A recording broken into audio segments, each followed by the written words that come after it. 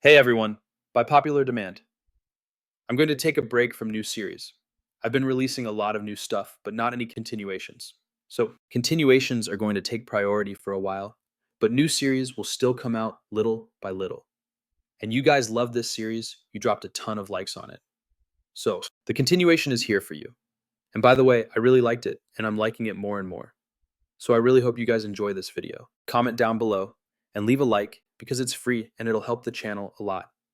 And if the option to hype appeared below, for those of you on your phones, click on Hype 2 to get this video into the top 100 most hyped. So without further ado, let's get to this continuation. And at the very beginning, our protagonist is on a bus, barely able to get out until he finally jumps out of that thing, thinking that going to school is hell. And he wonders how he did this in his freshman year, because he has to seriously consider moving out of his parents' house or dropping out of school. But then they show up talking to Seongwu, asking how a reserve sergeant from the Special Forces unit can say such wimpy words, asking if the whole Special Forces thing was a lie, saying he can't believe that his W, who went through tough training, can't handle a 2-hour commute to school. But he tells him to say that after he joins the army, asking how long he's going to keep postponing it, because all he sees is a bleak future for that kid. But he says he wants to tell Xiao something, saying that unification will be victorious. But he tells the kid to stop talking crap, asking why he's rooting for unification, without even reading the news, saying he already knew he was being lazy after postponing his military service because of Mong. But then he asks if he really had to bring her up, and the protagonist asks if he didn't already tell him at the opening ceremony 3 years ago not to go chasing skirts on campus. Then they head to class. But the kid ends up noticing something as he walks, and the protagonist stops. Noticing the kid is falling behind, asking if Han is crying. But the kid says that's not it, saying there's something in the sky. He asks what's wrong with the sky, asking if he's seeing Mong's face or something. But then they see a countdown up there. He asks if the kid saw that, and the protagonist says the kid has been acting pretty strange lately. But he says he swears there was something written there, like downloading monsters. It was at 99%, but when it hit 100, everything disappeared. He says it was right there on top of the library building. But looking over there, he doesn't see anything and starts teasing Hanner, asking if he was up all night gaming and says he's probably seeing things and must be hungover. He's been drinking too much lately. But then the kid slaps his own face and follows the protagonist, asking why he won't buy him a coffee, and the protagonist says he doesn't have time. And so as they're walking, he keeps talking and annoys the protagonist. So M stands alone, making excuses, and the protagonist goes to the classroom, listening to his lecture, but almost falling asleep because of it, thinking he's too sleepy. He wonders if it's better to go get a coffee and come back, and notices he can't stay awake. But then when he closes his eyes, the system appears to him. Then it asks what the best class is to survive in an apocalyptic world, telling him to choose immediately. And the protagonist wonders what this is, so he reads that statement again, telling him to choose. And he even rubs his eyes, thinking he's seeing things, but then everything around him goes dark, and no one can see anything. Everyone panics, and he notices that it's completely dark, even though it's noon, and says that this isn't a simple blackout, and other people's cell phones aren't working either. They wonder what's happening, until someone looks ahead and notices something is there, and the girl asks if she's not the only one who can see it. And everyone is looking, thinking it's a hologram. And the protagonist says that this is no illusion or hologram, and everyone is seeing the same message. Then the system says they have 15 seconds until a bright light blinds the protagonist, and several cards appear in front of him, and he watches them. And the other people are also seeing a guy who looks like a nerd telling another not to touch them, saying that's right. They shouldn't touch them because it's dangerous. But the protagonist tries to stay calm, wondering if it wouldn't be more dangerous if they didn't touch them. After all, who knows what will happen in 15 seconds if they do nothing? And it said to choose a card, and he wonders if it's some kind of poker, and says he has to make a decision within that time, and with 8 seconds left, the countdown continues. So he looks to the side, but while he's thinking, someone makes a choice, and a sword falls in front of the fat guy, and he's surprised by it. And the protagonist starts to realize that the warrior card that just disappeared was chosen. And now that he stops to think in a post-apocalyptic world, it wasn't written. Make a good choice to survive. And the number of stars they have is different. He says he doesn't know what's happening, but he's going to choose the one with the most stars among them. So he chooses the Necromancer class, which has 5 stars, and soon the power of death enters the boy. He is surprised by his choice. And the system says that the first round of class selection has ended, and those who failed to make a choice will receive another opportunity in the future. And so they return to the room, and the chubby guy is still holding that huge sword. Then everyone questions what just happened with the girl, asking if it's a real sword, saying that it's very scary. They start to think they've been caught up in something, wondering what this is. But the chubby guy says he chose the warrior card, and that thing fell right in front of him. And the protagonist starts to realize that if he managed to become a warrior, then he is also a necromancer. But he asks, why didn't anything appear in front of him until the window behind him is broken? And with that, someone comes in being bitten, and that person begs them to get this thing off him. But that monster stays on him, biting and sticking its dagger into the man killing him. While he dies, no one can do anything until the monster finishes him off and aims for the others in the room. And everyone runs off wondering what the hell is this. And the protagonist is left face to face with a corpse and a monster. He starts to wonder why it had to appear at the back of the classroom, as he can't move because he thinks it will make the monster notice him. But then the monster starts to scream and nobody understands anything. But a girl talks to the chubby guy, saying he has a sword, and they ask him to do something about that creature. He questions if he should, but they say he's the one with the sword and he has to do something. And the protagonist also talks to Insor, asking if he remembers him, but he starts to get angry, questioning what the hell they want him to do. And the protagonist realizes they're screwed, and the monster charges at him while the protagonist tries to run now that he has no other choice. He says he should have run if he knew this was going to happen. However, he thinks that if he turns his back on that thing, he'll be finished. So he turns around and hits the monster with a kick. Since it's small, he manages to send it flying. And the protagonist tells the others they have nothing to fear, and it's just a little monster that weighs about 33 pounds. So he uses his head, grabbing a chair and going after the thing, but it turns out the chair he grabs is stuck to the other chairs nearby. And the monster notices this charging at the protagonist. But since it gets too worked up, the protagonist manages to just yank the chair free, smashing the monster's head. And when he finally kills the thing, the system says he earned 10 gold for hunting a goblin, and he wonders what is happening. But everyone there was horrified by what they just saw. He thinks he doesn't have time to understand that message right now. Because Goblin 10 gold, he doesn't want to believe the world has turned into some kind of fantasy game. But then the system sends him another message, saying that his power has allowed him to bring the dead into his horde. So now he has a goblin skeleton whose weapon is a dagger and its type is undead. And he's surprised by this so-called horde, until a light comes out of the goblin. Everyone tells him to look behind him, and that light summons the undead goblin. The protagonist notices that it's a skeleton, the first skeleton of his horde, and he thinks that's it. His class allows him to control the undead, the necromancer. And everything that happens after that is history. And after the protagonist gets his first minion, 2 other goblins show up there, threatening the whole room, and everyone is scared to death because now there are 2 of them. However, the system tells the protagonist that his horde is waiting for his command. So he orders that thing to fight, telling it to kill those bastards. So the little goblin, which I won't call little skeleton out of respect. My dude. I miss it, man. I miss it so much. I miss it so much. YouTube took me down. But don't worry, because very soon, the little skeleton will be out, just not on this channel, but in a separate place for all the series that are at risk here on the channel. I'll post everything there so you can rest easy, knowing that the little skeleton will be back very soon. Maybe in the next video, I'll announce the news. So the little goblin goes after the living goblins, attacking the first one and managing to land a blow. But it doesn't die. And the 2 of them team up against the skeleton, and one of them manages to cut off the little goblin's arm. The 2 living ones use strategy surrounding it. The protagonist thinks that if he just watches, he'll end up having to fight again. Their bodies are small like a child's, but it's not hard to face them. The problem is that he doesn't have a weapon. Just then, the protagonist yells at Moore, telling him to give him his sword quickly. But he asks why, and the boy tells him to hurry up so he can kill those things. However, that disgusting nerd starts yelling that it's his, saying that it's what he won, but he does nothing to help. So the protagonist says that in that case, he can go and kill them all himself. And when he looks at those monsters, he starts screaming his lungs out, and the protagonist tells him to forget it, telling him to use that thing to peel potatoes. So he grabs a chair and goes to help the little goblin, charging at the monsters and hitting one of them, while the little goblin finishes the job, finishing it off with its dagger. And the protagonist gets another 10 gold for hunting a goblin, killing both of them. With that, the little goblin just keeps farming aura. Then it goes up to the protagonist even while staggering. And the protagonist notices something about it and says, "My bad," but says that its gaze makes him uncomfortable, asking if it can look somewhere else. And with him treating the little skeleton that way, it gets very disappointed. However, the system says that his power allowed him to bring the dead into his horde. So he must touch each of the individuals to get detailed information. He has reached the maximum number of units in his horde for now. But everyone asks Seongwu what happened, and he says he's not sure either, but he managed to do something. However, while they are lost in confusion, they hear screams, and from outside some people are calling for help. Then one of the girls talks to the professor, saying she can't call the police, but he tells her to calm down because it seems this is happening all over campus. And the protagonist gets more and more desperate. Outside, the sun is shining differently. When he opens the window, he realizes that those monsters are taking over the entire country, and chaos has broken out outside with fire everywhere. He wonders if this is happening all over the world. Elsewhere, several people are dead in other rooms. Then the professors arrive, saying that they can't just stand there and that they have to get out of the university.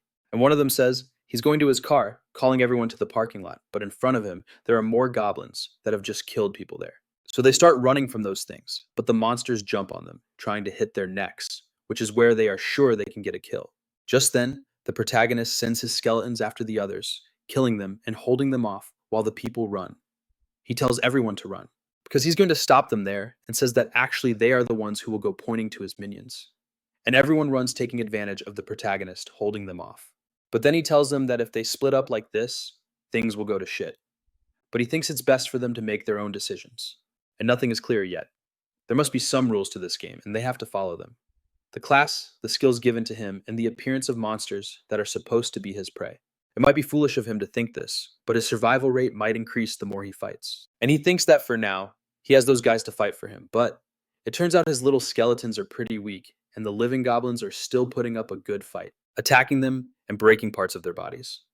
And sure enough, the living goblin manages to land a solid hit on one of the little skeleton's heads, knocking its skull off, which lands near the protagonist's foot. And just like that, the system announces that a unit from his horde has returned to eternal death. So he just begs them to please win. And the goblins are pretty beaten up, but they're still giving the protagonist's summons a tough time. And they charge forward, and after a tough fight, the protagonist's undead goblins manage to kill the two goblins that were there. He tells the two of them they did a good job and ends up leveling up to level 2 without even noticing. And he wonders about this level and starts to question if the status window will work. My friend, you're getting the system. The system appeared for you. Just accept it and open that status window, because I am so thirsty for this cliché. Bring it on. Bring on the cliché. I'm so ready. So he sees all his information and notices that apparently he has attribute points. But he wonders if games don't normally give you points to allocate to attributes when you level up. However, the system gives him something else, the choice of a level up card, which are random attribute points, a random skill, a random item, and other random items. Plus, he can also permanently increase his strength. And the protagonist notices that this is way too random. And after thinking for a bit, he decides that this is the most important factor in games. And even though it's a bit of a gamble, since he doesn't know what will happen, he's going to pick the skill, and the number of units in his horde increases by 1 more. But now he's low on mana 3 out of 30, and he's surprised he only has 30. Then he realizes they cost a lot to summon. He says he knew they bothered him in some way, but asks if they can stop staring at him, because he doesn't really like it. And all the little skeletons are just standing there after how badly he's treating them. So they move on the little skeletons surrounding the protagonist as he advances. He says he needs to focus on surviving and will end up making mistakes if he's careless. He thinks that he doesn't really understand what's happening, but everything has been good so far. And for now, he's just going to survive. He just needs to focus on that. He has to pull himself together and get out of there. So he really starts to move forward with his skeletons.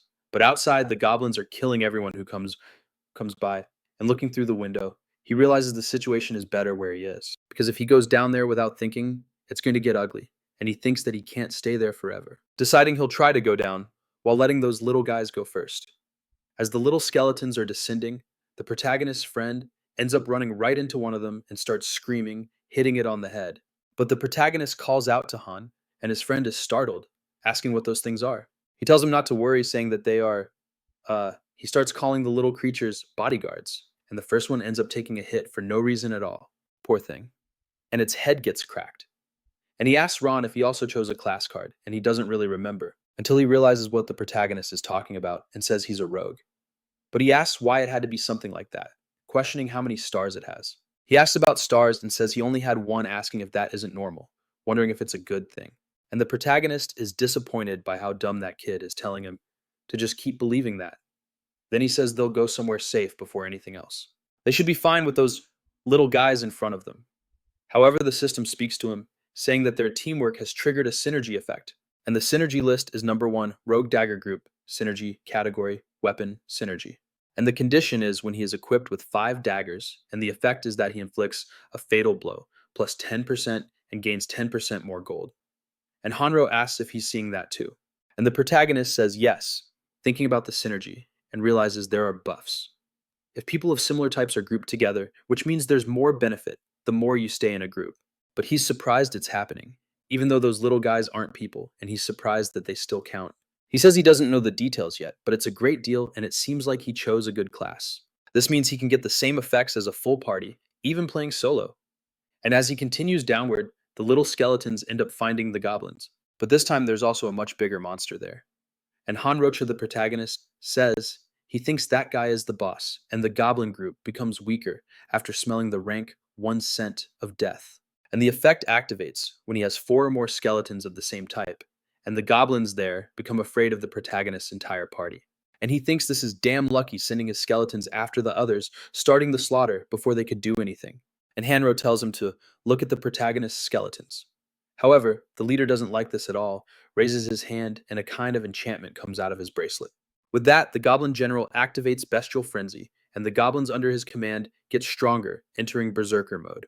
They charge at the protagonist's skeletons, shattering them quite easily. Then Hanro asks if they're going to run now. But the protagonist tells him to wait, because he has to approach this with an open mind, and those skeletons move according to his will, and now he wonders what he needs to do. As the monster continues to cast its spell, raising its hand, the protagonist understands what he has to do and gives an order to his skeleton. With that, his main skeleton leaps to a considerable height, making everyone look up, and from there it attacks the boss, cutting off his hand before he could react. And the boss starts screaming while the little skeleton tries to get near its knee, but it ends up getting kicked and sent flying. And all the other goblins return to their normal state after the boss's berserker state is dispelled. With that, the protagonist's little skeleton kills another one, gaining a little more strength. He keeps earning gold for hunting those goblins. With that, the protagonist's army finally turns the tide, and only the goblin boss is left standing. Then all of the protagonist's skeletons begin to surround him, slashing from every direction, putting him in a terrible spot, and after taking a lot of damage, he finally falls dead. And the protagonist gets 50 gold for hunting that general. And Hanro is surprised by what the kid just did, and asks, "What is that stuff?" wondering if the spear and the bracelet on the goblin's hand are items. So he goes over and picks them both up, equipping them, and the spear is normal rank and is a type of one-handed spear with no effects. But that item is the rare rank Bestial Vigor, and it's a type of bracer, and its effect is to increase the attack speed of the user's low constitution subordinates by an additional 20%. And the attack speed of his skeleton goblins increases rapidly. He can use a buff skill because he met the requirements, and the condition is to possess goblin-type mercenaries. They're moving much faster and getting stronger, and the Bestial Vigor is D rank. And the effect is that, once activated, the attack power of the goblin-type mercenaries increases by 10%, and their speed by 20% for 10 minutes. And afterward, the skill's cooldown is 1 hour. He says it feels like he gained a lot, and looking down, he sees the little armless skeleton, which was the first one he got. He says that it did a good job, and this time he looks into the little skeleton's eyes and it starts to laugh. But the protagonist complains, "What the hell was that?" telling it not to do that again. But then Hanro asks where they're going now, and the protagonist says they'll try to get out of there for now. Then outside, several people are gathered, and the protagonist arrives, surprised to see so many people alive. And the protagonist takes the opportunity to tell the skeletons to stay inside the instance room, since people might get scared and start attacking them. And Hanro says that's exactly what happened to him, and bets that everyone else will cause a commotion. Meanwhile, everyone over there is talking, and some guy is trying to act like a leader, saying they're trying to contact the police, and the student council is trying to figure out what's going on. Then as a girl asks what the hell the student council is doing at a time like this, wondering if they can't try to destroy that door. But that guy says they've already tried everything, and it won't break no matter what they do. And the girl asks what he's saying. "That thing won't break," he says. "That's right." Then he tells her to lower her tone, calm down, and follow his instructions. And the protagonist arrives and notices a SOC there, an idiot who follows hierarchy and is famous for harassing women. He realizes that apparently he joined the student council out of greed. Then Joao tells them not to get near the door, saying it's dangerous and yelling at the protagonist. But our MC is surprised by how that idiot is acting. He tries to act calm and says, "My bad." He's a little nervous because they have a lot to worry about. He doesn't know what's happening, but he's in a position where he has to protect the students. So he tells the protagonist not to do it.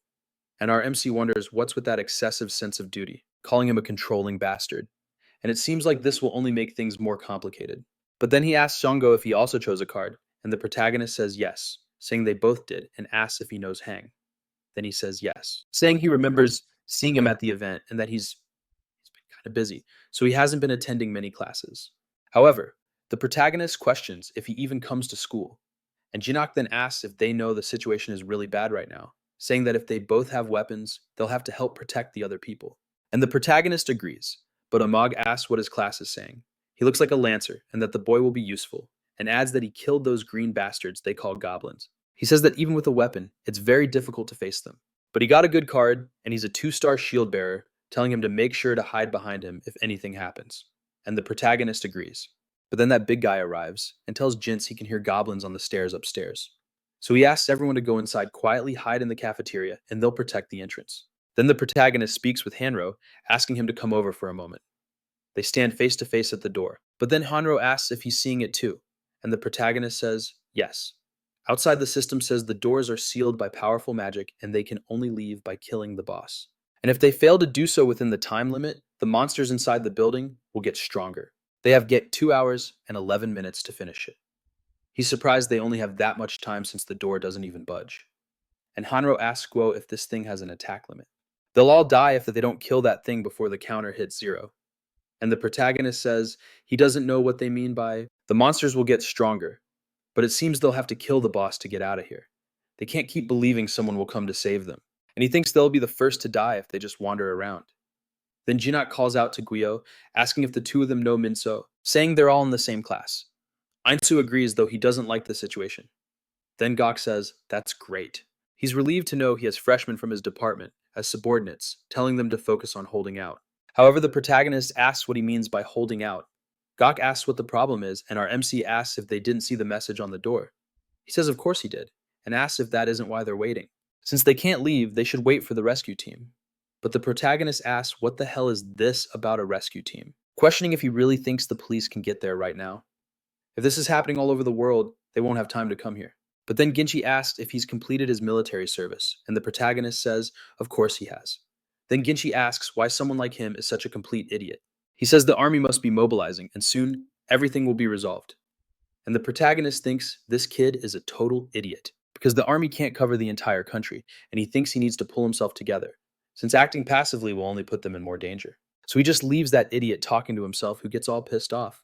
He tells him to screw off and get out of there, telling him to just get inside the cafeteria and take a nap or something. But just then Miner starts saying the goblins are there, and the two of them get scared to death, as the goblins actually come down the stairs and everyone there starts trembling. And Jinak says that everyone with a weapon should go over there because they have to block the cafeteria doors. But then they get even more scared because more of them are coming down the hall. However, those are the MCs. They wonder what the hell is this. However, the MC says they aren't enemies. And Jinak asks what he's talking about. The MC says he understands that he feels responsible, but asks why he doesn't also think of a way to survive. Because if an idiot becomes the leader, then everyone else is dead. He asks what the MC's class is, and he says it's one of the good ones. Then the Scent of Death rank is activated, and the enemy's attributes decrease by 30%, and they all become terrified of the MC's goblins. Then they charge with an absurd bloodlust towards the other enemy goblins, and the MC orders the hunt to begin. My friend, this MC is absurd.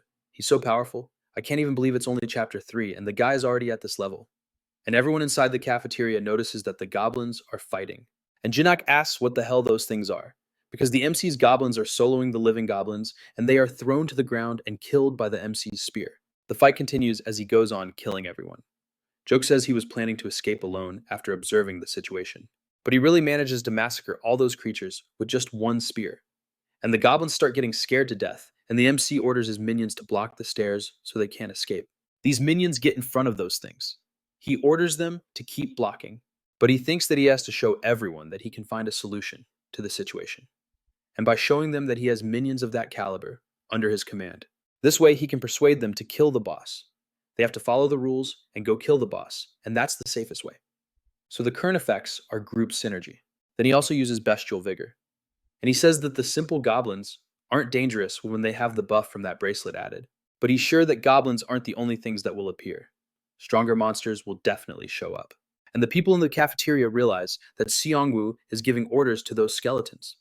Then they think what a relief asking who that guy is and what he does. They think he's an upperclassman from the creative writing department, but one of the goblins manages to get past the MC's skeletons, but he grabs that spear and throws it into the monster's chest, killing it. And at that, everyone is happy because he ended the threat. And they think that guy never stops, asking if they're sure he's a writer from that writing department, feeling happy to be with a guy like him. And the MC, after finishing killing them all, thinks that there are no items around. It means that normal monsters don't drop anything. But then he receives a roulette ticket for killing 20 monsters, and he is the 34th person to reach this historic achievement and will be evolved to an unlimited rank. He's surprised by this, wondering if it's not like they have inventories, asking himself where this thing goes. But then his skeletons approach him, thanking him for the good work. But he asks if they can stop laughing in that creepy way in front of them, and so they return to everyone else. Then he asks Ginchi what he thinks, asking that sucker if he's useful. He doesn't even have much to do. And the MC enters the cafeteria with his monsters, and everyone gets scared to death. And he says that as everyone read the message on the doors because of that strange lock, the doors won't open or break. So they ask what they're going to do, asking if there's any way for them to get out. He says the solution is written in the message itself. That's right, the crowd can't read. Yeah, it's tough. Genshin players are just like that. They don't read. They never read. Including me, right? I don't read the dialogue in that crap either. Oh, what a boring game. Someone had a skip button. I've changed. I think I got a little off topic here. Let's get back to the manhwa. I'm already crying my eyes out here alone. And he says they have to kill the boss that's somewhere around here. So everyone looks at each other filled with fear. And the protagonist says they have 2 hours left. They need to kill the boss within that time. Otherwise, even though he doesn't know what will happen, he knows it won't be good. And seeing how the message says the monsters will get stronger, he bets that some terrible monsters will appear. And just then, one of them raises his hand, saying he saw that boss while he was smoking on the roof. He saw a giant monster appear, and his professor was also taken out. And the protagonist realizes that their fate is now sealed, and they will go to the roof. He asks if there's anything else, but no one answers, and no one dares to go with him. He starts to realize he shouldn't expect much from these people, and even if he can control the situation, the opponent is a boss. So it's going to be hard to expect anyone to take the lead. Just then, Hanro speaks to the protagonist, asking if he can stay behind too, but he says that obviously he can't. He needs to stay with them to buff his little skeletons, but then he says he'll give him his dagger. But the protagonist says he doesn't need it. However, a tough-looking girl with a lot of attitude says that it seems not everyone is going to follow him, and says that if everyone did, it would be more annoying. Since the hallways are very narrow, and besides, he has those skeletons, and she is a 3-star Morim Tiger Hunter, and she asks what he can do with just those skeletons. And she fits the title of Tiger Hunter well, as the girl has a somewhat unapproachable aura, looking back and scaring everyone. And the protagonist says they don't know how strong the boss is, and that's very difficult. He asks Sunbae Seek, and he says he'll stay there to protect that place, because the student council's job is to protect the students, scared out of his mind, making up the lamest excuse I've ever seen. And the protagonist says it's okay telling him to make sure he does a good job. So he just agrees. But then he says they're going up, since they don't know how long it will take, and he leaves with the skeletons and the other 2 helping him. And he tells Hanro not to lose focus because if he wants to live, he'd better listen to him as the team leader. But then other goblins appear behind them. However, goblins don't just appear from behind, but others appear from the front as well. They are scared to death, and the protagonist tells the 2 of them to take care of the ones coming up. But the girl simply charges forward, killing the goblin easily, then turns around and finishes off both of them in a single rush. So Hanro gets terrified of her and says that girl is incredible. But on the other side, the protagonist has also finished off everyone there, and the little skeletons look back, noticing that the only one who did nothing was Hanro himself. And he tells the protagonist to forget it, saying it seems he was right to call himself the team leader. And the protagonist wonders what that was all about, because either way, they're going to keep going up. The girl proved to be quite useful, but as they head up there, they end up finding their professor. Almost dead right there in front of them. He asks if it's Seongwu. He asks what happened to the professor, and the man says that most of the students from his department died because of him, and it's all his fault, crying as he's about to die. But the protagonist asks him to calm down and questions what happened. He says that thanks to him, they managed to escape the laboratory, but since they couldn't stay there any longer, they went to the roof. Because according to the emergency protocol manual, he told everyone that's where they should go. And the protagonist questions why of all possible places they went there. But he says there was a monster there, an even more terrible one, and the students who trusted him ended up dead for going in first. And he tells Seongwu never to go there to the roof. As he dies, he says that the boy needs to survive. But the protagonist nevertheless becomes even more focused. Then the system gives him a personal quest, and the title is For the Sake of the Dead Man's Grudge. And the type is salvation or neglect of the dead, and the objective is to kill the building's boss. He feels a heavy sense of guilt as he watches a person take their last breath. And as someone who controls the realm of death, he can lessen the dead's resentment by killing their enemies or leave them be. The decision is up to the protagonist, and the time limit follows the building's counter. His decision will affect his destiny. The protagonist is surprised by this destiny business, wondering if it's like a turning point. And he questions why. Why do they have to go through something like this? But then he moves forward and Hanro asks if they're really going up. But the little skeletons notice the protagonist's determination as he enters the boss room with everyone. And upon reaching the rooftop, the protagonist finds a scene of absurd destruction with several goblins carrying away the remains of bodies that were lying around. They're looting, breaking things, killing, doing it all, and the boy is horrified by what he sees. Then Hanro asks what that is because the person over there is one of his colleagues being killed. And the swordswoman notes that there are too many of those monsters, but the protagonist tells them to calm down and think, asking himself why they are suffering like this. Because in the end, it's because they are weak. So he calmly tells everyone that this is why they need to get stronger. Then he charges at one of the goblins, which panics upon seeing them, and screams to its friends that there are intruders, and they all rush the protagonist surrounding the group. Then Hanro speaks to the boy, asking if he really doesn't want to run this time, but the protagonist says no, and that they will fight back. And so he uses his bestial madness to put all his monsters into berserker mode. And with them, fully buffed, the other goblins charge at the protagonist's goblins. But the skeletons stop them with ease using their bones, which don't get injured, to block the attacks and kill the other goblins very easily. The slaughter begins, and he tells his friends to think of the skeletons as shields. Then he uses his spear to finish off a few, with the sword girl also helping out. Meanwhile, Hanro wonders why he chose that piece of crap in his hand, because he thought it was going to be something good. But it's crap. Then he takes a kunai and throws it at one of the goblins, and he actually manages to hit and kill it. He's very surprised by this, that the goblin died from just his dagger. He then realizes he's actually good at throwing things, and starts killing the goblins from a distance, using his daggers and realizing he actually has power. Realizing he's found his talent, all the enemy goblins become terrified, while the protagonist's minions continue to use Scent of Death, and all enemies' stats drop by 30%, making them even more terrifying to the living goblins who charge at them. But in the middle of all that chaos, the goblin boss appears, and they all bow before their leader. And Hanro notes that obviously you can tell that guy is the boss, and the goblin centurion appears before them, giving orders to all the smaller ones, making them go berserk and attack the protagonist again. He gets desperate, killing the incoming goblins with a single blow, and he orders everyone to kill those guys trying to do the best he can. But the situation is getting really bad as one of the protagonist's monsters. That goblin was hit by the centurion, and nothing was left of it. So the protagonist, seeing that the monster is too strong, yells for his skeletons to fall back, but some of them are killed on the spot. However, the protagonist brings others back to life with his skill, adding 2 more to the horde. But the monster that was just revived is immediately killed by the boss. And the protagonist tries to do something, but his mana just keeps dropping as he tries to bring more monsters back. He notices his mana is getting very low, and even though there's a sea of bodies there, he will soon reach his limit. As he stands face to face with that centurion, Hanro throws his daggers to hit the monster, but it puts its arm in the way, preventing the boy from hitting its eyes. And Hanro is surprised that it blocked the attack, and the monster just shakes its arm to remove the daggers. Hanro notes that it's angry, and the protagonist says it definitely is especially at him. And the monster starts to attack the boy who runs for his life. But the protagonist's skeletons jump in front to save the boy's life, and he thanks them anyway. But they are all wiped out with a single blow, and the only one left is the one-armed skeleton. Then it stabs its dagger into the creature's foot, and the monster, filled with rage, kicks it far away.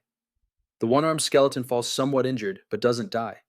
The swordswoman comes up behind the boss, attacking its back and dealing some heavy damage. She then says she was planning to split him in half with that strike, but it's a shame she couldn't. The protagonist notices that those sword strikes are quite common and the movements are very strategic, realizing that the girl is no ordinary person. So he says he also has to move strategically surrounding the boss, with his skeletons alongside the swordswoman, and he orders them to attack from behind. But the boss manages to turn around quickly, defending the attack. But while he's turned, the protagonist thinks that now is his chance, throwing his spear at the monster's head. But he doesn't land a decisive blow, yet he still tears off the monster's ear, which starts to scream in pain. And with that, everyone else charges in. But it starts crushing the skeletons with absurd ease, and the protagonist keeps losing mana, leaving only 3. He notices there's only one little guy left, and so the centurion points at the undead, and all the others get scared. But it starts to smile, and the protagonist begins to think that it believes it has won after counting the number of skeletons. Then it starts hitting things around it, throwing them in the boy's direction. Because when you fight a necromancer, the best thing to do is go directly for them. It continues trying to hit the protagonist. He says that if this continues, everyone will die, and they need a single decisive strike. Then, looking to the side, he sees a sword nearby and realizes this might be his chance to land the one attack that will defeat that bastard. It continues attacking in all directions, while trying to finish off all of the protagonist's skeletons. But now he's holding two swords and starts thinking of another strategy. He tells the two remaining skeletons to corner it and then advance. And so they do, each going to one side trying to hit the monster, but it manages to kill both of them at the same time. However, a sword flies in its direction, almost killing it, passing right over it, and the one-armed little skeleton catches that sword in midair, preparing to attack, coming down on the monster with everything it's got. But it stops the little skeleton's attack, throwing it far away, and thus the teamwork triggers a synergy effect. With this, the protagonist gets stronger and stronger, and he gains the Marinya Energy Sword category. The condition is to be equipped with 3 swords, and the effect is an attack. Speed increase of 10% and a weapon weight reduction of 50%. And they all feel the sword changing. And the second one-armed merino, is the personal synergy category for the one-armed little skeleton. The condition is to be equipped with a sword while having only one arm, and the effect is an increase of 88%. The chance of the first attack has the flow effect, and it gets even more badass, while the centurion monster becomes filled with fear. The protagonist thinks that with that synergy and weapon effect, they can win. Then he says that first, it must swallow that infernal chair, charging at the monster with the chair and the sword. And the centurion just waits while the swordswoman also prepares an attack, along with the little one-armed skeleton. So the centurion is lost, not knowing where to look, and the protagonist lands the first attack, while the swordswoman lands the second and the little one-armed skeleton lands the third. It gets desperate trying to hit the little one-armed skeleton, throwing it far away. But then Hanro, who is still around, hits the monster's arm with his dagger from a distance. The monster tries to pull the dagger out of its arm. However, the protagonist thinks that now is his time, giving an order to the little one-armed skeleton, telling it to sacrifice itself by going behind the monster. And he says goodbye to the one-armed skeleton, thanking it for everything, because even though it might have been with him from the beginning for the sake of victory, it's time for it to return to the world of the dead. It screams in pain, but the little one-armed skeleton manages to do something unexpected, as its attack curves like a Ronaldinho free kick, going straight for the monster's face and tearing off the centurion's head. And the protagonist thinks about the flow effect it had as a skill, and remembers it, because that's what the little one-armed skeleton used to kill the monster. Then he gets 255 gold for killing the centurion goblin boss, finally reaching level 3, and Hanro asks what the hell that little skeleton just did, but he says he doesn't know, and that it's just his first goblin lackey. But then the system announces that his goblin skeleton has leveled up after absorbing the centurion goblin's magic, and that its defense has greatly increased. Now he has the special commander trait, which allows him to receive formation synergy, depending on the number of team members, making him even stronger. And the protagonist wonders what it is as a strange tattoo appeared on his forehead. And so he looks at his horde's list with the level 2 elite skeleton goblin, the Japanese weapon, and the undead commander type. He notices that the formation synergy for those with commander traits is about squads, platoons, and regiments, and it seems he'll have to increase his horde. Then Hanro tells the protagonist that he leveled up too along with the Shin Sword, which is now level 3, and she asks Seong. He says he also leveled up, and she thinks it was a bit careless to choose her level 2 card because of all the confusion, but she asks what he thinks would be good. And he says that with a random choice, even if you make a good choice, what you get still depends on luck. Then they ask if they're seeing that card, and the protagonist says yes, saying he needs to choose one of the 5. Then he thinks that at level 2, he chose a skill card, and it increased the size of his horde. So now he activates the skill card as well, gaining the basic skill to make bone weapons. And now he can produce weapons using the bones of corpses. And the types of weapons currently available for crafting are as follows: sword, blunt weapon, spear, and bow. And the results vary depending on the type and quality of the material. And the higher the skill level, the better the produced weapon will be. He notes that he can even create bone weapons. And by completing the mission to resolve the dead's resentment, he receives a personal skill as a reward, and his fate is briefly altered. He realizes it's because of Professor King. Then the number of units in his horde starts to increase, and he thinks that with this, he can command 5 units, but wonders what that message saying his fate had changed meant. However, he still has no idea, and it seems he'll have to be very careful with his decisions from now on. But then falling from the sky, a rogue's cloak landed on Hanro, and the protagonist asks the boy what it can do. He says that it decreases monsters' perception of his presence, by 50%, and he thinks this will be perfect for escaping. But Hanro says that from now on, he won't run away anymore, and he knows how to fight. He also asks the girl what that is in her hand, asking if it's a rock. And she says it's a combustion whetstone. Then the boy asks if it's like gravel, but she says that if you use it to sharpen a sword, it's possible for the strikes to set the target on fire.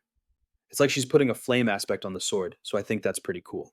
However, the protagonist says they'll leave testing the items for later and leave for now. And over at the cafeteria, everyone is hiding, and Minseok goes to Jinseok to try and talk to him. He asks what's up with the big guy, and he asks if he's sure it's okay for them to stay there. But Jinseok doesn't like the plan at all, and says the others keep saying they should have gone with Seongwu to kill the boss, and that they should have listened to him. It's Minseok who says that after hearing all that, he just feels like maybe he should go. But then G starts to freak out, saying that those bastards aren't even grateful, that they're protecting them and are over there talking shit. Going off on everyone asking what their problem is, saying that if they want to say something, they should just say it.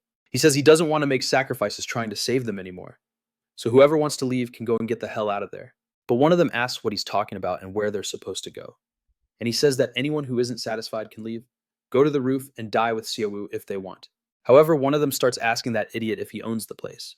Then he asks if he's not the one protecting them there. But they question him about protecting them, saying the one who protected us was the guy who went to the roof. At this, he starts to blow up even more, saying he tried to control his temper after high school, but because of idiots like them, he just can't.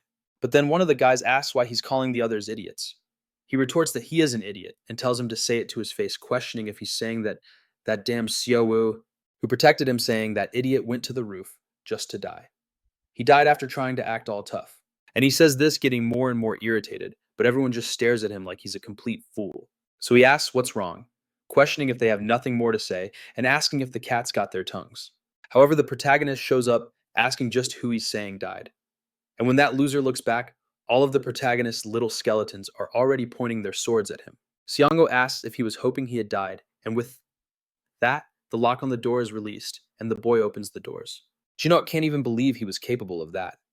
Everyone is sure he's a monster now. And at the doorway, he keeps asking if his senpai is going to say anything, and they all wonder what's going on since he was acting so tough with them. Just a moment ago, with everyone saying they knew from the start, he was a nobody who wasn't strong at all. But then the protagonists head out to the street, and Hanro notices it's really quiet outside, and the other swordswoman says she can't see anything. He says it might be safe for now, but they should still try to leave quietly, and everyone follows the protagonist down the street, seeing how many dead bodies are scattered around. There are many bodies along the path. They wonder what they're going to do. And the protagonist says he's sure there were huge groups of goblins around. They must be hiding somewhere on campus. But then Han asks if those are people over there looking to the side and seeing more survivors. One of the survivors seems pretty friendly, but the others, not so much. The protagonist notices that those people managed to survive by fighting and killing the monsters. He sees they fought and survived, and one of them has a really intimidating aura. And Jinseok calls out to Ryung. He asks if the boy was still alive. He says to Daesung that he knew he would be, saying he can't believe he found him here and that this is his lucky day. Then the girl says that it seems he's the student body president, and Jinuk speaks with the president. The protagonist then realizes he must be talking about him, and Han thinks that's completely obvious. And the president introduces himself to the protagonist as Park Daesung, and says he's sure they've all gone through hardships, that they've experienced the same thing and survived by fighting up to this point, and that it'll be safer if they stick with them. But he asks what are those monsters over there? And the protagonist says that as he already knows, they are a product of the class card he chose. He asks if he chose monsters that kill people. The protagonist notes that he's trying to make him sound like a dangerous person. Then Daesung tells the boy he'll have to destroy those monsters if he wants to join their group. And the protagonist says that's definitely not going to happen. But then Daesung asks if he's saying he's going to let those horrible monsters stay among them. But Hanro asks what he means by calling them horrible. But when he looks at them, he thinks, yeah, maybe he's not so wrong after all. But he says out loud that they're cute. However, the protagonist just tells him to shut up, and the little smiling skeletons as well. The protagonist says that in any case, he can't do that. It's the same as telling him to drop his own weapon, saying it's not like he can just walk around empty-handed. But Daesung asks how he could possibly know, asking if he doesn't think it would be fine if they just protected him, saying he'll give him one last chance. And if he wants to join them, he'll need to do as he's told and destroy those monsters. But the swordswoman starts chewing him out, since he's just doing whatever he pleases, asking when they ever said they wanted to join his little group, and questioning if he thinks he's hot stuff just because he's on the student council. And Daesung asks if she isn't the head of the physical education department, but she says no. The protagonist notes that the school is in ruins now, but he tells the president to calm down and come over to his side, saying she'll regret it if she doesn't. But the girl tells him to stop being such a hypocrite, asking if he really thought she wouldn't know he was stealing from the student union funds by forging receipts with the company during the festival. And the person who filed the complaint on the university website was her. He asks what she's talking about and says he thinks they have no choice telling them to just drop it. But they won't get involved with those weird monsters. And he tells her she'll regret this as she pulls the protagonist away, saying he's warning her. They need to join groups to get a synergy buff, and he bets they'll regret it when they're about to die in a small group. But then her buddy talks to Gesor, asking what happened between her and the president. And she says he's just a loser in so many ways. He only goes to school to flirt with rich girls, and her junior was tricked by him too. He might walk around with the title of student council president, but that guy can't hide who he really is. And the protagonist and Hanro are already pissed off at him. And the protagonist says that for now, their first goal will be to escape the campus. And she thinks that if the goal is to escape, then avoiding large crowds might be for the best, since it seems like the monsters appear where there are large numbers of people. So the protagonist tells them to climb the mountains behind them to avoid the buildings. They lead to the main gate, and there are almost never people there. They actually go while the little skeletons scout ahead. Han notices that it's very peaceful, almost to the point of making him nervous, but the protagonist tells them to stop, and Han asks why, but the guy tells Han to shut up. And then there's something up ahead and high up. It turns out to be a different monster, a type of orc. So that orc is even more aggressive than the boss they faced. At that, Ro shouts, asking what the hell that is, because it's bigger than the goblin boss. And the protagonist notes that the monsters that come after goblins are orcs. Then that monster starts to scream and charges at them before they can even react. And the protagonist thinks that's good because it looks like a new skeleton has arrived for him. And with the monster attacking blindly out of pure rage, the protagonist ends up realizing it won't be as easy as he imagined and tells everyone to dodge the monster. It barrels right through the middle of them. Then they ask, what the hell kind of monster is that? It stops wanting to go back after the swordswoman, but then she manages to stop its attack with just her sword. However, the monster comes back with an even heavier attack, but the little skeleton gets in front trying to hit the orc, but then it gets hit too. So the protagonist yells for all his skeletons to stop that thing, trying to do something. And then the little guy stands in front of the monster, waiting for its attack, but then it launches its attack. As it attacks, the Marun's warrior skill is activated and increases the chance of flow by 88%, which slices through the monster's arm, emerging victorious from the clash. And the protagonist talks to Gasao, telling her to get up there, because they're going to go down to the plains first. So she runs off, saying she swore she had blocked it. But she can't believe she was pushed back like that. And the protagonist tells them to never get close to it, saying they'll need to kill that thing the same way they killed the boss. At that, the monster gets up while huffing, all injured. And the little guy just looks at it. The monster comes at them pissed off, and the protagonist says they'll move as planned. And the skeletons will always be sacrificed first. And he says that since there are enough corpses, all he needs to do is pay attention to his mana. And that explosive attack will be useless in the forest. It starts hitting all the trees, realizing it's in a bad spot. Then Hanro starts throwing his daggers, and the monsters also charge forward, attacking with everything they've got, accumulating damage on that monster, charging in and trying to kill it, but it starts killing one while the others latch on, and the monster realizes it's in trouble with two skeletons holding its arm, keeping it in place. Then both the swordswoman and the protagonist come in to cut it, and she goes past it, trying to hit its leg, and the protagonist hits its arm, tearing one of them off. As for the little guy, he comes from behind last and plunges his sword into the monster's neck, finishing it off. And the protagonist gets 110 gold for hunting that thing. It's a patrol leader, and he realizes that it was a strong monster, stronger than common orcs, but there are still worse things out there. And the girl says it was easier to kill it than the boss. And the protagonist says that was also because they worked well together. As he tries to summon the dead to become one of his skeletons, he notices it doesn't respond. He can't raise a monster with a medium constitution because his level is too low. He realizes he can't get orcs yet.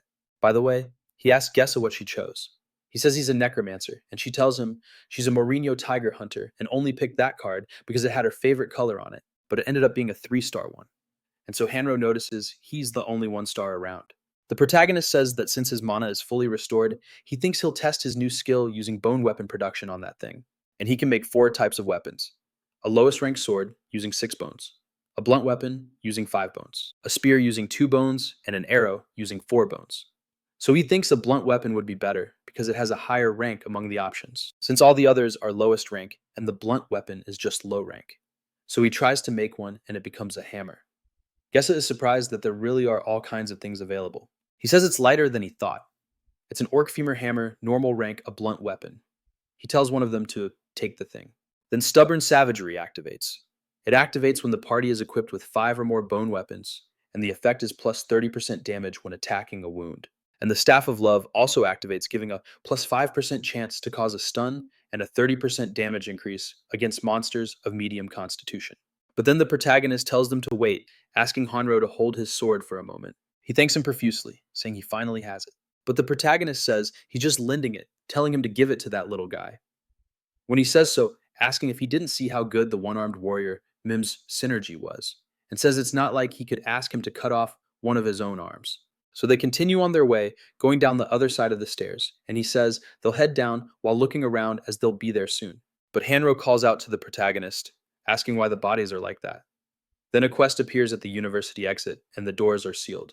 They can only leave after killing the boss. And if they fail to do so, the monsters will get stronger, and time is not on their side. Then it's announced that the orcs have begun the hunt, and they must choose a suitable location, and the orcs hunt by following the scent of their prey. But troops will be sent to the group with the largest number of prey. So Hanro asks what that means if they're coming after him. Then the protagonist thinks that if they're sending them to larger groups, it means they'll send fewer of them after their group. Then the girl realizes it means being in a large group is a disadvantage, and some monsters go after the president's group trying to attack everyone. They just hear the screams. Then the girl asks what that was, wondering where the student council group was. And Hanro thinks it gives him the chills, just imagining what would have happened if he were still there. And the protagonist thinks this means it's not always a good thing to be in large groups. The important thing is to use the best synergies efficiently. So it was a good thing he chose the Necromancer class. And so the system announces that the first wave of orcs will begin with 5 orcs. They think it's probably fewer than the ones that went to the gym, but he asks if 5 isn't a bit too many. However, the orcs already find them, and it seems those are the 5 orcs that are coming. Then Hanro notices that it looks like they're searching for them. However, the protagonist looks at the cars and gets an idea. Hanro questions this idea, already wanting to run, while the girl glares at him full of hatred. He says they're going to set a trap using the terrain and those little guys over there. So the orcs follow their scent, getting close to the cars until they notice some little skeletons there. And the protagonist tells Hanro to act as bait, calling them all out, yelling at those pigheads, and they all become seething with rage. So when they charge at him, Hanro loses all his courage, and the monsters rush in with everything they've got. But as they move through the cars, the little skeletons start opening the doors, forcing them to a halt as they charge forward, following the MC's orders, killing them with blunt weapons, and finishing off several of the orcs that were there. And so as they fall, they finish the job, and the MC starts raking in gold like crazy. He's rewarded for stopping the first wave of attacks with 100 gold, reaching level 4. With that, his horde begins to grow, and he thinks that this time he'll get a skill card, but he notices something nearby. He thinks that makes 7 of them, but the problem is, his mana is still at 50. Meanwhile, Hanro shouts that he got a skill. He asks which one it was, and the boy says it's Quick Stab, and it says it's a skill used with daggers. As for Jesso, she gets something else, and says she chose Strength, and it was increased by 2 points. Her body feels warmer and different. She definitely feels that she's gotten stronger. But the MC tells Hanro to give the sword back to him because he needs to stick with the dagger if he wants to use his skill. So he hands it over to the little guy who is already missing the sword. With that, they continue on their way until the MC tells them to stop. Noticing that up ahead, the orcs are trying to get inside a bus, and he spots 7 of them there. It seems that group has few people as well, but from inside they're trying to kill the orcs outside using spears and whatever else they have on hand. And the MC says they're going to die if they keep doing that, because he thinks they only have one person striking the orcs through the window. And so the girl decides to go help them, saying that if they cooperate with them, they can kill the orcs with a flank attack and it'll be an easy hunt. However, the MC thinks for a moment, but asks if she thinks the people in there will come out to fight, saying that they can't trust people in situations like this, especially people who are scared. But then he thinks he'll use that method, saying they're going to show the orcs the conveniences of civilization. Then he points to one side, and the 2 of them don't quite understand, and he ends up coming up with a plan. Meanwhile, the folks inside the bus are scared to death, wondering if they can even aim at them, asking what the hell that kid is doing with the long spear. But he says that if he has a problem with it, why doesn't he go outside and fight with his sword and shield by himself? And the kid is a 1-star spearman. But everyone there thinks they're going to die scared out of their minds.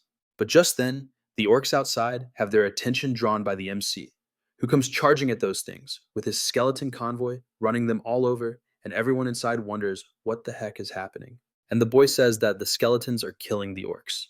They start asking what the hell that is, because even scarier monsters have appeared. They wonder why it's all quiet now, after the MC cleaned everything up, and the MC's little skeleton appears at the window, smiling at them from outside, and the boy almost craps his pants. But then Hanro asks them to open the door, saying he's a human and telling them to open up already. And after explaining the situation, they think it's a relief because they're safe. But while they're getting the people out of there, Hanro tries to grab a blunt weapon to break a vending machine, and the MC asks what he's doing. He says he was out of money, asking if he wants a Coke. The other boy tells him to get out of the way, to leave it to him, but he notices the boy broke the machine, and so they try to continue the conversation. And the boy who had the spear agrees with the MC, and he was explaining something to the MC, and he asks if it's true that the machine spits out an item. The boy says yes. They all tried it. They didn't have much money, so they only tried it once. But if you do what the instructions say, it will give you an item. And so Hanro realizes it's like a shop. And upon using that item, the MC discovers it's the ranker's shop, and he must tap to continue.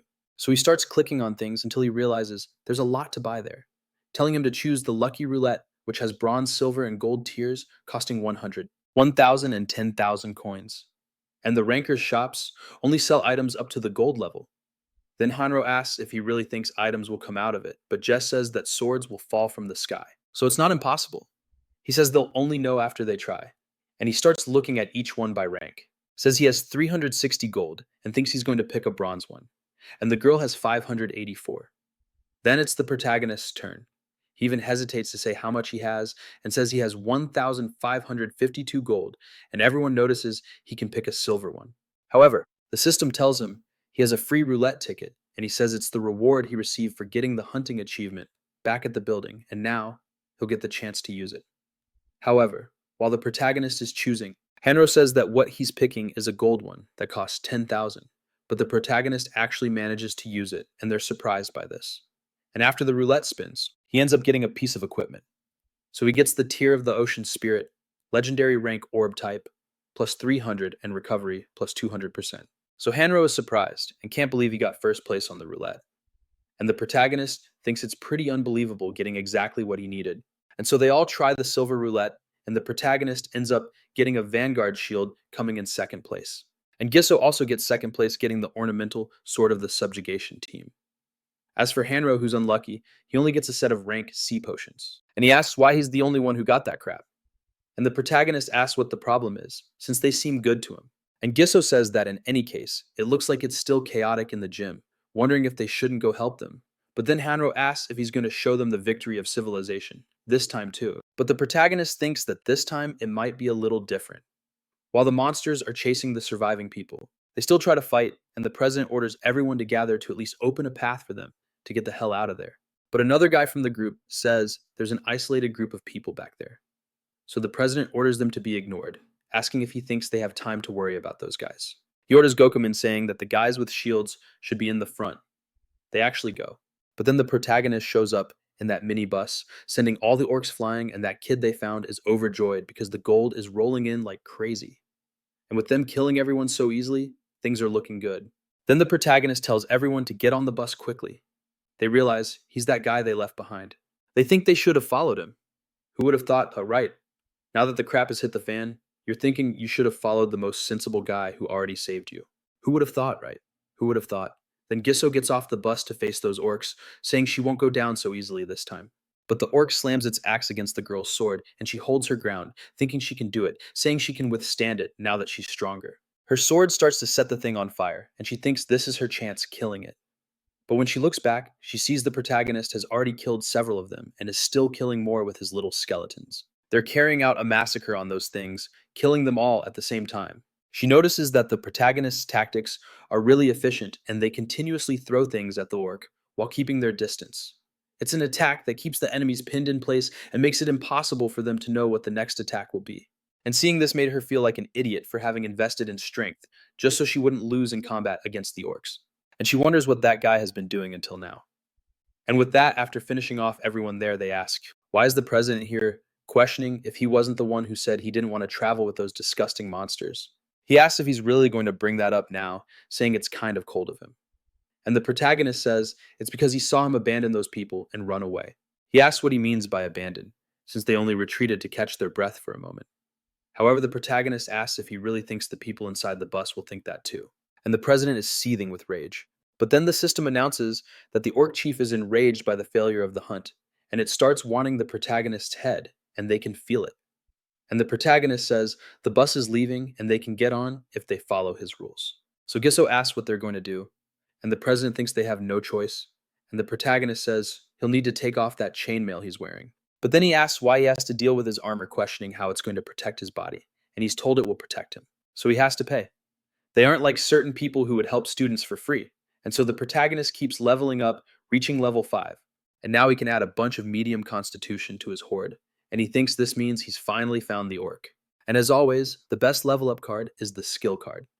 He gains 2 more for his horde and is happy that he can have 9 units now. Then the little skeleton comes up behind him, wearing chainmail, and he's surprised by Righty saying that maybe he gave him an outfit that was too big, judging by how well he can always move. He notes that this skeleton is the most reliable of them all, and that's why he thought about investing in him, and even gave the skeleton a name. But he thinks he has no choice and tells the little guy to take off the armor. He says that since he only has a right arm, he calls him Righty. But then Hanro calls the protagonist while he's putting on the chainmail and tells him that he thinks they need another bus, because that one is getting pretty crowded, and if they keep rescuing survivors, things will go south. But he says it's fine since they won't be on the road forever. Then he tells everyone that they are going to face the orcs. So he decides to start an all-out war against the orc chief, and the orcs will continue to hunt the survivors with the goal of eradicating them. Then he says that just as the mission information indicates, they have no way of avoiding them, and the only way to get out of the school is to kill the leader. And one of them says he saw those monsters when he was in the gym, but there were a lot of them, about 100. Everyone gets scared to death. Then the system says that due to imperfect teamwork, a penalty effect is activated. So the first debuff is clumsy limbs, and the category is a penalty. The condition is having more players at level 5 or lower on your team, and the effect is movement speed decreased by 30% and reduced attack speed. So the others start wondering how they're going to fight those monsters. And Pathetic Newbie is also a penalty, and the condition is having 10 players with 0 monster kills on your team, and a decrease in attack power by 10% and a decrease in gold by 10%. And everyone questions how they can win. And Desperate Morale. Rank 2 is another debuff condition, and most of your team has no intention of fighting, so the increased chance of falling into a confused state increases by another 10. They start saying they're doomed, and the protagonist thinks that even if there were 100 orcs, there would be way fewer now that they've killed a good number of them. And this confirms everything. And the protagonist says he'll fight alone and says they aren't useful even with weapons. But then Jisoo wonders what he's doing, and Hanro asks if he's crazy questioning what the protagonist is doing. He says he's going to face the orcs himself. And that bunch of dead weight starts wondering if the protagonist has gone crazy, saying they really can't trust anyone. And the president thinks about what a crazy bastard he found. And Janok says he knew he would dig his own grave after trying to show off like that, and saying that the damn guy has just been really lucky so far, and it would be great if he died this time. And Jinsok thinks that's right, because he's a complete idiot and bets he's gonna die now. Man, I swear to you guys, I can't stand this kind of story anymore. It's like the characters are idiots. Like not just a little idiotic, but really, really dumb. 0 IQ. They have no IQ at all, and are just a bunch of amoebas. They don't get that. If it weren't for the protagonist, they would most likely be dead. Now, I don't know what goes on in his head, man. The author.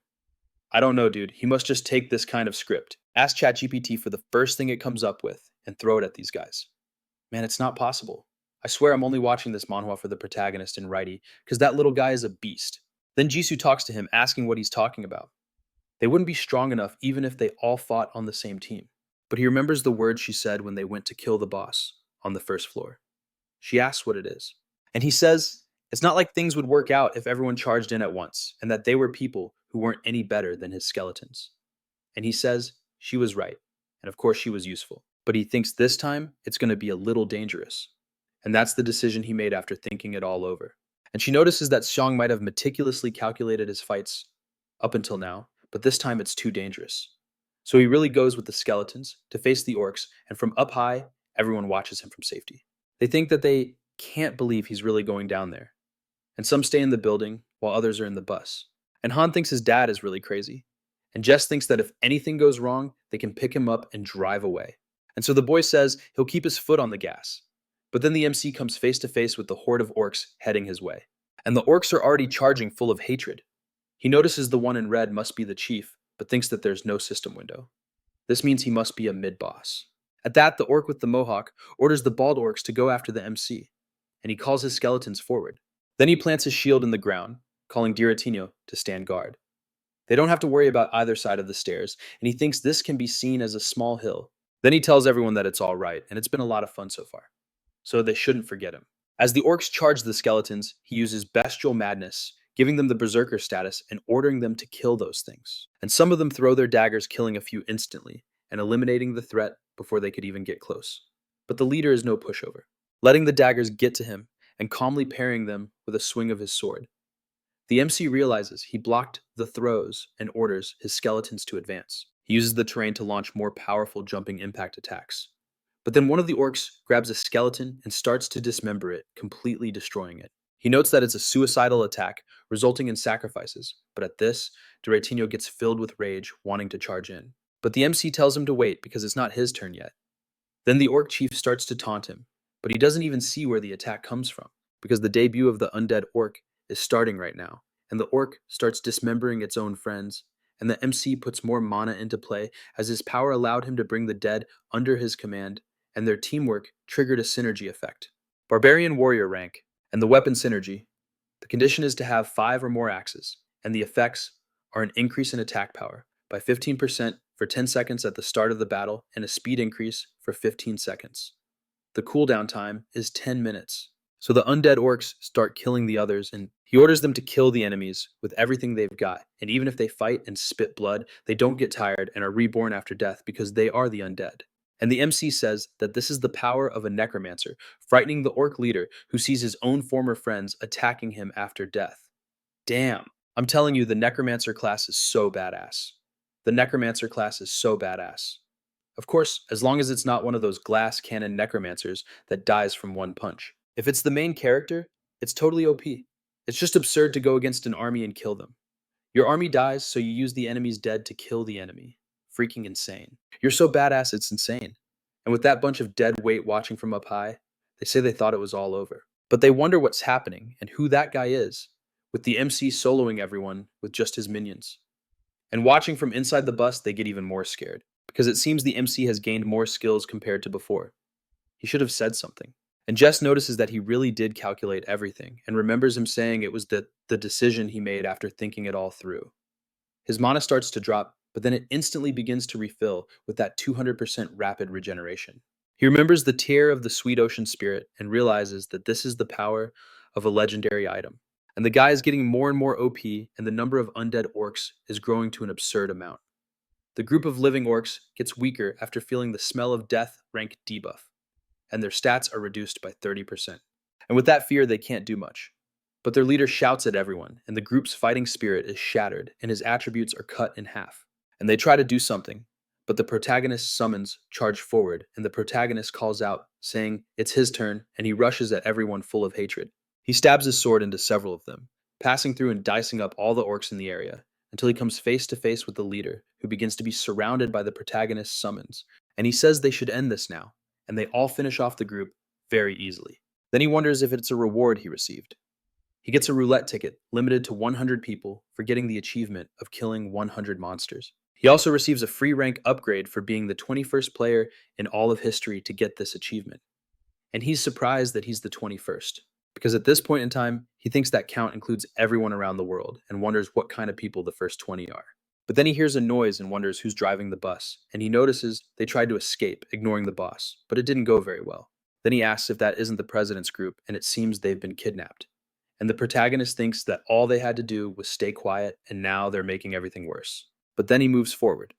Some people try to fight alongside the protagonist, saying they won't let him be alone. They say they can protect themselves. But he says that fighting alone is easier, but ends up letting those guys do what they want, telling them just not to get in the skeleton's way. So upon entering the gym, he sees several goblins hanging from the ceiling, and Hanro notices that the inside of the place is horrible. And way in the back, in the middle of that macabre fog, he sees the leader and asks who that is, wondering if it's the boss. And behind that thing, all the council members, along with the fat guy, who wouldn't lend the protagonist his sword are with the boss. And the protagonist tells everyone they need to focus because they're about to start the boss battle and everyone gets ready while those suckers are being held hostage. And the protagonist thinks that, fortunately, it seems no one has died. But he never imagined the orcs were smart enough to take hostages. Then the damn president starts ordering Seong to save him, and Jin shouts, begging him to please save him because he doesn't want to die. Then they wonder if the kid can actually do it. But the protagonist says that's enough, telling him it was his fault for getting everyone into this situation and says he should be prepared to die and that he can't promise to save all of them. Since he's not that amazing of a person and thinks that the opponent is a monster he can't reason with. So he tells everyone to attack, saying it will be more dangerous if he shows any weakness. And when the orcs are surprised by an unexpected attack, that's when they'll save the president's group. But just then the orcs kill them all before he can do anything. And they notice the people are dying and that those monsters show no mercy whatsoever. They wonder what they are going to do now. At that moment, all the blood flows towards the leader and he starts casting a spell. And everyone there notices their strength is being drained and he is thrown into a state of confusion because of the breath of the abyss. The same breath causes confusion in all of them, multiple times, and their mana is constantly being burned. And the strengthened boss, the leader calling the darkness of who knows what rank, appeared a far more absurd monster than the protagonist had ever faced before.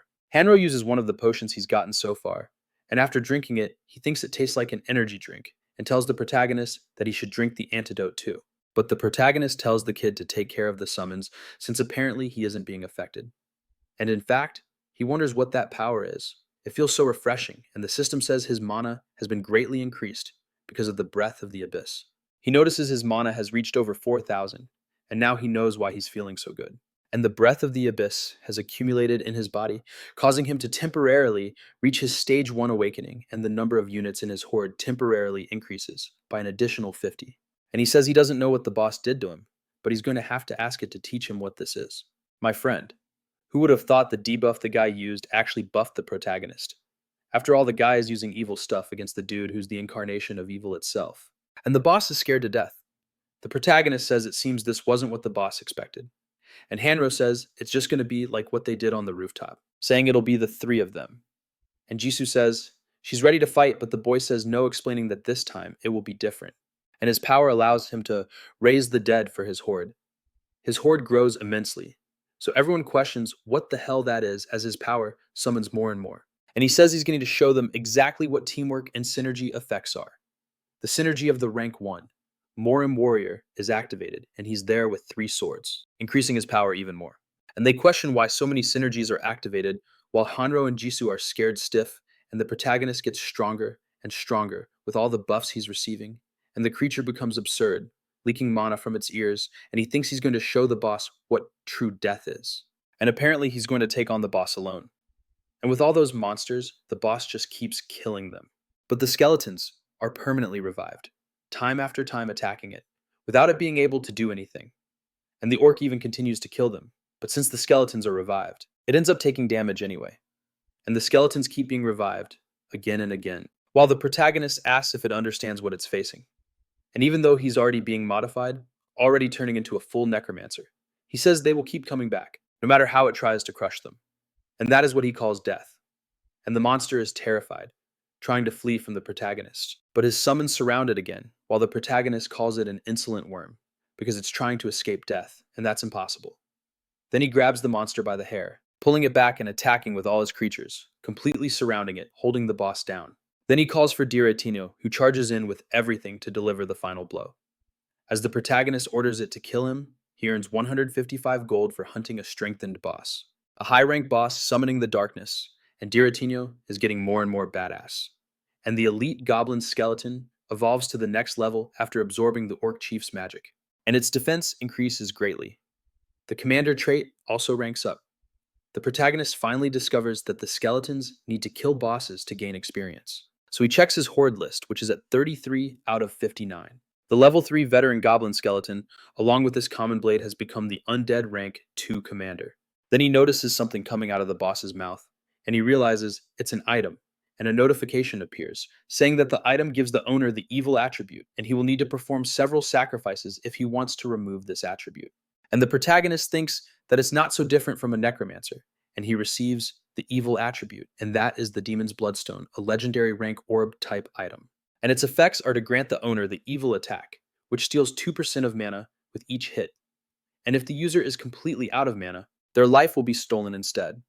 And after that, a large part of the protagonist's army disappears, because all the breath of the abyss that was accumulated in his body has been consumed. His awakened stage 1 was deactivated, and with that, he returns to being a common necromancer, and everyone celebrates that the boss is dead.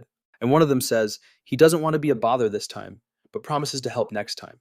So everyone there starts sucking up to the protagonist, even though they were useless. He says that just as he thought the other people are useless now, and he doesn't know what the situation was like outside, but not getting involved with too many people is the best for survival. Then he finally manages to break down another door. Then they ask if it's okay for them to leave. And the protagonist's skeletons begin to check all the surroundings. Then they wonder where they think that guy is going. They start to think they'll be safe as long as they follow him. But then Han says that the whole world is in the same situation, and his phone is going crazy, and he hopes his parents are okay. And the protagonist thinks about his parents looking back and seeing that kid from the bus bringing it closer, telling everyone to get on, saying he thought it would be safer to go by bus than on foot. And he says he was a driver during his time in the army, so he knows where the nearest base is and thought about going there. But he says it's okay saying his house is nearby, so he'll go alone. However, he thinks that's a lie, and the boy says he has no choice, calling for all the survivors to get on because they're about to leave. They brought 2 buses, so it should be enough to take everyone. He wishes himself good luck, and he also wishes Sion luck. With that, Hanho stays with the MC along with Gisso, and he asks where they're going, asking where Gisso lives. And she says she lives in the campus dorm, and it's because she's from Jeju Island. Then she asks Son if it's okay for her to stay with him, saying she doesn't know if she'll be much help, but she wants to do something. He says of course, and that she'll definitely be a great help. And Hanho also thinks it's a necessary choice, but the MC tells him to become a Murim warrior, with just his left arm, saying they might be able to achieve double synergies. But just then the girl tells them to be careful, as they are almost hit by something. Then Hanho asks what the hell that is, and on the bus, Kongsu is scared to death, and they ask why he stopped, but he tells them no, saying everyone will be in danger if they move now, because those monsters are only following moving buses. And the MC realizes they're dragons, and the system says that the field boss, the alpha male wyvern, has appeared. He notices things have gone south as everyone on the bus was caught, and he says he's not strong at all. He can still get much stronger. He talks to Gisso saying they won't avoid the monsters, but hunt them directly. She questions what he means. He says they can't relax in their current situation, because if they do, their easy prey will become much more complicated. And he remembers that the reason humans finally managed to dominate the Earth was because they were able to adapt and completely conquer nature. So he goes after the rest of the things that are around there, finally completing the tutorial. And after that, in the middle of the city, a goblin is running desperately and enters a store, finding other goblins that are hiding. But that goblin who entered the store brought the monsters and the MC with it, and it ends up getting killed, giving away the location of all its friends who start running. But the MC continues to hunt them and surrounds all those monsters. He says he knew this would happen, and finishes off all those goblins reaching level 6. Then they notice that the MC did everything by himself. But he says there wasn't much to do, and it seems there isn't much to gain from hunting goblins now. Then another skill card appears for him. He said that gaining 3 strength is something hard to ignore, getting this very good point. Then he says it's as if his abilities are growing a lot. He says the feeling is really different. He gains 10 gold for continuing to hunt those goblins and keeps sending his minions after them. And Gisso says he was on a killing spree out there, and that it's much prettier and tidier around here. And she says there were 9 of them over there, and she finished them all off. He says she did a good job asking Hanho to grab the daggers for now, and he starts gathering that bundle of daggers that can be used later. He says that now they're going to ignore the goblins and leave that location. Then they ask why. And Hanho asks if they're going to hunt stronger monsters now. And he says yes, because looking at the gold reward, orcs are worth about 80, goblins are only worth 10. He's sure there will be groups of stronger monsters gathered somewhere.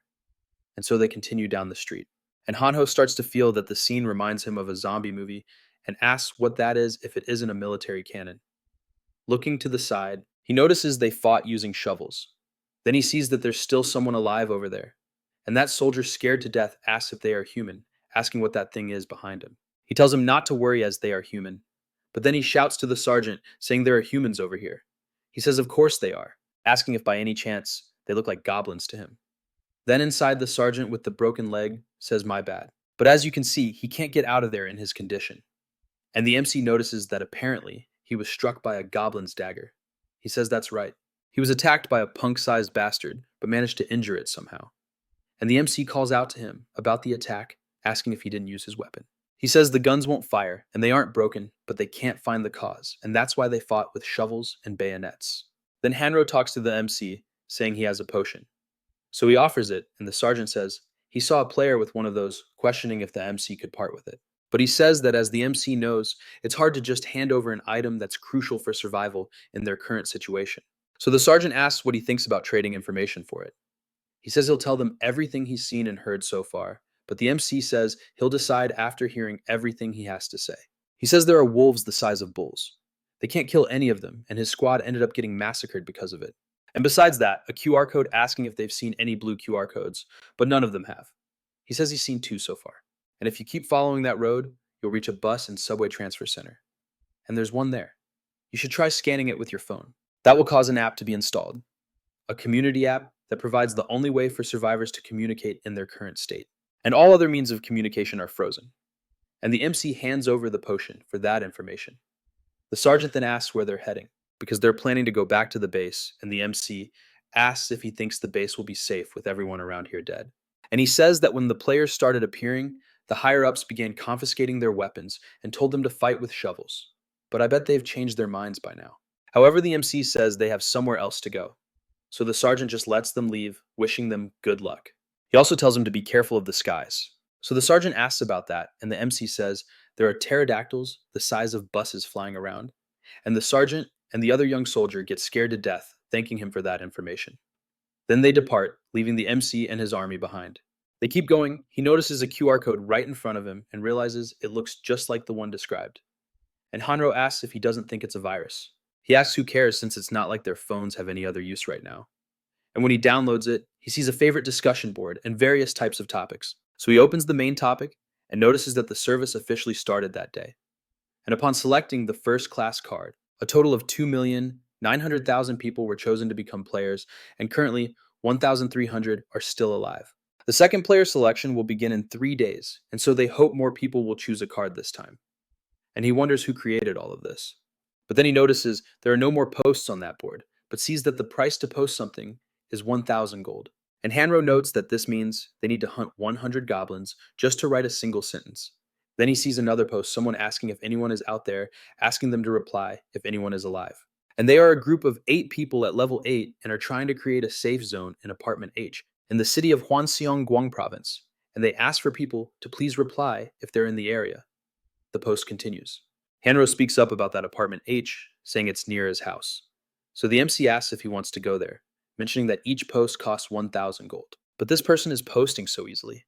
They've finally reached level 6, but those guys are already at level 8 and he thinks something seems off. But they need to meet up with a higher level group first to find out what's going on. But as the MC was reading the replies, some of them were deleted, and they were deleted in sequence, while someone asked if there was anything interesting. But it turns out, the original poster who deleted all the messages says some asshole was posting crap, and that's why he deleted them. They don't need to worry. Just get there safely and everything will be fine. And the MC thinks something is strange. And over at the location where they claim there's a safe zone, there's indeed something very strange going on. A huge guy with vampire teeth. And just then, as they continue on their way elsewhere, a goblin appears, near a boy who manages to kill it quickly. He desperately asks for someone to help them. But then other people look down from above, but they don't help the father and his daughter. He asks them to at least take the girl, but nobody gives a damn. Then the protagonist arrives with his summons, easily killing those creatures and saving them both. He tells the father that everything will be okay and that they'll get them home safely. He says that his house is just up ahead, but they had run out of food and went out to search for more. The protagonist then pulls some things from his backpack, saying it might not be much, but he'll share some of his with them. Meanwhile, some goblins watch from a distance, and Hanro prepares a dagger to throw at one of their heads, but they take off running. He then notices the idiots are fleeing in another direction, and Hanro spots an icon indicating a dungeon below, asking the protagonist if they should follow and finish them off. But the girl's father asks them to wait, saying it's not a good idea to go down there, saying he used to be a guide. Okay, managed by someone named Ryong, but he heard that something much more dangerous than those green bastards lives down there. The protagonist asks about this dangerous thing, thanks him for the information and goes down anyway, entering the unique dungeon, the Elder Slime's temple. They start running inside and Hanro is scared as usual. He asks the protagonist if he didn't just say the information was good, and the protagonist tells him to shut up and run before he bites his tongue. Just then, they see more creatures up ahead as slimes are killing the goblins that ran in. but he tells them to stay calm since they are just small slimes. The orc then takes the lead and kills one, earning 140 gold for hunting a small slime, and he notices a terrible stench in the air. It turns out the dagger he used was melted by the slime. He says the very thought of touching one of those things gives him the chills. The protagonist says that luckily, slimes can't melt bones. Therefore, his skeletons are their natural enemies, and so they push forward, killing everything in their path. But it turns out something even worse is waiting for them up ahead. And Hanro asks the protagonist that if they're natural enemies, can't they do something about that one over there? The boss, the Elder Slime, appears and swallows one of the protagonist's monsters. The unit is then killed by the pressure. He notices if the slime can't digest something, it crushes it into pieces. And even the skeleton's attacks are useless because of its viscosity and sheer volume. But that doesn't mean there isn't another way to deal with them. So he uses basic bone production again and creates spears to attack the creature. He tells them to use the nearby bones to tear the creature in half. He may not be able to raise skeletons from broken bones, but he can turn them into bone weapons. And so they keep doing everything they can. The girl then throws another skeleton to the protagonist. He creates a basic weapon and tries to kill it, throwing the spear down from above, but the monster targets him and almost hits him. But Hanro pulls the protagonist away, just in time preventing the boy from getting hit and saving Seongwu's life. His unit died in the protagonist's place. He then realizes the slime just made a mistake and says that the guy it swallowed was carrying a bag full of bones that he was meant to use as weapons. So he creates the weapon inside the monster, causing the slime to explode everywhere. He then orders them to finish it off, cutting it up until it can't regenerate anymore. His right-hand man deals the final blow. He earns 2,255 gold for killing the Elder Slime. And he says that was very good, telling them to fill the empty vials with the monster's mucus, as it's a powerful solvent. He thinks it will surely be useful in the future, until they find something else. It's the rare rank Elder Slime core, a combination type material. The description says that an Elder Slime's core may be encased in a thick skin, but a powerful acid capable of melting anything is condensed inside it. It can be used to melt objects, or combined to create an item. And the protagonist thinks that could be good, and Han tells him to look at the community comments and says that something is strange. Because the creator of that post is deleting all the comments, and he keeps playing it off, asking why there are so many crazy people in the world. He's deleting the comments, telling them not to worry. But one of them asks if the people who went ahead haven't arrived yet, saying that he's getting worried, asking for someone to leave a comment, but that very comment gets deleted. And the creator then says that they haven't arrived yet, and he thinks something might have happened on the way, and he won't be leaving any more comments, because he doesn't have much gold left. So he asks them to leave a comment when they're nearby. Then Hanro wonders why the comments are being deleted, and asks the protagonist if it doesn't seem a bit suspicious to him. He notes that a group using 1,000 gold for altruistic acts is a bit unsettling. He wonders why they're bothering to write malicious comments using the same amount of gold, and he bets that those guys are up to something. Elsewhere, a group of people wonders why people are hunting monsters, saying, "You can get 500 gold for killing common people, and 1,000 gold for each player level." And they're happy about it, because on top of that, it's very easy to kill them. And what's more, they think the feeling is great. And inside the car, there's another guy scared to death. And one of them asks who his boss is. He continues to be terrified next to him. Then he recognizes him as the Red Professor, asking if he isn't that famous serial killer. And he thinks it's just his luck, remembering when he went up against that guy. He then took a hit to the neck, calling the other guy a monster.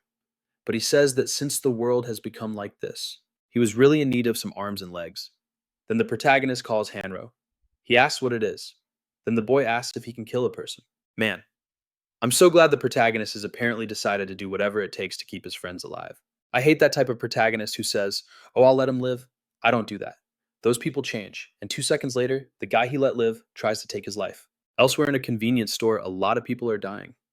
Then the system says that one of them has become part of the Vampire Lord's family, and his class has changed to high-ranking vampire.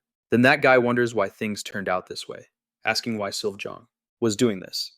And he says that he just went to the convenience store to look for supplies with his companions, and he begs his friend not to kill him. But then that guy keeps saying he needs blood, remembering the premium vampire. Then he attacks his friend, and the big vampire says he did a good job, and now he's one of his. And that guy thinks the blood is sweet, and the vampire tells him to get big and strong until he returns. As he keeps thinking it's sweet, at another moment they're calling him, shouting in his ear, and they ask if there's a problem. And he says no, asking what happened. And so they say that his prey has just arrived. And that guy, 157, has 3 people, as he says in the comment, and he says he's at the park asking to be picked up. And so that guy tells them to step on it and go there because his 17th blood bag has just arrived. He says it might be in a public place, in the vicinity of the apartment, but it's very easy to lure those idiots, since the people who live in the apartments ignore what's happening, believing it has nothing to do with them. They're idiots who haven't even realized they're next after their prey disappears. And several dead people are inside the car. Then that ugly guy driving says their prey is up ahead, wanting to run them over at all costs. Wanting blood, not caring about anything else. But as soon as he runs them over, he kills the protagonist's skeletons. They're surprised that they're just skeletons. And as soon as the skeletons die, the protagonist uses them to perform bone production and launch spears inside the car. And the car loses control and ends up crashing. And that vampire wonders, what the hell is this? And the protagonist then grabs him with his hand, pulling him out from inside, throwing the vampire brutally to the ground, who's left wondering what's going on. And the protagonist calls him K4884, asking if he's that guy and calling him a bastard, pointing his sword at his head. And the protagonist thinks to himself that at first, they were just mere suspicions, and the comments being deleted was something that didn't make much sense. He thinks it's not realistic to believe that people were spending gold, which is as vital as blood, just to write malicious comments. So maybe those comments were being written by someone who believed that those evil acts should be stopped. So the protagonist says that no matter how much he thought about it, that made more sense. And she is surprised that people like that actually exist. And Hango says it's a scary world.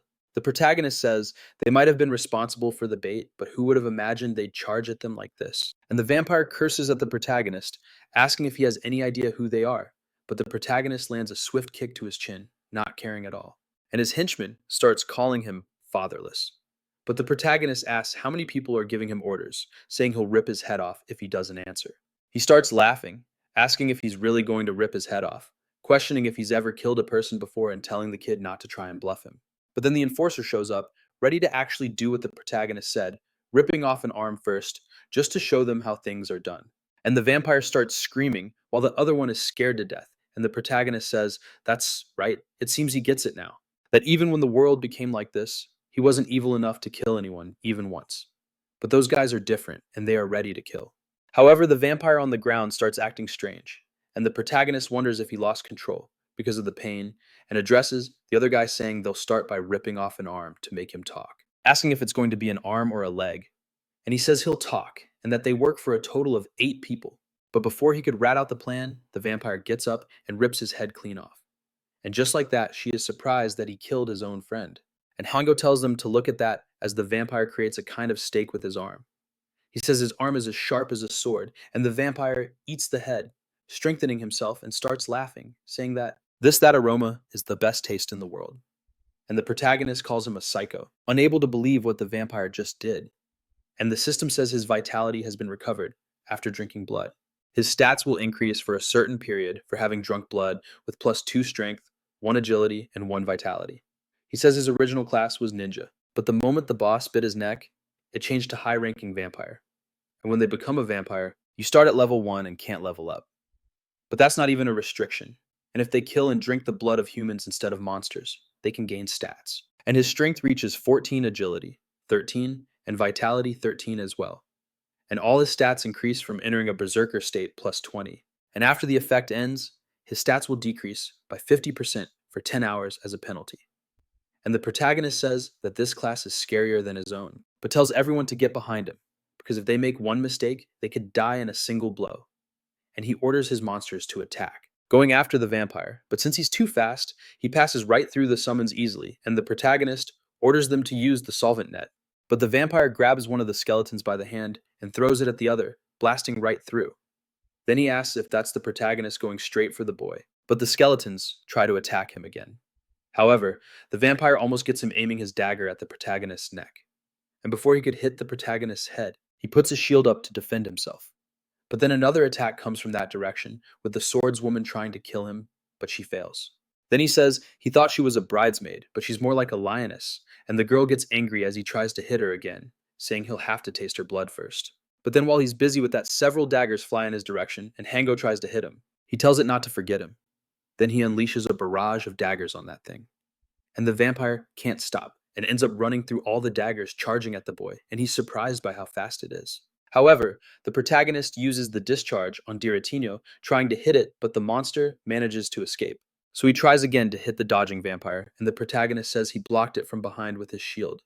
But the vampire attacks with everything it has, using its blade on the protagonist's shield, completely destroying it.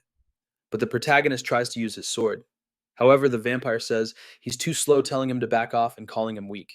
But just then, the girl appears, using her fire sword to try and kill the monster, but it dodges again and tries to hit her, saying she's too obvious. But Direitino appears from behind, ramming right through the vampire and tearing off its arm again. And it keeps screaming that its blood is gushing and that it's been hit, and the protagonist orders all his monsters to attack. However, other people arrive, and the vampire starts to smile, saying they arrived just in time. But then they get scared when they see the vampire's arm grotesquely regenerating. Then it notices something is wrong with its arm, and the girl attacks it again, along with the protagonist's summons. And so they finally manage to deal a lot of damage to it, until the protagonist thrusts his sword into the thing's neck, saying that if it thinks monstrous regenerative powers are something to brag about, then he says he'll play with its head for a bit before tearing it off. He gets 1,000 gold for hunting a level 1 player. The protagonist is surprised that they're getting gold for hunting a player. So he asks if they did this just for gold, and everyone gets scared. And the two of them are even more terrified to see the number of dead people inside the car. Then the protagonist surrounds all of them, calling him an idiot, asking if they are a level 8 group. He says yes, so he orders them to drop their weapons, or else he'll kill them all. And so they throw their weapons on the ground. Then he begins the interrogation, asking about their boss, and the main stooge says they don't know who he is either, and that they just obey their Ryung. They didn't know Ryung was like that. The protagonist then thinks that the boss must be the lunatic who created that monster. So is that thing human? He wonders what its class is thinking. It must be maybe 5-star or even better. In any case, he's sure they're just playing around. He asks how many people that guy killed, and the man says it was about 21 or 22, and the protagonist seethes with rage. Then the guy asks what the problem is, begging the protagonist to let them go, since they just said they were deceived. However, the protagonist ends up killing all of them, gaining gold from those suckers who were hunting players. Then Gisu, along with Hanro, speaks to the protagonist, asking what he's doing. He says that if he hadn't killed them right there, they would have definitely killed other people just like they did today. And Gisu can only agree with the boy's line of thinking. My friends, I've waited so long for this, for a protagonist who literally does what needs to be done. This is it. This is it, author. This is it, man. You know the guy is evil. The guy is seriously evil. He killed others just for profit and murdered 21 people. If it were 2 or 3 people, it still wouldn't be okay. But come on, that's a small number. But my brother, they had to be killed. It's the death penalty. Game over. If they know that killing others gives them gold, the chance of them doing it again is huge. And along with that sergeant who finally reached his destination, he read the comments from number 57, saying he was heading that way. But then another person sends a message to Sekotet, who is the protagonist, telling him to see that message before it gets deleted. Because number 4884 is a crazy killer, saying that he hid and watched him up close and telling him not to go there. And so the sergeant realizes that even with strength, survival won't be easy. However, another person watching from nearby addresses, number 57, who is the protagonist, saying that he set a trap for those assassins and annihilated all of them, asking if the protagonist can see that comment, wondering if he can meet up with him, and also asking what exactly those skeletons were. And the sergeant, seeing this, wonders if those were the guys talking, thinking that just as he imagined, they're incredible. Then that cowardly guy who was with the sergeant calls him to get into formation. But the sergeant asks for just a moment as he's watching how his benefactors did. And the sergeant also says he was saved by 157, telling him to be careful with the wolf, and other people who were also saved by him appear. So the sergeant changed his name. Everyone starts asking how to do that. And the sergeant says wistfully that now he can go because he had something to say. Elsewhere, someone is commenting that he put on a great performance. A guy in full armor. He says it's wonderful that there's still someone like him in the world, then asking if they're going to start too, leaving with other people who are apparently very well armed. Meanwhile, Hanro tells the protagonist that there's a new post, and it's about Prosecutor Andomp and how people want to comment but can't because 1,000 gold is a lot of money, saying they can write whatever they want in the comments of that post, telling them to find their relatives, share information, and they'll survive together in this crazy world. Telling them to remember that comments are limited to 200 characters each, and you can change your nicknames by paying 100 gold in the settings. Hanro says he didn't know that was possible, saying that this person really donated 1,000 gold for everyone. And he says that most of the comments are from people looking for family. And the protagonist says that a wolf can jump straight to the second floor using a synergy effect. He states that he thought he already knew everything, but this new information keeps popping up. And Hanro says that all the people who praised him in the last few days have gathered on Prosecutor Andomp's post, and he says he doesn't care about that. But then he continues on to where they were going, and Hanro arrives home happy to finally be there, thinking about his parents, wondering if they're really okay. Then the boy tries to go in, but the protagonist says they need to be calm and careful, and hopes everyone is okay. As they go up, they notice orc corpses lying around, and the boy prays to Buddha God, Jesus, and everyone else. Because please, since he made it this far, he wants his family to be okay, but on his door there's a huge gash, and he calls for his mom to open up because it's Hanro. And from inside, someone actually opens the door, and his father asks if it's really him, along with his mother, and they manage to reunite. Then he's surprised that his father didn't choose a card, and he says he didn't even, though his mother says he did. He asks why the man who plays Ghostob didn't choose a card, and he says his hands froze up at the moment. Then Hanro tells his father that he always used to leave the house with coins and come back staggering. He gets pissed at the boy for saying that, but the protagonist asks what stopped the orcs, and the boy remembers that saying that in the house next door, the orcs destroyed all the doors and asks how they managed to stop them. He says they sprayed F-Killer on them, and they're surprised that it worked, and the mother says his father ran around spraying F-Killer on them, which is an insecticide, and it worked. And Hanro can't even believe his father did that, and the protagonist thinks it was a clever way to get rid of them. And after they eat, the mother thanks all of them for bringing her son back home and says she only has green tea, but they can drink as much as they want. And Jisoo says there's no need, but the protagonist thanks her. Hanro tells his mother that he helped and threw several knives at them. They fell like dominoes.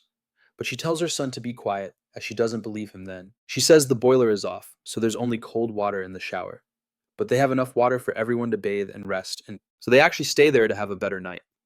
But while they have the lights on inside, some people watch from the outside and realize they might be able to get in there. After her shower, Jisoo comes out saying she's all clean, thanking them for lending her pajamas, and Hanro's mother is shocked that the girl having such a fragile body must have suffered a lot. But Hanro gets sad hearing this, because the girl is probably about 30 times stronger than him. Meanwhile, the protagonist goes to take a shower and says it's been a while since he's taken a peaceful shower like this. He says he's glad Hanro's parents are safe and thinks it's a good thing they learned about the orcs. Because if not for that, everything would have gone wrong. He wouldn't have a family to be with in this world, either. He thinks that since everything worked out, it makes him happy. Meanwhile, Rengo is giving Diretinho a bath. Diretinho wants to give him a bath too. And after a while, the MC sits down to clean his weapons with Gesso. So Hanro asks what he thinks, saying they can't stay there, and he replies that they have to make a plan and keep moving forward. Because the orcs that came earlier were probably scouts, and if there are hordes, they'll attack in large groups. But the problem now was where to go from here, since he doesn't have a clear objective. But then Hanro asks him to check something on the community board, and the MC is surprised he can still be hooked on social media even with the world in such a state. And Hanro says it's not about that, explaining that prosecutor Yondomp made a post where people can leave comments and tells him to check it out. The prosecutor says they've established a safe zone in Ondomp. And even though everyone might think it's a trap, he insists he's being honest and knows a guy with a 3-star class called Pioneer who's created a safe zone that monsters cannot enter. For now, they can't accommodate everyone, but they are recruiting the first members to join. And because the skill's maintenance cost is high, people will have to contribute gold or food, asking for their understanding that this is the best choice for everyone to survive together. So the question is, if this can really be trusted this time. And Hanro thinks this guy really seems like a nice person, but the MC thinks there's a reason he posted it yesterday. So Hanro asks about it. And the MC says that what Prosecutor Yondup said about the safe zone might even be true, especially since the world is now like a game with all kinds of classes and skills. However, yesterday, he spent 1,000 gold to create a free comment section for survivors, and it's hard to see all this as simple altruism, so he tells them to check the comments. In response, everyone starts commenting, saying they believe him, but another person asks if he can really save them from this crazy world. So Gesso thinks it's all praise, and Hanro adds that many people were grateful for yesterday's post. The MC says it's as if he's building a good public image, becoming a reliable leader, and gathering people, a safe zone that only consumes gold, and all of this combined creates a great deal of power. And now he'll probably just sit back and collect gold and supplies from those people. So he's basically saying there's no altruism, without an ulterior motive. And the MC thinks it might not be a big deal, but Andomp is likely too far, so they can't go. Then Hanro mentions another guy who can also create a small safe room. He's looking for a woman to live with him in the area, and everyone thinks the old man is disgusting, but the MC thinks that's not the right post. Then he shows another post from a section manager saying there's also a safe zone in Suwon. His class is a 3-star pioneer, and he'll be charging monthly rent, telling people to contact him. The MC says he doesn't like the idea of monthly rent, but he is curious about the concept of safe zones. He mentions that Suwon isn't too far from their location, and Hanro says he's not sure how long it would take on foot, but it's about a 20-minute bus ride. The MC asks what they think about choosing it as their next destination, and Hanro immediately says he'll go get his parents. So the very next day, they hit the road. The MC apologizes for asking them to come along so suddenly. But the father says not to worry, since he is Hanro's senior and brought him home safely along with that woman. So they feel they must follow him. The mother adds that regardless, it's not just monsters that have shown up in the city. There are also gangs of thieves. The MC asks about them, and the father says he thinks they're a bunch of damn high school kids who ride around on motorcycles robbing survivors.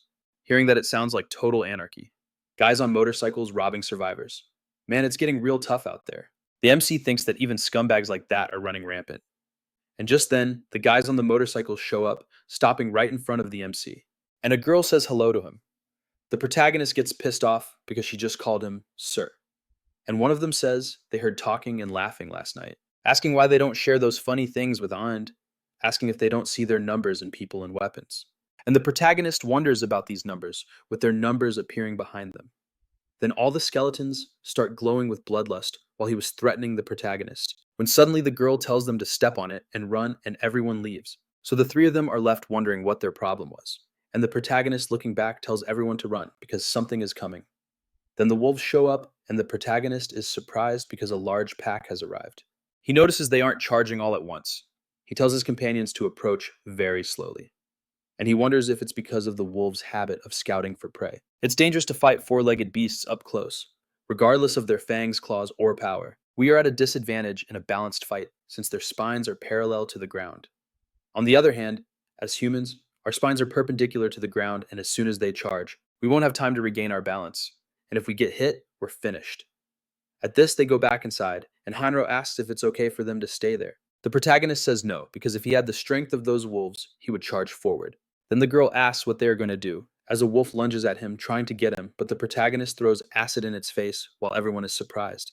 And the protagonist says it's the bodily fluids of slimes. And the wolf starts to suffer from all that acid on its face. And the protagonist orders them to finish it off, throwing everything, launching bones and spears into its back. And the protagonist thinks that they, being bipeds, have more throwing strength than wild beasts. So they should focus on throwing, and with that, the wolves start to run, but the protagonist sends his creatures after them, jumping on top of one of the wolves and nearly killing it. But the wolf turns quickly and starts biting the creature. But then another slime attack hits the beast. The protagonist asks if they haven't learned not to eat what others give them. He had put the slime mucus inside his bag. Then his right-hand skeleton charges at one of the wolves, killing it and earning 240 gold. Then the wolves realize things are going south and start to bark, while several other monsters charge at them, and the protagonist gains another 240 gold for killing another wolf, and he ranks up to S rank, and the slaughter continues. Again and again, and guess who starts saying he feels like he's becoming dead weight. But he says, no telling him it's just that they weren't a good match this time. And he says that Jisu's class is called a sudden error, and as long as she's focused on physical abilities, she's an expert. As for Hango, he's probably still growing. And the protagonist saw the message, saying that the dead are not responding to his call, and his level is too low to summon a large monster. He notices that one is locked as well, so he calls everyone to leave, as there might be more of them nearby. As they head to another area, some soldiers in a helicopter are having a lot of trouble with some wolves, and they tell him to speed up because at this rate, the wolves will catch them. But the pilot says this is as fast as they can go. But that soldier starts cursing at Sergeant Kim, saying that if a monster like a pterodactyl exists, they have to report it. However, the pilot wonders when they ever ignored the information the sergeant brought. And that idiot in this helicopter keeps saying that before those impure people like that prosecutor in Ndompo gain more power, the military have to lead the citizens. But what will they do against that kind of monster? And just then the boss, an alpha male wyvern, appears in front of him. A huge dragon, and it grabs the helicopter, breaking it in half and making it explode in the sky as it flies away with the other wyverns. And watching from below, the protagonist and the other three are surprised. And he notices that the military helicopters suddenly left, and Hanro says he knew they were going to do something, but he didn't expect it to be like this. Then the leader of the wyverns goes back to sleep on top of the building, all calm, and Hanro's father says he saw them sleeping there before, and his mother wonders what they are going to do, because the safe zone is right in front of them. And the protagonist thinks they can't get past them, because if they wait, they will leave soon, so they should rest too. And by night, the monsters are still sleeping while they camp nearby. But then the protagonist senses something, and the system asks him what the best class is to survive in an apocalyptic world, telling them to choose. Then he talks to his father and mother, telling them not to be like him, to learn from him, and choose a class with many stars.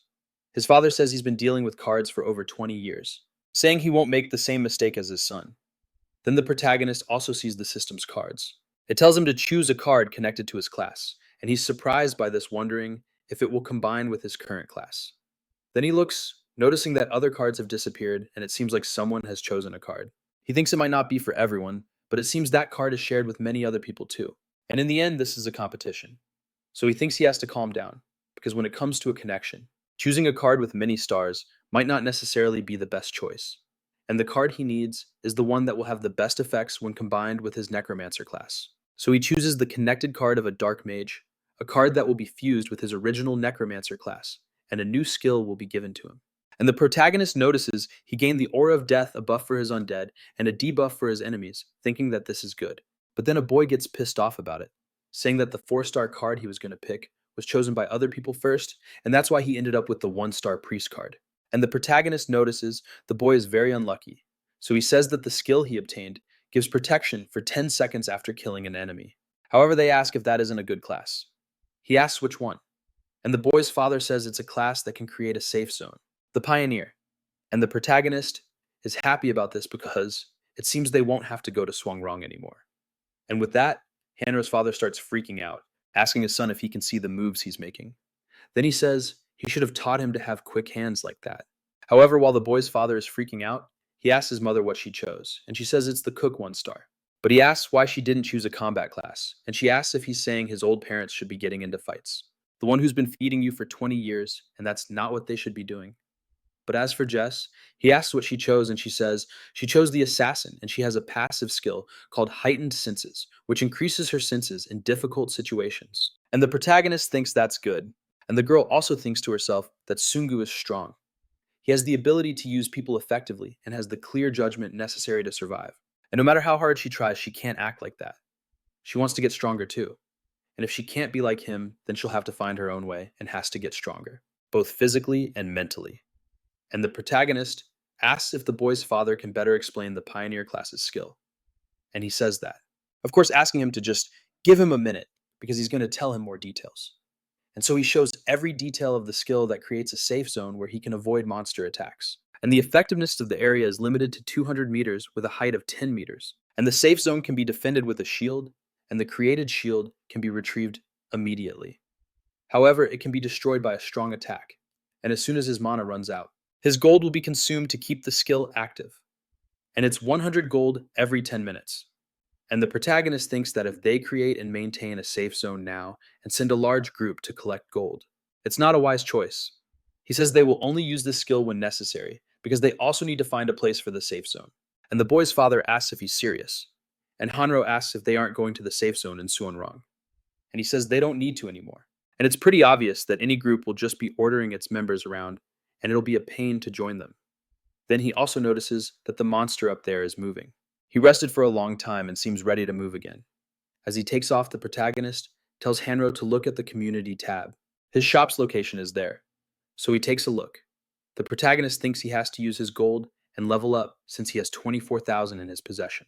They don't know when they'll encounter beings like Avern again, so he needs to improve quickly. And the boy says he can't find anything nearby. But then they hear an earthquake. And as soon as Ivern disappeared, they speed up. But then Hanro asks if those guys are the same ones from yesterday.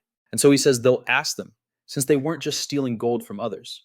So he knows where the shop is, where they spend the stolen gold. And with that, those guys return to their hideout, saying they went through a lot of trouble yesterday because of the wyvern rite, wondering how many hours they were trapped in that butcher shop.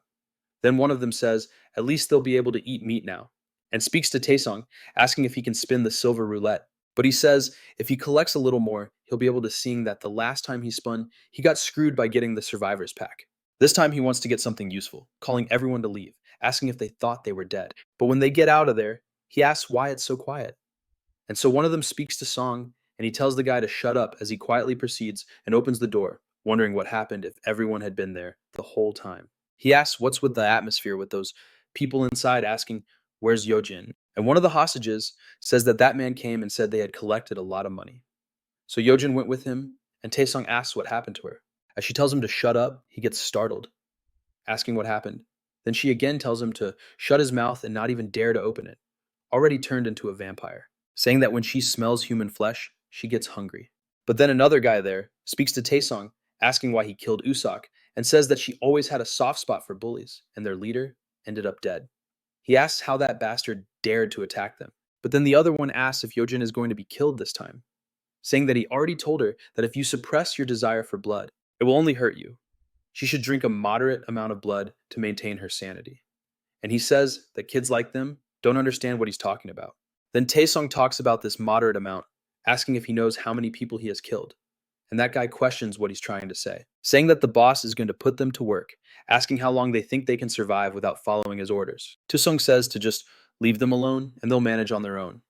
But then that guy says he's wrong, and that he's already messed everything up, and if they don't obey him, he'll kill them all. Then Taesung starts to tremble, and that vampire orders him to get 10,000 gold in 2 days. Otherwise, he's next asking if he knows there's no way to run. Then it turns out, someone enters, and another person asks who he is telling him to let go. And the protagonist questions if they shouldn't treat customers politely, saying that this is very bad form. But the vampire asks if they are customers, asking what they need, and the protagonist says he wants everything, pointing his sword at the vampire, telling him to give him everything he has, because they aren't afraid of losing to them. And the vampire starts laughing, saying he's not a customer. He's just a fucking lunatic. And Taesung says a massacre is about to happen, completely filled with fear. And the protagonist notices the guy's teeth, asking if he's the leader of the H apartment gang. And the vampire gets pissed off, wondering if it was the protagonist who killed them, and lunges at him. But then something happens, and all of the protagonist's monsters grab the vampire. And he asks what those things are. Meanwhile, Taesung is scared to death of the protagonist's skeletons, and asks if he's the one doing this. And the protagonist arrives, striking his neck and killing him instantly, saying it's time to replenish his stock of skeletons. And after the protagonist puts a major squeeze on that vampire, he continues to press him with his sword, telling him not to move. And the protagonist says that if he moves, he's going to send his head flying, asking if he's the vampire boss. And the vampire starts laughing until he begins to react, and manages to break the protagonist's sword charging at him. But while he's trying to fake it, Hanru hits him with several daggers, saying that he believes the protagonist told him not to move, asking Sue if that wasn't true. And so the girl attacks him too, cutting off one of his arms. He turns around screaming, and then his arm starts to catch fire. He doesn't understand a thing. And it's said that these are the effects of the ignition stone item. And so his regeneration is limited. And the girl comes at him once more with her flaming sword, trying to strike him, but he manages to counterattack, almost hitting her, but she ducks, changing her grip on the sword and cutting that arm once again, but the vampire tries to hit her again, stubborn as ever. The girl manages to parry all his attacks with her sword, but then he grabs her blade with his hand, only to take a massive blow to the chest that knocks the wind out of him. And so her heightened sense effects are activated, and she dodges the attack, surprised by the effect of her heightened sense skill. And the vampire takes a massive hit to the back. And the protagonist's Hour of Death skill applies a forced slow on him. The enemy that came into contact with the subordinates becomes weakened. And the protagonist thinks that normally he would have lost against the power of the vampires, but he's holding on. He thinks that this is definitely a good skill. And as the protagonist's mobs keep punching him nonstop, he gets a weakness debuff stacked 10 times, growing weaker with each attack. So he's nearly dead in front of those zombies, and he finally decides to give up, asking the protagonist to stop and what he wants. And so Sue notices that he has finally decided to talk. The vampire, meanwhile, thinks about the guy controlling the skeletons, thinking he can kill him in a single blow, since he doesn't have strong physical abilities. And he thinks about how he pretended to talk to close the distance between them. And if he kills him now, the rest will be easy. But then he's struck right in the chest, and in several other places. And the protagonist says that, considering his monster body, he should be able to talk even in this state, completely impaled by those bone spears. He says that if that's not enough, he should just let him know, because he has plenty of spears left, ready to keep plunging them into his body. And the other little vampire wannabe over there says the protagonist is terrifying, asking who these people are. And so the vampire starts laughing, telling the protagonist not to think he's won just because he caught him. Because on the day the director's plan is complete, worms like him will all die. But then the protagonist tells Jisoo to finish him off, and the girl rips his head off. They earn 322 gold for hunting a player. And that boy sees the vampire's head rolling towards him, getting scared to death, begging them to let him live, and saying he has nothing to do with him. But the protagonist calls out to him. The boy answers, and the protagonist asks if he didn't tell him from the very beginning, telling him to hand over everything they stole, everything they have. And so in the morning, he receives 984 gold along with some other amounts. And Hanru thinks that's less than he expected them to have, but the protagonist says it's all you can get from trash at this level. Then Jisoo brings up the guy from before, and the protagonist says he doesn't know who they are, but they had prepared and amplified their powers, and they must be very systematic, considering they had collectors.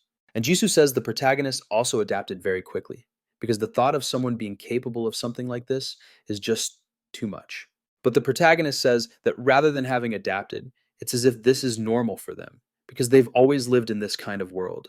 And the protagonist says that leaving the leader aside, even the minions, can increase the number of vampires, and there must be some kind of limit. But the vampires will spread like a virus. He wonders if they can really ignore this kind of threat. But he says they had to work as a group just to defeat one of them, and wonders what will happen if they all come to fight them at once. And he thinks they will definitely find out about this. So they'll have to face them eventually. And he thinks he has to get stronger. He says he heard there's a shop nearby. And so that boy says he'll take them, asking all his friends not to be arrogant with the protagonist. But then the system sends them a message asking what happens to someone who doesn't choose a card, even during the second player selection. And Rand keeps asking if the protagonist is seeing that, and he sees it's a red window, which makes him flush. And so one of the boys there starts screaming, and their leader goes up to Mini Chike, not wanting to believe he didn't choose anything. And he says he has a bad feeling about this, saying that he doesn't believe in that system. And their leader says, "You never know what might happen."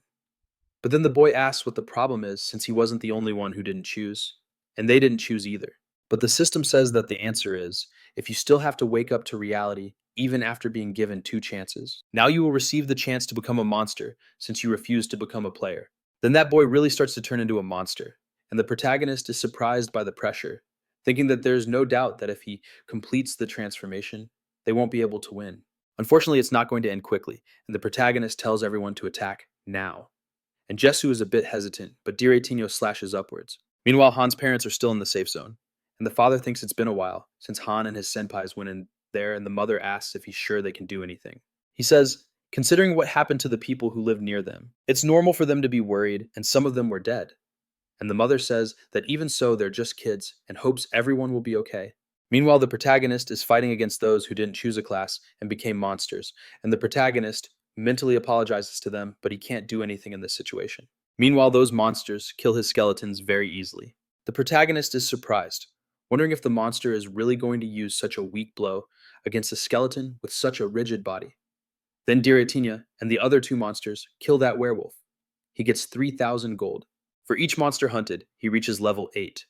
And the protagonist is horrified by this, because each of them is worth 3,000 gold, and even a large wolf was only worth 240. He questions how it's possible that they transformed into such high-level monsters, and he thinks that was a close call.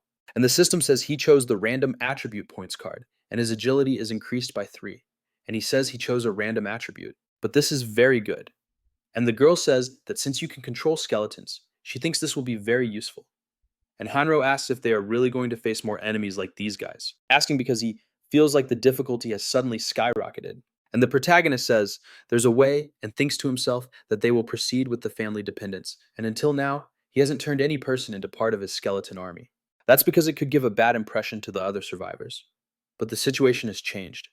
A person from the same group who didn't choose a class has appeared. And there will surely be cases where not just individuals, but entire groups have been transformed into monsters. And if they face something like that, he won't hesitate. Then the system says that the dead must be under his authority for him to be able to enhance them. And the protagonist thinks that this is even stranger, but he can no longer see other people's eyes. And so he thinks that's great, because in that case, they will even be able to face a vampire directly. Then one of those boys sees the protagonist leading some skeletons. And the protagonist asks about the store, and the boy says he couldn't tell them before, but the store is a used car dealership. However, he says the person controlling that place is simply horrible. And in their case, they only had their gold stolen. But those guys obeyed the vampires and sacrificed humans. However, the protagonist just asks him to take them there, and everyone starts walking towards the store. And the protagonist says that they moved in secret, but there are no guards there, and the atmosphere is strange. However, they hear a scream as several cars go flying, and the protagonist tells everyone to stop and hide, telling them to look ahead. And those guys are up against the bear monster, and they're in a really bad spot with the bear, about to rip one of their heads off. However, a chain flies towards it and ends up hitting the beast in the eye. And the chain was from the guy himself, who takes the opportunity to finish the attack. And the MC sees that the bear is in chains, wondering if it had been captured.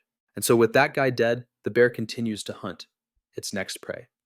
And the MC says that from the looks of it all, the vampires died because of the bear, and now he understands. The bear was a kidnapped human, and because it was captured, it couldn't choose a class and became a monster. He's surprised because the thought of them being killed by someone they kidnapped themselves is just too much, and he thinks that karma never fails. But then a vampire goes after the bear, cursing at it.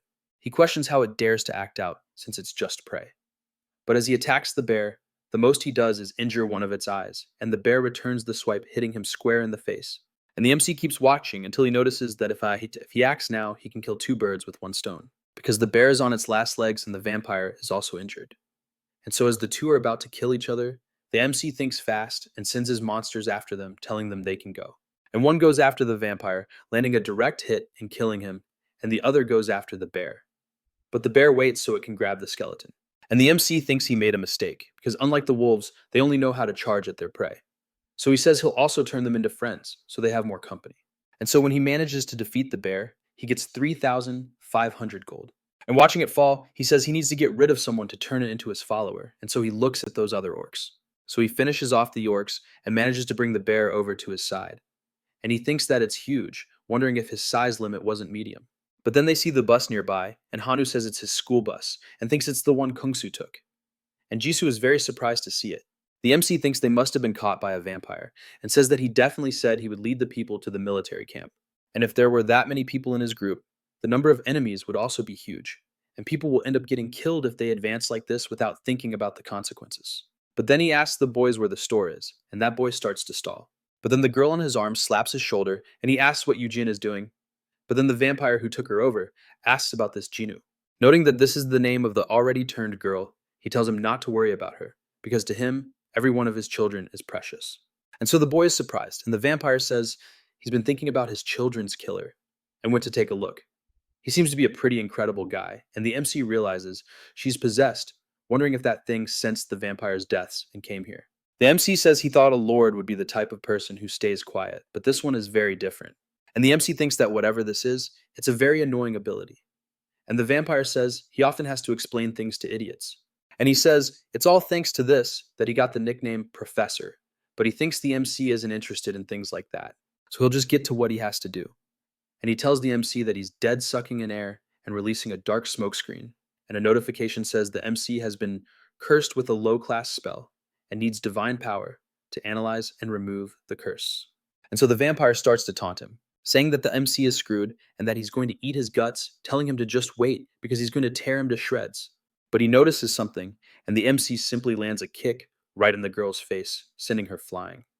He says it seems there was no reason to keep listening to that rambling. But Hanu looks at him sincerely, asking if he, by any chance, is even still human. And the MC notices the red mark and wonders if it's because of the curse. But if it was, he wonders why he didn't feel anything. But then Hanu speaks to him, saying he feels an aura of doom on him. The MC says that now that he stops to think about it, Hanu did get the priest class or something. And the MC thinks that if that guy is a priest, then this whole country is doomed. R says he can feel the disrespect coming from him, but asks him to wait a bit. Just imagine the system talks about the vampire lord's exclusive ability, and he's exposed a blood trail, and his location will be revealed every 12 hours. And he can't get rid of the curse because his divine power is too low. And so it's said that due to the special situation, a special mission was given to him, and the title is The Wicked Have No Nation. And the condition is to eliminate the assassin who wants to kill him. And the bonus is 30,000 gold, along with a rank C item ticket. And he's being targeted by someone, and his opponent is preparing a wicked operation to take his life. And the situation will only end when one of them dies. And the protagonist says that in that case, he has no reason to worry, thinking that he has to attack before the other guy gets stronger. He says he was asking about the shop, and that kid didn't answer. And the protagonist goes up to him, asking where the nest of those vampires is. And so he goes to the rank D shop. And so he notices that this time, it's not a roulette wheel. And there are 4 options available with bronze, costing 100 gold, silver, 1,000 gold, 10,000, and platinum, 100,000. And it's said that rank D shops only sell items up to the platinum level. And R questions if he has to choose a ball, and the protagonist says he'll go first, because he got a limited rank ticket, and says he received a reward after 100 kills, which was limited to 100 people. And he thinks about the new platinum rank, which costs 100,000, and that's 10 times more expensive. and if the cost increases tenfold per rank, it's better for him to save his tickets for the future. He should choose gold for now, as long as they can still survive. But then he thinks that he can add a ball. Third ball for a prize, second ball for a prize, and first ball for a prize. And the protagonist wonders if the game organizers made a pact with the devil by any chance. He says that, however, considering the previous rewards, it's better to just take the first one no matter how much it costs. And so on the first ball, the prize was +5. He says he got something else. And Ranro says that based on his own experience, this is going to go to shit. And just like that, he takes first place. The item's information is that the name is Master Level Skill Acquisition Coupon. The rank is Legendary. Item type Consumable. The effect is that he will randomly receive a class skill, and the skill will be set to Master, without needing any special training. And his skill is Void Sanctuary of the Artisan level. And the classification is active with no consumption. He creates a resting place for his subordinates, in a subspace regardless of their number or mass. And he can leave them there or summon them to his current location. However, this only applies to subordinates, in an unbroken state. And he also has the Blade of the Fallen. And when summoning a large number of subordinates at once, he will spread the curse of death throughout the area, and the effect's range will increase with the number, and its cooldown time is 1 hour. And so he says he was very lucky asking what the problem is, since the two of them are looking at him with a huge look of astonishment. And so he tells them to get out of the way, because he wants to test something. So the two of them start running while the protagonist tells them to stay there, because he wants to test something. He thinks that this is good, because it has a number limit, but it still means he can have a larger inventory and transportation. Stealth and even safe areas will be expanded when they find new survivors. And so he asks the other two if they got anything good, but apparently they didn't, because the girl got a Class B survival kit, a bandage emergency medicine, a rope, a flashlight, and a common item, a hard breastplate.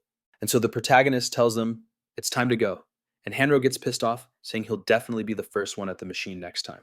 My friend, it doesn't matter if you're first, second, third, or 1,000th. If you weren't born with a hack, there's nothing you can do. The protagonist's friend always gets screwed, man. Always gets screwed. It's rare for the protagonist's friend to succeed, but then the protagonist tells him not to get his hopes up.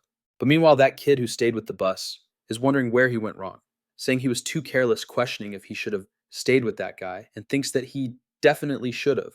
And he says that the thought of a safe military base ruined everything. They only managed to reach the base after getting past Wens and monsters. But then he found himself in the middle of a huge war, and his desperate friend asked Congo what he was going to do about it, saying he came because he was called, but there's nothing there, and Congo froze on the spot. He says that thinking the military base would be in that state was just too much. They say they're screwed asking what they're going to do now. And everyone starts pressuring Congo, just asking what they should do. And the guy thinks to himself that he was just driving, wondering why he had to be pressured like this. But then one of them speaks up, telling them to look at that. Then the guy finds out about a safe zone, and they just keep asking Congo if they're going to go there. And so everyone starts pressuring Congo, asking what they're going to do, and telling him to pick a destination. He says he's survived this long by strategically avoiding zones. These people are sacrificing their own lives to follow him. He has to be more confident. So he took everyone there. He says it was a hasty decision, and he should have been more suspicious. And what awaited them was a bunch of monsters wearing human masks, and he is one of the few survivors. A vampire kicks him in the back, telling the guy to get a move on, asking what's wrong and questioning if he's struggling or if they don't want to work. They just have to say so, and they can go to the kitchen and become their food. And so one of them says that the slaves are slowly wearing out, asking if they shouldn't replace them. The other one agrees, saying there are people who will rebel because they've leveled up, and he says they can just hunt them down and take their gold. Then he can kill them and level up again. And his friend asks if that isn't basically a creative form of economy. And Congo thinks there is no hope left, as he's going to be killed, just like his friends were. And just then, everyone starts walking in a line in front of those vampires under constant threat, with one of them saying he'll eat them if they slow down. Man, I just can't. The fifth grader in me just screams at this kind of stuff. I can't take it. Vampires, these things that eat human flesh with their teeth, it just sounds so sus. I've already skipped a lot of sus stuff to avoid saying it, but sometimes you have to mention it to get the vibe across. So while everyone is being enslaved, they're walking. One of them stops suddenly and gets hit. The guard asks why the guy stopped, and just then, they see Righty up ahead. And seeing Righty, they wonder what that is since it's a skeleton the size of a goblin. And Congo is certain of something as he looks at it, while the vampires ask if this is a joke, saying they think it's a new monster. And one of them charges straight for Righty, trying to get him, trying to kill him. Then he notices something strange, and his eyes widen. Several bone spears pierce through his body before he even realized it. They ask, "What the hell is this?" pinned to the ground. Then all of the MC's monsters appear, finishing them off. And Congo calls out to Sung, his eyes full of hope. And so the MC speaks to him, saying he wished him good luck before sunset, but it looks like it didn't help much. He arrives to save the day for the guy who notices that he seems much stronger than before. And he thinks about how they both went to the same university. But he wonders if there was always such a huge gap between them. And one of the vampires starts to get up, saying he's going to kill him. However, one of the MC's skeletons grabs a spear and starts swinging it, cutting through several bodies and tossing them aside. And Congo just stares, completely dumbfounded. And the MC says that they look human, but they're just like monsters. So he'll only leave 11 of them alive. And the guy watching the MC's party fight thinks that he's much stronger than he expected. Not only has Sungo grown a lot, but so has Jesu. And as for Hanro, he must have evolved, right? Because he's hiding behind Righty. And so the vampires beg the MC to let them live, saying they'll tell him anything he wants to know. And the MC asks how many are inside the factory vampires, and players telling them to state all of their levels. And the vampire says there's a level 5 vampire branch manager and about 12 players. Most of them should be level 4, and the protagonist thinks he's answering sincerely, but he has no plan to spare his life. And the vampire asks if the protagonist also wants to know about the security measures and the situation inside, saying it's worth telling him everything and begging him to spare his life, but then he ends up dead as Youngs kills him completely. He says he knows the conditions inside the factory. These guys shouldn't be kept alive, saying that all his friends died because of that guy. And even though his friends were cold and cowardly, they shouldn't have died that way. And he says there were many things he wanted to do with them. And he says this with tears in his eyes. The protagonist says that the incident with his friends was a real shame, but he held up well. He survived, and these guys didn't go crazy in one day. They were hiding in society. No matter how desperate the situation is, not everyone chooses this path. Adapting and being free are two different things. And he says that this world is collapsing, but he has to catch the psychos who have been unleashed. And inside, someone is talking to the branch manager, asking, "Sir, what are you planning to do?" He says they're capturing humans just as ordered, but how long do they have to keep doing this?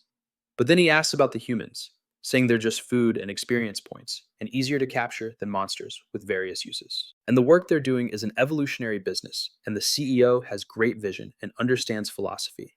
And the world today is all about fighting for survival, and they have to be on top. And the number one suck-up says he also wants to become one of the core members. Then their leader says that if they show good performance, they can become permanent employees. And just as he went from someone who just wandered around the factory warehouses, he will turn them into permanent employees, just like them. But the protagonist appears, asking if he means monsters and not permanent employees. He asks who's there, and Sung asks about this revolutionary business, saying it's funny to see them going around claiming they've given up on being human. Then their leader jumps down, asking what the protagonist is doing there, and everyone asks if this is the guy saying they saw him at school. But another one asks who he is, and that NPC says he's the one who saved all of them at their school. But then one of the vampires tells them to shut up, who said cattle like you could open your mouths. But the protagonist asks if their leader didn't warn them about who he is. They start to recognize him, asking if he's the one who killed Team Leader Park, and the protagonist questions this. The vampire asks if he's making things up, telling him to stop acting like he's someone important. But the protagonist starts laughing, and the vampires stop taking him seriously, saying they knew he was crazy for coming there alone. But they ask what makes him think he can beat them. But the protagonist says that of course it's his skills already summoning that black mist and preparing for battle. And they ask, what is this black mist? And then a notification appears, stating that the area will be affected by great necromancy, and they again ask what's happening. But then from the middle of that mist, the protagonist's skeletons emerge, and the great necromancy buffs all of them. And a message says they've been cursed by death, and their stats have been greatly reduced. They wonder what these monsters are trying to defend themselves. But the protagonist's skeletons go on the attack and start sending everyone flying. And their leader tells them to protect themselves, telling them to stay calm. They just need to kill the bastard who's controlling them. But then a message says the controlled dead are enslaved and they don't know what to do because they're coming back, and with the dead rising, they realize this bastard is up to something. And so one of the protagonist's skeletons is hit, and one of the vampires charges at Sung. He says he's going to kill him, but then a bottle of acid lands right on his face, thrown by Han from above. He says it's a good thing there's an opening there. And with that, the vampire's face starts to corrode. And when he looks back, Jisoo had already done a solid for the rest of the crew by freeing them. And she lets the MC know that she rescued the hostages. Just then, a truck pulls up, and Kyunga calls out to everyone, telling them to get in quickly. She orders them to get the injured into the truck first. But just then, the vampire asks where they think they're going. But the MC's wolves charge forward along with Righty, and he gets hit with a blow that sends him flying. And so the Wild Frenzy is activated, and for 10 minutes, the Goblin-type soldiers will have increased attack power. Righty charges at the vampire, wanting to take advantage of that buff, and the vampire thinks it's dangerous and that he has to dodge. But at the same time, his attributes continue to drop because of the death curse. His vitality will decrease because he was contaminated by the Devil's Blood. And so the MC uses the legendary rank Devil's Bloodstone and also activates the Wild Frenzy. And he says that Righty always does his job right. How about that, right, guys? Righty, he really reminds me of the little skeleton, and he's a badass, just like our beloved little skeleton. And guys, just a reminder for you all, the first video on the Manhwa channel will be out very soon. I'm going to post the Chinese series in another place, so as not to run afoul of YouTube's policies. So I really hope you all subscribe to continue following the series over there, with the little skeleton and that other limitless necromancer who keeps spawning a ton of bomb skeletons. Those series will be released there, and I'm counting on you all on that next channel. The MC speaks to the guy on the ground, talking about the broken ceiling, thin walls, and windows, and says that no place is better to attack than an abandoned factory. It was because you chose a place like this for your operations that you failed. But then the vampire wonders to himself, who is this guy? He's too strong, and it seems he knows how to use his head too. So he speaks to the branch manager, saying he will share some of his power with him. He orders him to make sure he finishes off the MC. They watch him with apprehension, and the vampire says he can feel the power, as expected of his lord, saying that he is incredible. He then doubles in size before them and declares that they will die by his fangs. Then a message states that the superior vampire is enraged and the branch manager becomes 10 times uglier. The MC asks if this is his true form, saying it looks like he's completely given up on being human. He then charges forward, but one of the MC's wolves also lunges at him, hitting him in the face and stopping his attack. And so the MC orders all his summons to join the attack, and things get intense as the vampire tries to strike down the skeletons. He takes them down but doesn't destroy them completely. The bear also charges in, landing a massive punch, but the vampire withstands it and punches back, launching the bear into the air. But the other summons attack again, trying to grab him from both sides. While one hits him from the front, another strikes his back. And Jisoo, seeing that an opening has been created, jumps on one of the skeletons and lunges in to attack, slashing him across the stomach. And so the vampire calls out to the girl, cursing at her. But Jisoo prepares to strike again. However, the vampire grabs Righty and throws him at her. As he's thrown, Righty manages to slash through the monster's stomach. The orcs take the opportunity to attack him from behind, but he spins around, calling them useless piles of bones and telling them not to underestimate him. He manages to decimate a few of them. In response, the MC summons even more of his dead soldiers to the battle, and the vampire starts to lose his mind over the MC's persistence. And Hanro remarks that Jisoo is incredible, saying that they're now on the same level as the vampire. But the MC says that's precisely why it isn't working. He says that the strain combined with the increasing blood loss means the vampire definitely won't last much longer, but he thinks they might run out of monster corpses before that happens. And if the orc barrier fails to block the onslaught of attacks, things could get dangerous. And the real problem is that this guy is just a subordinate of the vampire lord. So he thinks if the subordinate is already this strong, how powerful must the lord be? But then he looks to the side. As the skeletons advance, he activates a synergy effect. He says he's feeling guilty, wondering what to do. He says it must be hard for them to defeat a guy like this, and announces he's going to use the werewolf's corpse to his advantage. And with that, he obtains the Cerberus synergy, which requires him to have one dog and 3 other creatures, and the increase in speed is plus 10, and the increase in strength is plus 10%. And when they are attacking the same enemy together, the strength increases by 50%. And the vampire is completely surprised as that pile of bones suddenly became strong. Then the MC orders it to tear him in half, and the vampire begins to suffer, being thrown to the ground and impaled. And the vampire tries to curse them, but then the MC tells him to warn Seok that Rong's evolutionary work has failed and that he is leaving, and so he earns 10,000 gold for hunting a special player. And the MC questions this, because even in this form, he is considered a human, unlike the werewolf, and he thinks he can transform one of his own. And he says that until now, he has always killed vampires with a single blow to the head because of their regenerative power, and those with broken necks couldn't join his horde. But with that guy, it will probably be possible, and he brings him back and says that from now on, he must work for him instead of the Lord. And so he is notified that he can inspect the memory fragments of the dead, and the MC is very surprised, wondering what this skill is. And when he takes a look, he sees the memories of that former branch manager.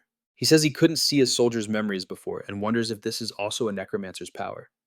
And then he sees Ku talking to everyone, and he says that what he meant was that they should think a little questioning why this game exists. And then he asks if anyone there has an answer, and everyone stays silent. He says, of course not. Saying that, to be honest, not even he knows what's happening, but he understands what he must do, and they have to evolve. Then he asks Branch Manager King if he's right. He says, of course. And the vampire boss asks about God, transcendent beings, cosmic beings, and says that either way, some being is giving them a spectacular chance. And with this fragile shell, they can escape this pathetic species, and humans have reached their limit. And even if something like this didn't happen, they would have faced their end soon. However, they will open the doors to a new world or evolve into something different. And so the MC realizes that that one is the vampire lord, and Manager Kim is happy with his boss. But then that boss receives a mission and says they have a duty to join him on this mission. And the MC gets curious about this mission, while everyone agrees with the vampire lord, saying they will follow him to the end. And the MC wonders what this strange energy is asking, if they have been brainwashed, because a strange loyalty that arises from their instincts can only point to that. And he notes that there was a reason why he managed to create such a group in just a few days. Then the vampire lord calls them to celebrate, saying that their first destination there is wrong, and the name of the plan is the Great Party. They will invite all the neighbors and have fun. Then he spoke with Manager Kim, saying they will work on the supply of food and work materials, and the MC starts to realize they are insane thinking about human farms, battle slaves, and a massacre party, noting that they have put together a crazy plan, because the main part of that plan is to attract people with the idea of a safe paradise. And the funny thing is that this plan worked perfectly, and then he ends up receiving a private mission. He notes that this is the second time since the professor died, and wonders what the system wants from him now. And the private mission is Manipulator of Death. The category is to prevent or take advantage of a massacre, and the reward is an exclusive skill. And it is said that he has faced a massacre. And indeed, massacres in this world may not be a special event, and they will continue to happen. However, they mean something to him. And as a person who possesses the power of the realm of death, he will be able to save lives or neglect them, and use the dead for himself. And it is said that the choice is his, and the direction of his destiny depends on the choice. And with that, everyone starts leaving from inside, and Hanro asks the MC why this is happening, questioning if there is some problem with the vampire lineage. But the MC just stands there. He asks if he's even listening. And then Han says this happened because he eats anything he finds lying around without even checking if it's spoiled, because he thinks the kid is not feeling well, and says he'll do anything he says. So he asks him to pull himself together. He questions Rang, asking why he can't just wait a bit, and the protagonist grabs his head, demanding to know what the hell is going on. He asks if Hanro really said he'd do anything he says, and Hanro confirms, saying he won't go back on his word. The protagonist then says he needs to join him on a mission, and Hanro asks what he's talking about. Meanwhile, the vampire chief asks if the branch manager died, and a girl who's there realizes this, asking how it happened, asking how he could be dead even after receiving his power. And the Lord says that apparently the one against him is stronger than he thought. And although he doesn't know how he managed to kill the branch manager with a damn skeleton, he's quite troublesome. And so the girl says that if he's an opponent of that caliber, she asks the Lord if he wouldn't be a future problem for him. But at this, he speaks to Madame Yang, questioning if she just said he would be a problem for him. And the girl bristles, asking him to forgive her for what she said. He says it's fine, saying that what she said also makes sense, and adds that in this situation, when he should be focused on the mission, this constant disturbance is annoying. However, as long as they have his location with the curse, he will come for the great banquet, and he wants to see what kind of guy the protagonist is. Meanwhile, everyone gathers to try to get stronger, and also to heal. He says that cleaning those things never ends those daggers, and he asks Sono if it's okay for them to do this now. And the protagonist asks what he's talking about. And Jisoo says that according to the protagonist himself, there will be a great massacre in Ruang. And that crazy plan about gathering every survivor and defeating them all at once. She asks if they shouldn't hurry up and stop them. And Ro talks to Song, saying the community is going crazy, telling him to look at that, because it seems they're really determined to lure them in, and everyone is posting a bunch of stuff. And Hanro asks how they can be so shameless, and says they're going to mess with that plan, by responding there. And the protagonist says no, stating that they will only do something after thinking it through carefully. And he wonders if they'll be able to convince those people who are longing for some hope, even if it's a false hope, thinking that it will be a problem, even if they manage to convince them. And if those guys have to change their plan, they'll lose their advantage of knowing what the vampire's plan is. He says that since they have time and there's no way to stop them immediately, they'll deal with what's in front of them first, asking Ju if she found anything. And she says those things were in the branch manager's office. And the protagonist is even surprised by how many potions he has. And Jisoo says that since he usually hunts monsters, it seems he has many other things. And Hanro says he found something good because he was worried about what would happen if they ran out of electricity. But with that small charger, they'll be able to do something.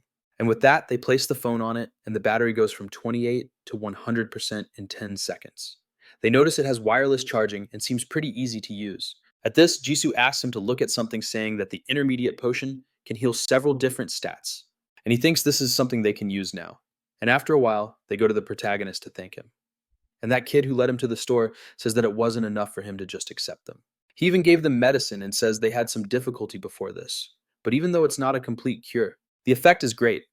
But the protagonist reminds him that if he goes crazy or gets possessed by something, he will kill him. So the kid better be careful.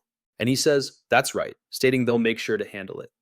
And the protagonist looks at them a bit skeptically, noticing they're a bunch of gangsters. But it seems they're not a lost cause. He says this isn't for free. They need to work to pay him back, and they all get very excited, saying the protagonist just has to say the word and they'll do it. At this, the protagonist goes to talk to Hanro's father, and he agrees, saying it's finally time to unleash his power. And Hanro himself doesn't understand a thing his father is saying. But in the meantime, he builds the enhanced encampment and creates a safe zone there. And so they think it looks comfortable now, wondering how to describe it, as it seems like he just got back from a sauna. Meanwhile, his mother also cooks a meal that will grant a health boost for 20 minutes. And Jisoo says it seems people have already adjusted to the situation. And now if they can solve the problem of the massacres, everything will be okay. But then the protagonist asks Jisoo if she received any private quests, but the girl says she hasn't. And the protagonist realizes that apparently Jisoo is distressed by the idea of having to stop that disaster.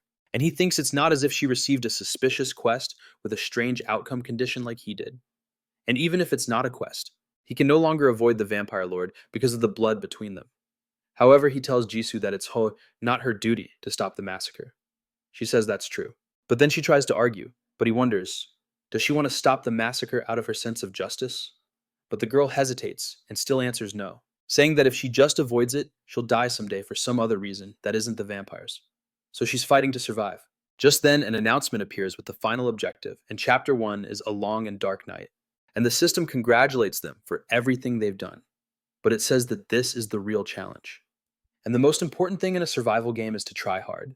Regardless of whether your opponent is the world, monsters, or other humans, you will have to become brave to survive.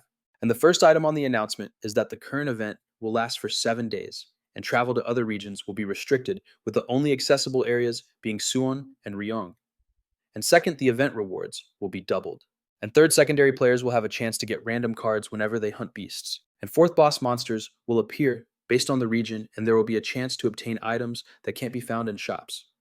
And the protagonist says, it seems like what he said has come true, and it seems the final objective has started now. And Gore says they must fight instead of avoiding them to survive this crazy game. But then Rue gets scared when the protagonist tells him what he's going to do, asking if that isn't going too far, saying that the protagonist dragged him into this dangerous mission by force, but tried to leave Jisoo out of it.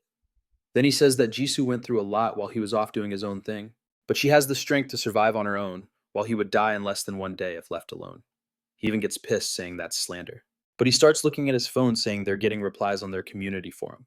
Posts saying it was a good decision, and they can't just stand by watching the damn vampires make false announcements.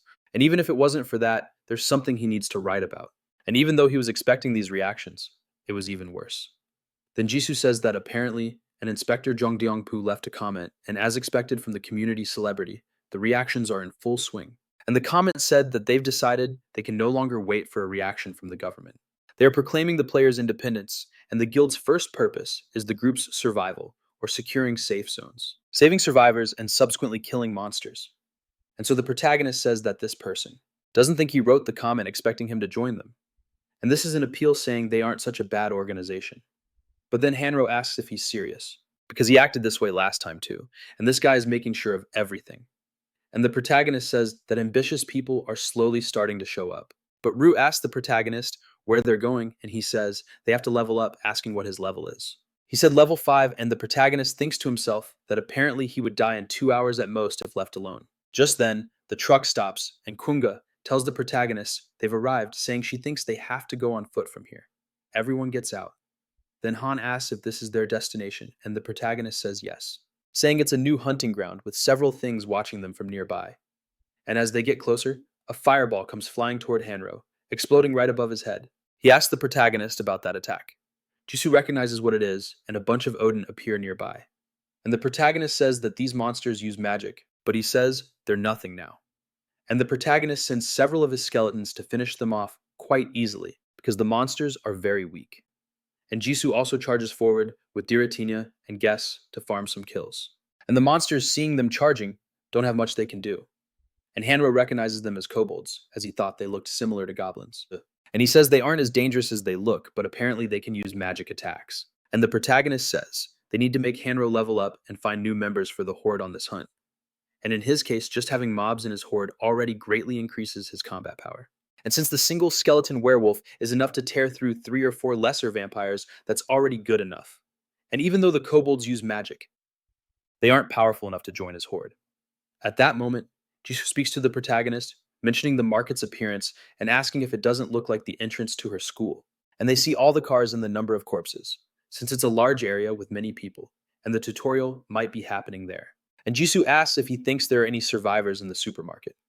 And the protagonist says that considering how there will be many monsters in places with lots of people, they can't have much hope. And Kong just thinks that rural or mountainous areas must have been less affected like Jeju Island and other islands. And the two of them think about this as the protagonist remembers that Jisoo's family is on Jeju Island. But she says they don't need to worry, because they aren't planning on meeting up anyway. And they are probably fine since they are incredible people. And so the two of them wonder if family is a sensitive topic for her, and think it's better not to talk about it now. And so they enter the supermarket. He enters the large dungeon, the Acropolis of the Mage Kobolds. The entrance was magically sealed. And so the protagonist notices that the whole thing is a dungeon. But then the girl yells at him, because they were caught in a magic circle. And that magic circle teleports them to another place. And Hanro falls in an embarrassing way, until he gets up and sees that there are kobolds around. And they start speaking human language, saying that they fell into the trap and that Hanro came alone, and apparently he's the only one there. He's surprised that the monsters are talking. And he says that kobolds are famous for being the weakest in the world, and even if he's alone, he'll be able to do something. But then he finally realizes he's alone. It took me a while too. I don't blame him. So when he sees that he's alone, his life expectancy goes from half a day to 30 seconds. And all those little monsters charge at him wanting to kill him. And he starts screaming for help from the protagonist. But then the monsters start beating him up, and he begins to think about his father, his mother, saying that their beautiful son is about to die now. And he thinks he's suffering so much after entering the dungeon with the protagonist. But then he thinks about this suffering. After all, it doesn't hurt. And he remembers when it was said that the skill grants a barrier for 10 seconds after killing an enemy. And so none of them understand while Hanro starts laughing, asking them all who the noob is now. Meanwhile, Jisoo is desperately telling Gu that they have to hurry, because they have to find Hanro and also the protagonist. And so he agrees. At that, she says they don't need to worry about Hanro if he's with the protagonist, but if he's alone, it's going to be a disaster. But then she sees a commotion and runs over asking if Hanro is okay. And inside, he has a few knives sticking out of his head, but apparently, he managed to defeat everyone. And she questions if he did all this by himself, and he asks if she's seen the results of his new talent. And he has the audacity to claim that he's a man who is strong against the weak. But at this, Jisoo thinks that's just a terrible personality trait. Then she says that now all that's left is... And so he gets surprised, but he says they don't have to worry about the protagonist, because he must be sweating it out all alone, which is exactly what's happening. And after the protagonist kills a huge pile of them, he gets worried about Hanro and hopes he's getting along with Gesor. He says the warehouse is bigger than he thought, and it's hard to find the exit until he sees a corpse. But he notices the guy is still alive and thinks about the wound, but it seems like saving him with the potion he has will be difficult. And the guy tries to talk to the protagonist, telling him to look at a box. The protagonist asks about it, wondering if there's a good potion inside or something like that, but then he finds an unidentified egg with the category Dragon Knight. And the item's description tells him not to be disappointed by its shell. And if he can protect that egg, his destiny will change the moment something hatches. And the protagonist is very surprised by this, but the boy is already long gone. He says the boss monster took the token, and the protagonist asks what token it is, and the dying guy talks about an owner and also an identity. But then he dies, and the protagonist starts saying he hates this world, thinking about the 5-star Dragon Knight. It's unfortunate that he died there. This kid must have gotten trapped in the dungeon while looking for the market. And something called a token was stolen by the boss monster. Furthermore, according to the item's information, it's a job with incredible potential, and it seems he couldn't resist. And it says unidentified, but it's a dragon egg. And since he handed it over while he was dying, he'll take it as a request to put an end to this game. Then in the meantime, some kobolds charge at him, but the protagonist is in the worst possible mood and ends up completely massacring them. He says that along with getting revenge for this nameless guy, he wonders if they should get their hands on this thing called a token. He gets 150 gold for hunting those kobolds, and they come in droves to die at the hands of the protagonist's monsters. He wonders if it isn't strange since they are definitely being constantly massacred, but they aren't retreating. And he questions if these guys don't have even a little bit of intelligence, since they don't even take any time, but keep coming like zombies. And just then a fireball explodes near Diratinia, and the mage says that magic is beautiful, and the protagonist sees this. He's noticing they're using a defensive formation, even though that wall can be easily broken. So he throws one of his monsters into the middle of those things, killing the mage very easily, gaining 800 gold. He said that now they're cornered, and so he just has to kill all the remaining ones to get the kills and level up. And he says he can choose a skill, but wish the blood count could increase, and with that, he gets corpse explosion. My friend, I've already posted a video here on the channel about this corpse explosion thing, man. This is so OP, and it's said that it creates an explosion by transforming a corpse into an explosive. Just then, some kobolds come at him, and the protagonist tells his monsters to get back, because it's a skill he just got, but a guinea pig showed up right on time. So he uses the explosion, a huge explosion that takes out several kobolds with it. And with that from a distance, some kobolds hear an explosion and even wonder if it's a magical accident. One of them tells the weakest to go check, but they don't even have time for that, as Diratinia arrives, tossing everyone into the air and ripping off heads. And the mage tries to attack Diratinia with a fireball, but there's no time for that as it calmly cuts him into 4 pieces. And the protagonist says, as expected, Diratinia did a good job, because he thought something would be happening where the monsters were gathering. But he notices that those are Roots and the boss monster. An experienced kobold mage appears in front of him, and a powerful barrier is present. Most attacks won't break it. And it's said that he must destroy the cores scattered throughout the dungeon area. There are still 3 of them. And the protagonist thinks that's why it's not attacking, and it seems like it's trying to buy time. Then a notification appears for him, saying that the kobold mage is casting the basic instant death spell, and players below level 10 will be instantly killed. He must prevent the attack within the time limit, 1 hour and 5 minutes. And the protagonist is shocked, because if it's below level 10, it means their entire party will be killed. And the reason the kobolds attacked so recklessly was just to buy time. And the MC thinks about the barrier's description, that it won't break from most attacks. And the kobold calls them useless, telling them to die. But then the MC says he's going to use his strongest attack, telling everyone to group up. The kobold doesn't understand a thing, and so all the skeletons throw piles and piles of kobold corpses around the boss. And he still has no idea what's about to happen. So he questions what the MC is planning. Then Sue just thanks him for waiting, saying this is goodbye to that experienced kobold mage, telling all those corpses to explode, and he doesn't quite get it, but with an explosion of that magnitude, everything comes crashing down, and the MC thinks to himself that he might have gone a little too far, and that's not good, since he wasn't affected by the explosion.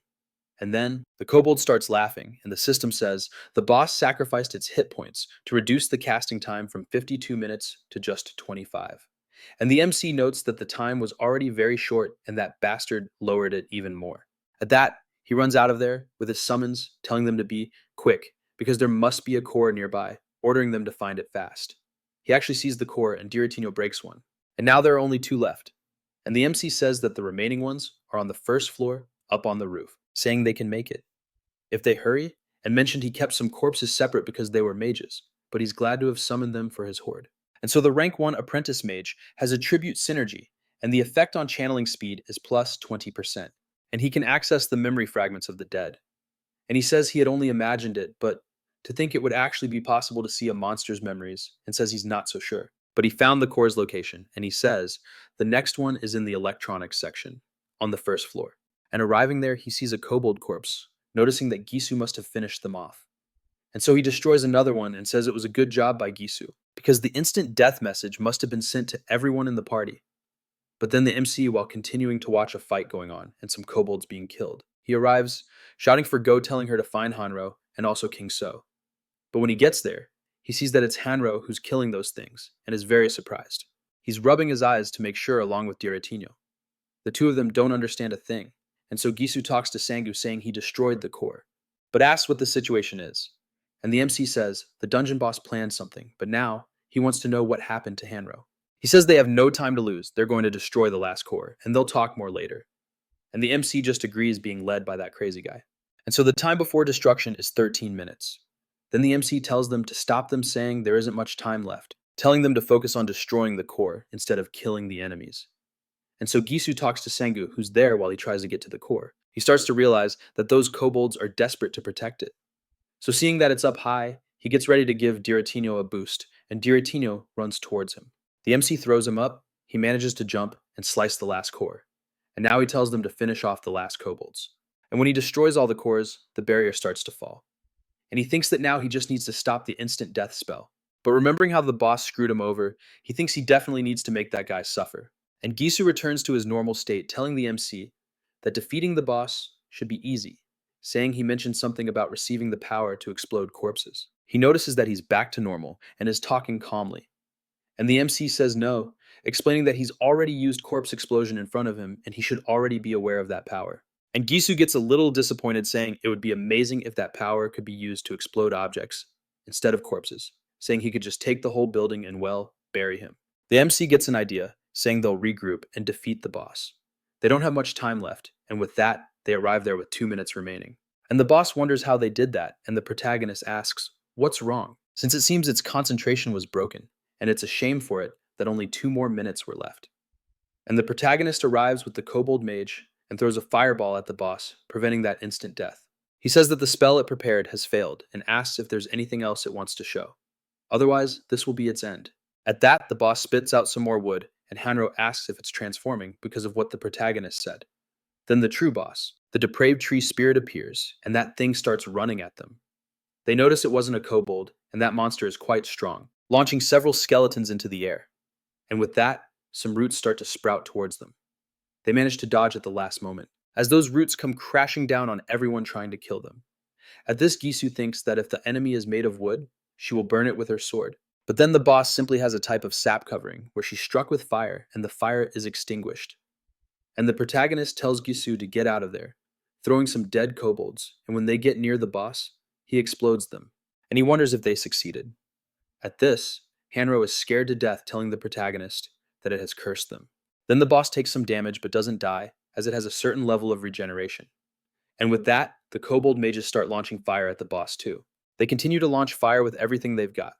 And Hanro asks if they can even defeat that boss, since it won't stop regenerating. And the protagonist tells them to keep attacking for now. At this, the enemy runs out of mana and starts using its own life force to regenerate. And the protagonist says it's been using that since the beginning, but its health has finally started to drop, and it was worth it. And that is the Devil's Bloodstone, which makes the wielder gain the evil attribute. And attacks will steal 2% of mana. And as soon as the target's mana runs out, its life will start to be stolen instead, and the monster becomes desperate. And Hanro gets desperate too, seeing it try to advance, saying that it hasn't stopped for good yet. At that moment, the protagonist notices the notification that appears saying that this is the signal, telling everyone to get back. And the protagonist's werewolf retreats, while the monster falls to the ground. Then everyone starts running, and he asks if it didn't notice that some of its skeletons were returning, saying that they prepared a present on the first floor. And that present is a massive explosion, and the entire building comes down, collapsing on the boss's head. And with that, he receives 12,840 gold for hunting the true boss, the depraved tree spirit, and levels up to level 10. And he's surprised because he didn't think he would level up from this, wondering if it was really worth that much experience. And with this, he receives a roulette pass for reaching level 10. And for being the 69th person in history to reach this mark, he managed to evolve to unlimited. And this status is limited to 100 people, and the maximum number of members in his horde increases for reaching a certain level. And he thinks this is incredible because he got a skill too. And that is the Call of the Dead. And he can summon 10 masterless zombies from the abyss. And these individuals don't affect his horde's maximum limit. And they will turn to dust after 10 minutes. And the cooldown is 30 minutes. And the protagonist thinks about these zombies because he was thinking about increasing the maximum number of his horde to face the vampires. And all of a sudden, he became capable of summoning 25 undead monsters. And besides the warrior's token, he thinks he can finally hunt the vampires with all this. At this point, the protagonist obtains the sword lost by Dawn. It was said that this sword will become the key to awaken the mysterious egg. However, he doesn't have the eligible class to possess it, and therefore has no authority over it. And to prove himself qualified, he must possess the egg for 5,000 days. However, the hatching time can be accelerated whenever the sword is soaked in the blood of powerful enemies. And the protagonist thinks that 5,000 days is more than 13 years, and notes that it seems to be a penalty for not having the right class.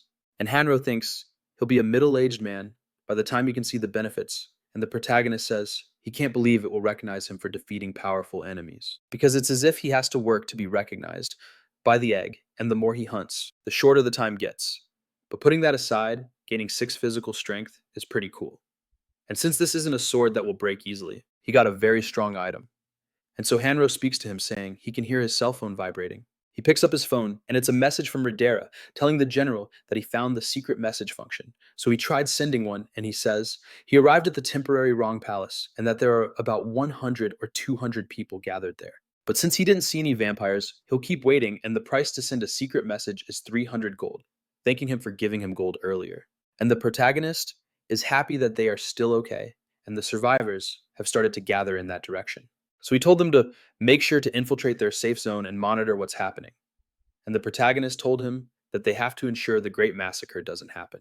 And if anything happens, he should send him a secret message in the community he created. And the boy tells the protagonist that he has already spent a few days living with those bastard vampires. And for sure he can do something like that. And the protagonist notices that he writes like he's illiterate. He didn't know if that was because of the translator or something, but it was really hard to read. But he thinks the point is that he couldn't see anyone who could be a vampire among the people. But he notices something asking if the orcs found anything. And so he notices that there are 2 werewolf corpses.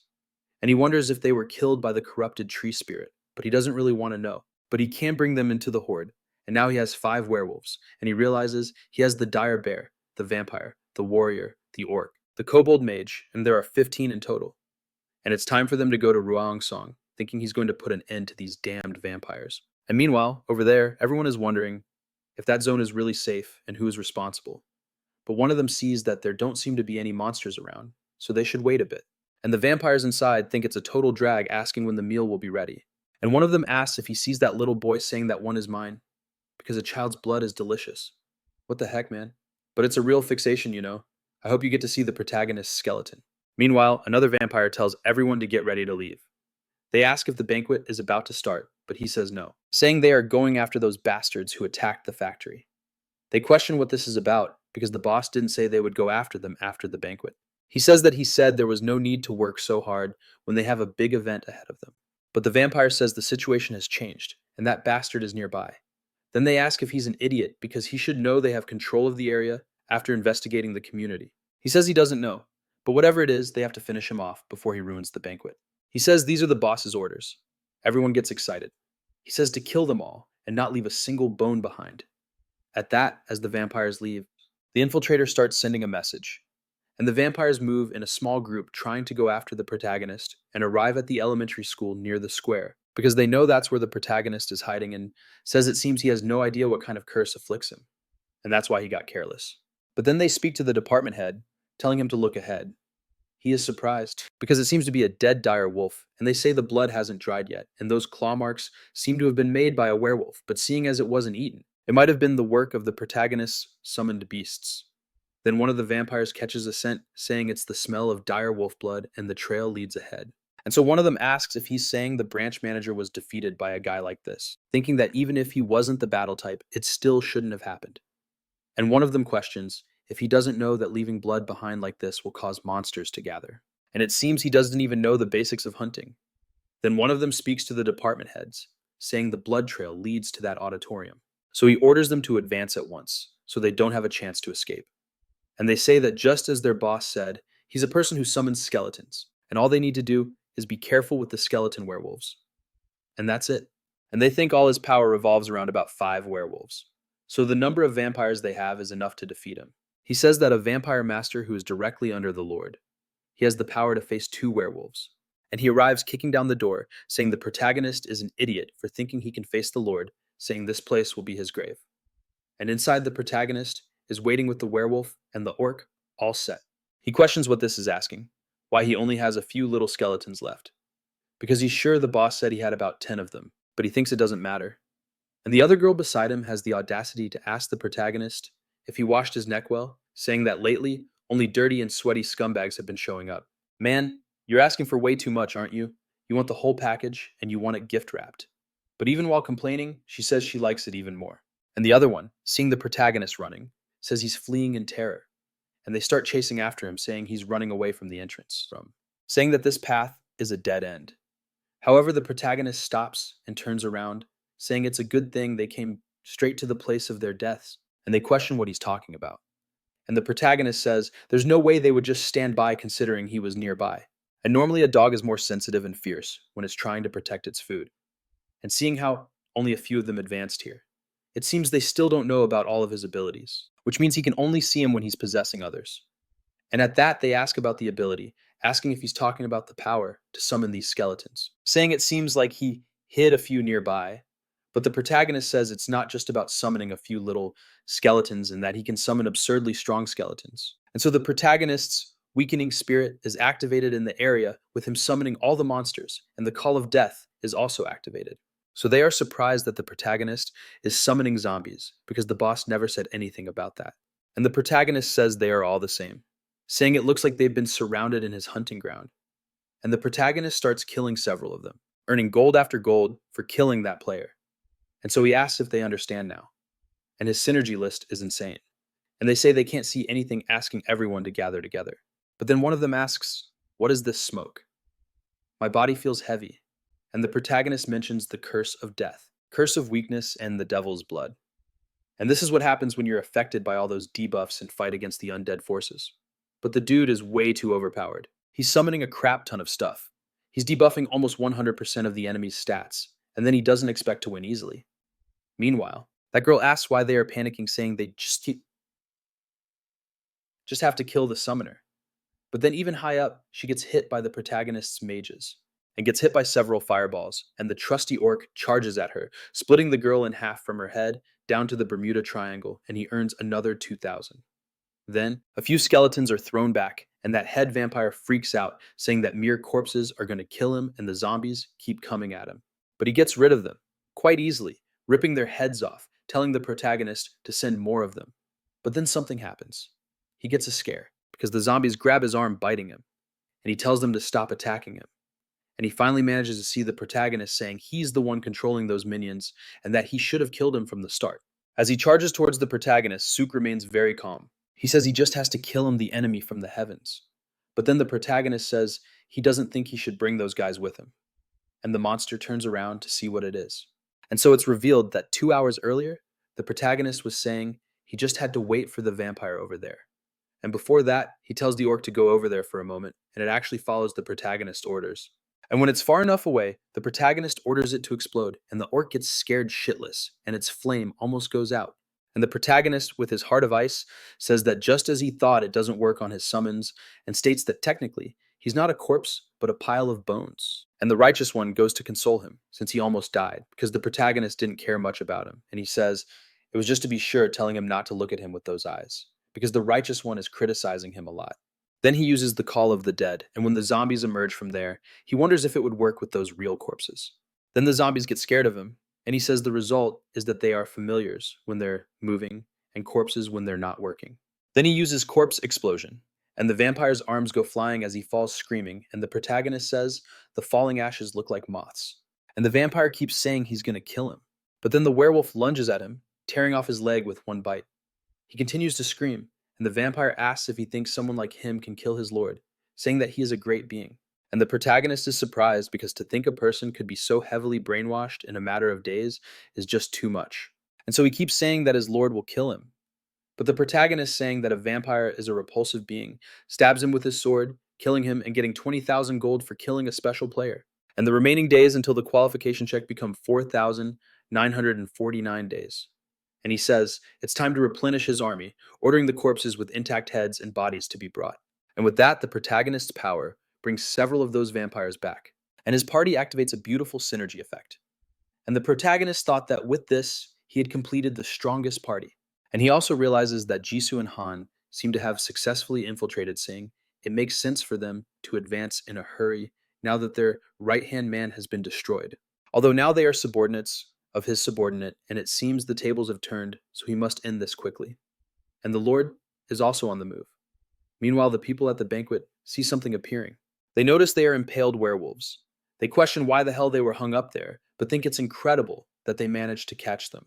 They say that those werewolves managed to kill gigantic wolves, asking how on earth they were caught. And Hanro speaks to Jisoo as it seems their turn has come, saying he was able to predict this to a certain extent. They are collecting everyone's weapons. And the event staff tells them that however pleased they may be about them collecting their weapons, it's for the order and safety of everyone. They manage to catch 4 werewolves, and they have no reason to steal your weapons. At this, Jisoo says that the vampire's collaborators don't want to steal weapons, but rather to be able to kill everyone more easily. But then that infiltrator sees Jisoo there, moving to the front of the crowd. He whispers in her ear about the 2 bags of blades, saying he hid them in the place she asked. And it was easy thanks to Yoshika's second awakening as a great thief, and says it seems like no one noticed. And then Han asks about the sky, asking if he prepared it. He says he prepared it as requested, and with that, they go to the staff to be searched as well, saying they'll be caught if they try to hide their weapons as they move forward and actually pass the check without any trouble. But then the vampire lord comes out, asking if this makes any sense at all, saying he sent so many people asking how they were caught so stupidly. And so Hanro speaks to Jisoo saying it's obvious, just by looking, that it's those bastards noting that they're wearing masks, and it seems they're trying to hide their fangs. And she says she has confirmed the location of the blades, and now she just has to wait for Seongwu as planned. And she sees the vampire lord, the key figure in this case. And with that, the lord begins his BS speech asking everyone to pay attention. At this, Hanro starts to notice that they are surrounding him. Then the vampire says that human evolution has stopped. Then he asks what they think of that magical test, asking why it happened, questioning if anyone there has an answer. And he sees that no one does. And at this, they ask who that person is and what he's talking about. And the Lord says that's why they weren't chosen, and that's why they are destined to be sacrificed for evolution. He touches the ground, and some vampires surround the area with barriers. He says that those chosen to evolve will be the ones to orchestrate the future. He tells everyone to get excited and thanks them all, and the vampires charge at the others. But seeing the chaos erupting, they spot an empty space and tell everyone to get out of there. But then those bars that were just spaced apart from each other start to emanate a massive amount of electricity. So the vampires tell them to come, saying they'll send them to the other side peacefully, and everyone wonders what to do. Then G asks them to get closer, but Hanro says that this electric fence is an item. It can't be cut. And the vampires ask who that girl is and why she has a weapon. But in the midst of the chaos, a bus appears with Kongsu, using the civilization's attack, sending those electric bars flying everywhere and killing some vampires in the process. And Hanro yells that the electric fence is gone, telling everyone to run through there. They question what that bus is because their food is escaping because of it. The Lord is shocked by that bastard, and the protagonist asks if he's late for the party, calling him a damn mosquito. And the protagonist turns around looking at the vampires, asking if they aren't going to celebrate, if all the strong ones are already dead. And the Lord says he thought he would be late, but questions how he got there on time, since they haven't even had the appetizers yet, saying that everyone can enjoy the party. But he says the flow of the party has been ruined.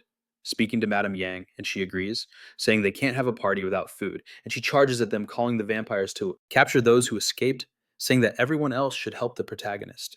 He lets her pass without a problem, and the Lord asks if he's not going to try and stop them. But Suo says that he has companions there he can trust. And the vampire asks about these companions in that world, saying that was a good one. And if they hadn't met like this, they could have been companions. But the protagonist refuses, saying he has other friends, and the werewolf skeleton comes out of the bus. And the Lord is shocked by this as the werewolf skeleton jumps out. And the monster asks if he's serious about attacking with that thing, asking if he thinks something like that can face him. But even while getting beaten, the skeleton tries to attack him again. But the Lord pierces through it with both hands. And the protagonist says that of course the party's opening decoration needs to be fabulous. And when the Lord looks inside the werewolf's body, he realizes there's something inside, noticing that they are goblin corpses. And the protagonist explodes them, and all the vampires scream, wondering how this could happen.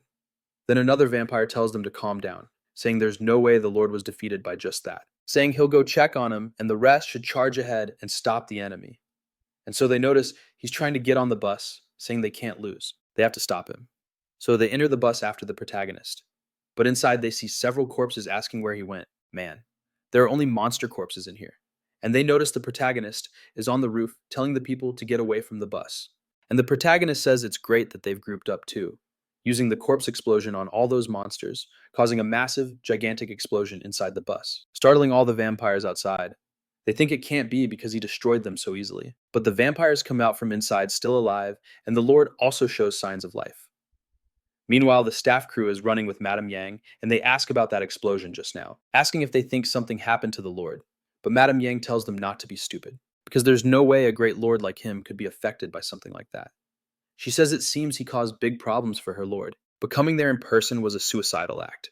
And then she tells them that instead of worrying about that, they should use this time to look for sacrifices. But when she looks back, everyone is dead. And she questions how this could have happened and ends up feeling death breathing down her neck. And she trembles on the spot, dodging out of the way to avoid being hit. And the one who shows up is Jisoo, who's out for her head.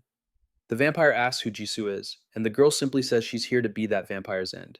Then she asks if the girl has any idea who she is telling her to stop being so arrogant, saying that she's definitely not the master's type, but some of his subordinates might like her. But then Jisoo tells her to shut up and faces her, calling the vampire an old hag, and she gets furious about it, saying she's going to tear the girl to pieces. Meanwhile, Hanro is leading everyone inside the building, saying it's safe there, and the other boy says, everything is going well without any issues, and according to plan. And the vampires can't get near that place either.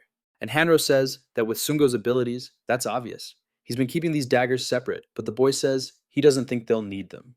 However, Hanro reminds him that trouble always starts when he says things like that. And just then, one of the vampires arrives saying that just as he thought, his intuition knows no bounds. And when the master put him on outer guard duty, he wondered if he wasn't being overly cautious. And he says that fighting is a hassle, and asks why they don't just let themselves be captured, or helping him level up. Right there isn't a bad idea either. And so Blondie gets all excited with Hanro saying it happened, just as he expected. And Hanro thinks that it really did work, but complains about what the hell he's supposed to do now that his prediction came true because there's a vampire right in front of him. Then Blondie tells Hanro that they're going to take him down, saying this vampire looks weak.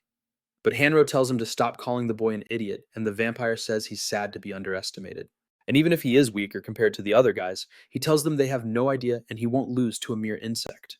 But then as he lunges at the boy about to bite his neck, Hanro throws his daggers at the vampire, who's almost hit and has to dodge. But then another attack comes from below, and Blondie almost lands a hit on his chin, but he dodges with a pirouette, leaping into the air. And Hanro is surprised he jumped into midair, saying he's become a perfect target, launching his daggers and knocking him straight to the ground. And Blondie thinks that they've got him telling Hanro their teamwork is better than he thought. And Hanro thinks this is strange, because he just caught a vampire himself, and this can't be happening. But then he remembers something because he hasn't gotten the gold yet, and the vampire shatters all the daggers that were thrown at him. And he says that if you let them play around, those insects will get cocky, saying they've injured his beautiful face as he stands there all twisted, dripping blood and absolutely furious. Meanwhile, the protagonist from inside the bus finishes off all the low-rank vampires and says that now the real fight begins, because a huge monster with vampire wings emerges from inside and it tells the protagonist something. It's been holding in for a long time. He's totally screwed now. And the protagonist agrees, saying there was no way it would end so easily and summons all his monsters again. And the vampire says they're going to end this now, charging at the protagonist's horde, saying he'll start with the skeleton orcs. However, the protagonist commands the orcs to face him with spears, but the vampire doesn't charge straight ahead, instead jumping flying into the air and attacking from above, shattering the skeletons all at once. And the protagonist thinks that, even in their advanced state, it seems the orcs are no match for him, and all the orcs are quickly destroyed. The vampire lands near the protagonist, and when he lands, Death's response activates in the target area. Then all of the protagonist's zombies emerge from the ground. The vampire is surprised by this and thinks that this explains why his subordinates lost, but he declares that he is the vampire lord, spreading his wings and roaring at the protagonist, sending some of the zombies flying. But one of the zombies manages to bite his shoulder, and he's surprised that these things called zombies can bite him, even when only their heads remain. And he says he has to praise the protagonist, because even though it's just a tiny scratch, he actually made him bleed. But as he throws those monsters away, the protagonist uses corpse explosion. But nothing happens, as the vampire uses his blood field to stop the explosion. The protagonist notices a blood mist in the area, asking if this is his active skill as he vaporizes blood with a pressure surge, and despite the attack lacking power, it's enough to stop the bodies from exploding. Then he notices it's the werewolves with the Cerberus synergy, and he says it's a synergy that increases attack power when facing a single opponent, and these guys are going to be different. And the Lord is really pressured, but he asks the protagonist if he thought he could win, using brute force, finishing off those monsters too. And the protagonist realizes that all three werewolves were killed at once. So he tells everyone to stay back and only use spear attacks. But at this, the vampire starts to find it all rather tedious. He says this is the limit of humans who don't evolve. But the protagonist questions him about evolving, asking if he's calling those monstrosities evolution. But the vampire asks if they aren't beautiful, saying that this is a far superior form compared to such inferior humans, saying that extraordinary beings have always dominated inferior ones, and the cycle of human history has always been this way. But this current society, which has grown accustomed to puppets, considers those who can't adapt to be outcasts, and eventually the day came, and even those in the heavens felt that this world is a wrong and irritating place. And apparently this psycho was already a psychopath, even before all this. The guy was already a murderer. Who would have guessed he'd become a vampire? He says that this body was chosen, unlike those of inferior humans, as a being who will lead the world to an evolved race. And the protagonist says he thought the vampire had some grandiose plan in mind. But this is just damned eugenics. And the protagonist asks if he still believes in this theory that has been proven a failure for almost 100 years. But then the vampire says that was in the past when the system wasn't here, and now there's them who are proof of evolution. They are more advanced than the old humanity, but the protagonist thinks they will die at the hands of this old humanity. The vampire asks what he's talking about, but then Madame Yang screams to him telepathically, asking for help. He's surprised by this. Meanwhile, Jisoo is finishing her off. She thinks that it can't be saying she evolved successfully, but she's losing to this young girl. And she says that this doesn't make sense, attacking her with everything she's got, and thinks it's impossible. And she thinks about her strength and speed, because it's extraordinary, considering she's a human, and she should be slower and weaker than her. But still, she wonders why she can't hit her. And Jisoo asks if she wants to know why her attacks don't work, and she thinks that she's not as good as Seongwu, but she still evolved hunting constantly until now. But in reality, you're actually a badass, right? The guy just got lucky, right? The plot armor, the hacks, all that stuff, he gets it because he's the protagonist. You're the one evolving and keeping up with the protagonist who's got hacks coming out of his ears. Now you're the real badass. And she says it's not just from the increase in attributes and levels, but also from the various battle experiences that have boosted her growth. And she says that's why she knows Madame Yang has been fighting sloppily, despite her extraordinary physical abilities. Your attacks are straightforward and monotonous, and you just have a hard time keeping up with your opponent. And the only experience you've gained was given to you by the Vampire Lord. And she's really humiliating Madame Yang, who starts to suffer from the cuts. And so Jisoo thanks her for proving that she isn't weak, then finally manages to kill her. And the girl says that now if Hanro evacuates the people and defeats the Vampire Lord, everything will be over. Meanwhile, Blondie is not doing well at all, and asks Hanro if he's at least okay. And the vampire says he thought they were just insects, but they seem to be keeping up, asking if they're still trying to fight, and says that killing them would be a waste, asking why they don't become like him, saying that this opportunity given to them isn't common. And Hanro asks what he's talking about. What's this about becoming a vampire? And that vampire says that they chose a card in the tutorial, and it's the class they chose to survive in that fallen world. And the two of them are still uncertain. And the vampire says that what he thinks is that they have to make a different decision. Not just by choosing a class to survive. They must choose a way to survive. And the most reliable way is parasitism. And those who have never tried to fight. College students, street sweepers, ladies who hang out at bars. He questions what they think they should do when dropped into a world full of monsters. The best choice would be to stick with someone strong and feed off of them. So he invites the two of them to stay with them, asking if they don't think surviving is the most important thing. And Hanro says he's right, and Blondie finds it strange. But Hanro asks him what choice he has, since the side he chose seems much stronger than the vampire's side. And he says the two of them aren't the only ones facing them. And so they see a motorcycle, and when it appears, the vampire loses focus, and Hanro tells him not to lose it. And when he throws the water spear, the vampire barely manages to dodge. And he tells the guy on the bike that this is fire, dude. But it's Kuna who's carrying that guy on the motorcycle. And when the vampire looks back, he gets a shock seeing that it's the carcass of a goblin. And he says that wasn't who he was aiming for in the first place, lying to himself saying it was the goblin. And so the vampire asks if it's just in his head because he suddenly got bigger. Then Hanro says that confidence transforms a man. And the vampire says he doesn't know what skills he's using, but says that one insect turning into 4 insects makes no difference. However, he hears a clang from the hit he landed, asking why it made a metal sound. And Hanro says that this body is invincible the moment he gets a goblin, and he says that luck isn't on his side, and uses the quick strike on the vampire, hitting him in several spots, and the other two use the focus strike and the iron fist to wear down the vampire even more. And he gets totally pissed off, asking the other two if they think their attacks won't work on him, just because they didn't work on Hanro, and he aims for Blondie. But then Hanro stops in front of him, asking where he's trying to go, saying he's been consistently practicing his agility to counter his evasion. And he asks if he understood, saying there's no way for him to escape. And the vampire keeps trying to attack Hanro, but has no success whatsoever, asking why he's not being affected, telling him to just die already. And so Blondie goes for another strike, another iron fist, along with the other guy. And when the vampire is hit, he's thrown far away, and he thinks that even though those guys' individual attacks are nothing, their synchronization is very good, breaking his defenses with a punch and making him bleed with a spear. And that giant super fast shield is too much. And he starts to think that guy is dangerous. But then Hanro starts to realize he's getting tired and the effect of his invulnerability is wearing off. And the vampire notices this, saying, there's no way such a powerful skill doesn't have a time limit, and says it's the end for them. But just then, Hanro simply kills another goblin that was nearby. And he asks why a goblin fell from the sky. Meanwhile, one of the refugees has several goblins tied to his foot. And he says he heard that he just has to deliver the goblins to a safe place. And now that he stops to think about it, his job was the hardest. Meanwhile, Hanro tells the vampire that he's the only one who can kill the goblins falling from the sky, which means he can't stop his strengthening.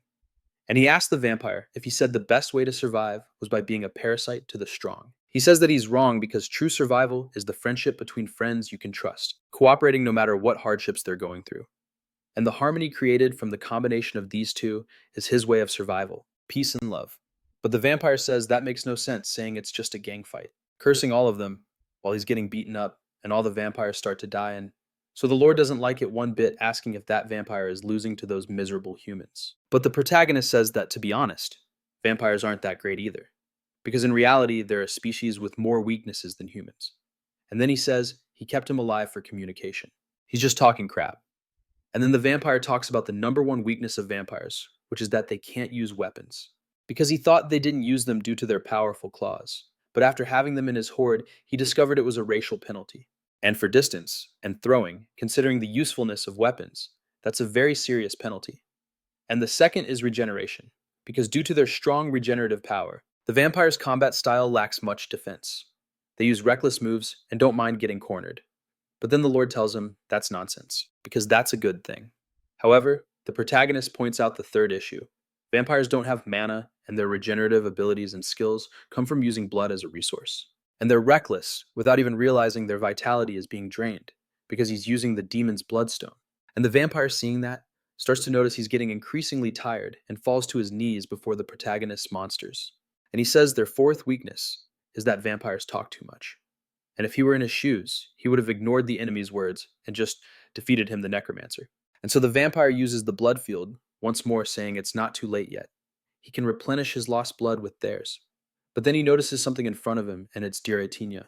And he asks what that is looking at the goblin, and asks if it's really trying to stop him with something so pathetic. And the protagonist mentions the fifth point. And then Diretinia uses the one-armed warrior's cascade, landing an insane blow on the Lord. And he says the fifth point is that they let their guard down based on appearances alone. And just like that, the vampire realizes what Diretinia was capable of. And Diretinia, to prove he's the real main character here, spits that acid right in the vampire's face. And to top off the humiliation, he goes and stomps hard on the Lord's face. And when it hits him, he starts screaming, and the protagonist says, that's the last of the slime mucus right in his face. And he says he can't see anything crying out, that he can't see what's in front of him. And since he used too much blood, he can't heal his eyes with regeneration. And the protagonist orders everyone to finish him now. And he hears the footsteps, realizing they're closing in on him from all directions. And it's dangerous, he might even die, but he refuses to, because there's no way in hell he's going down. This body is meant to stand at the top of the entire world. And the protagonist asks if this is his final power burst, but that this will be his end. Then the vampire thinks he needs blood and catches a scent nearby, thinking he can smell it from somewhere, and yells for everyone to get out of his way. The protagonist asks if he's trying to run, ordering his forces to follow because they can't let him escape. And he takes off running, realizing that's where the blood was, the blood of the werewolves. It must have degraded a little over time, but there should still be enough. If he can just regenerate his body, he could rip countless of those guys to shreds.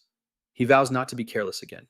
However, when he gets there, the protagonist calls him an idiot, saying that no matter how much of a hurry he's in, he asks if he's already forgotten who he's dealing with and that there's no blood there for him to drink. Then the protagonist's werewolves arrive with spears impaling the vampire and throwing him back down. And he says this makes no sense because he who was supposed to become the ruler of a new race and a new world is dying just like this. But the protagonist says he has an annoyingly large amount of vitality. He doesn't like that at all. But the protagonist says that since the vampire's beginning was so luxurious, his end should be equally grand. And so they continue to impale him over and over. The vampire is pinned to the wall.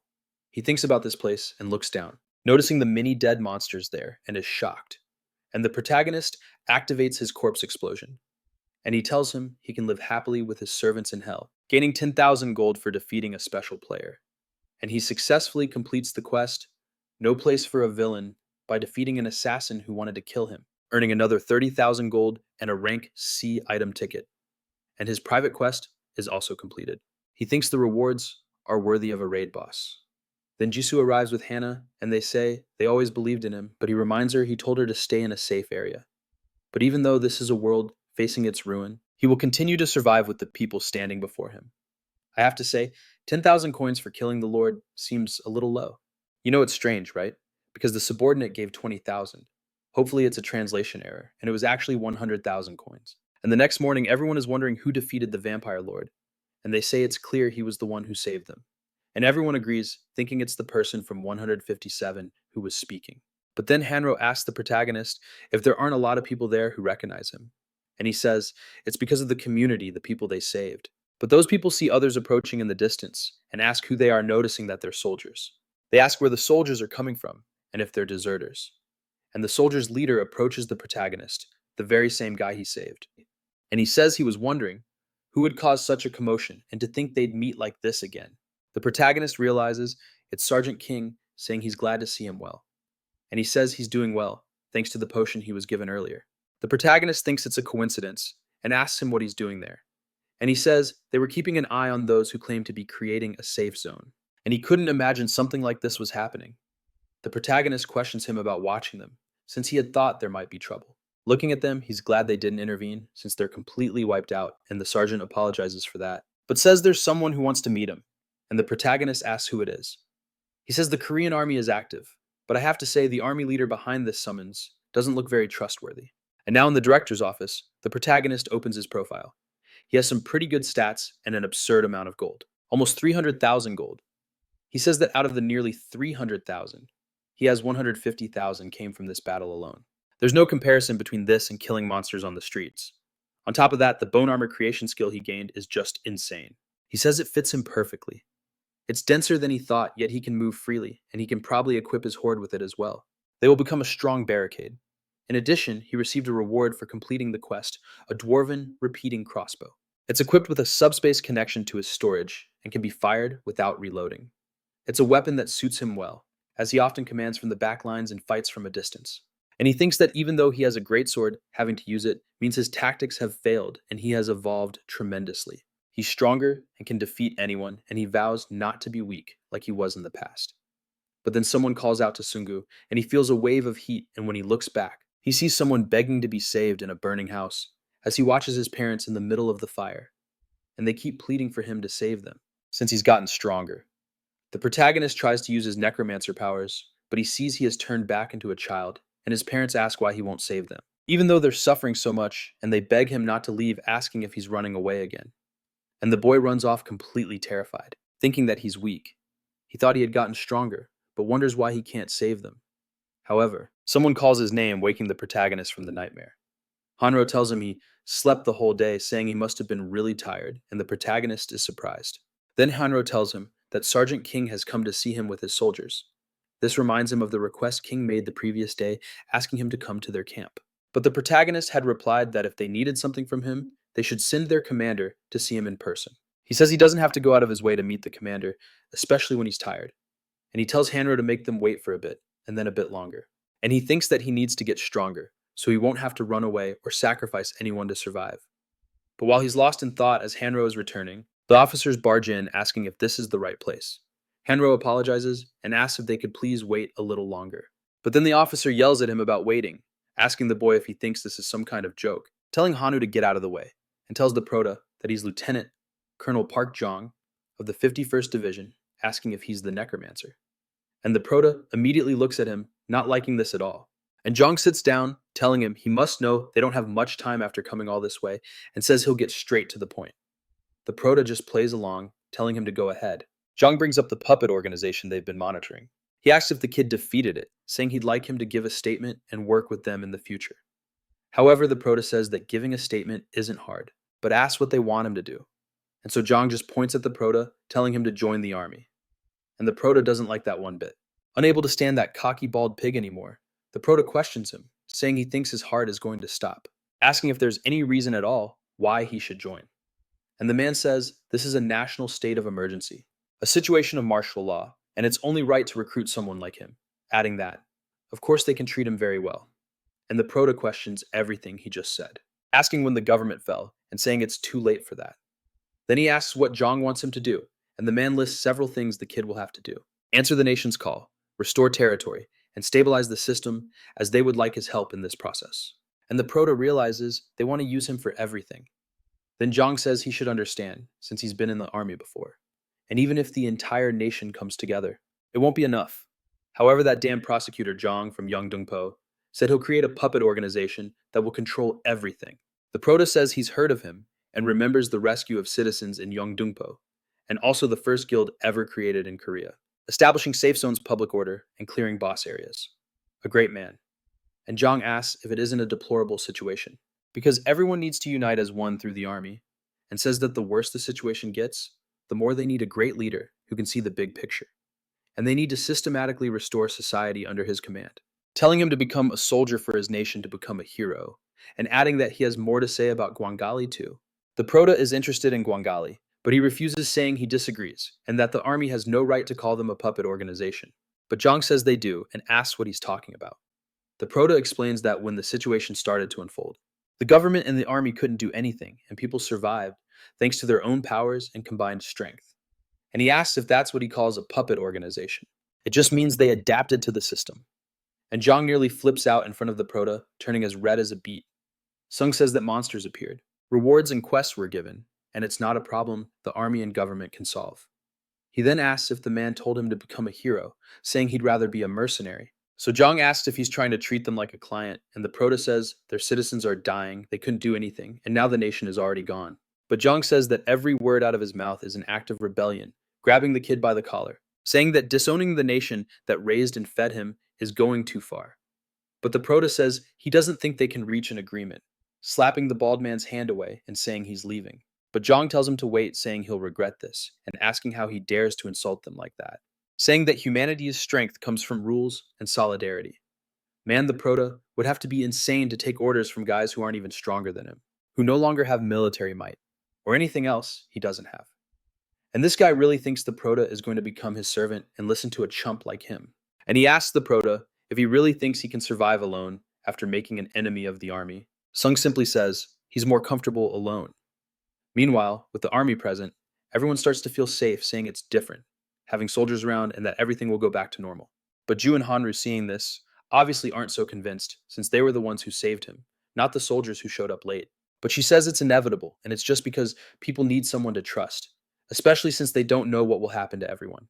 But he says that he actually feels at ease too, since they're more experienced in combat than the rest of them. And so Jinsu thinks he's right. They're combat specialists.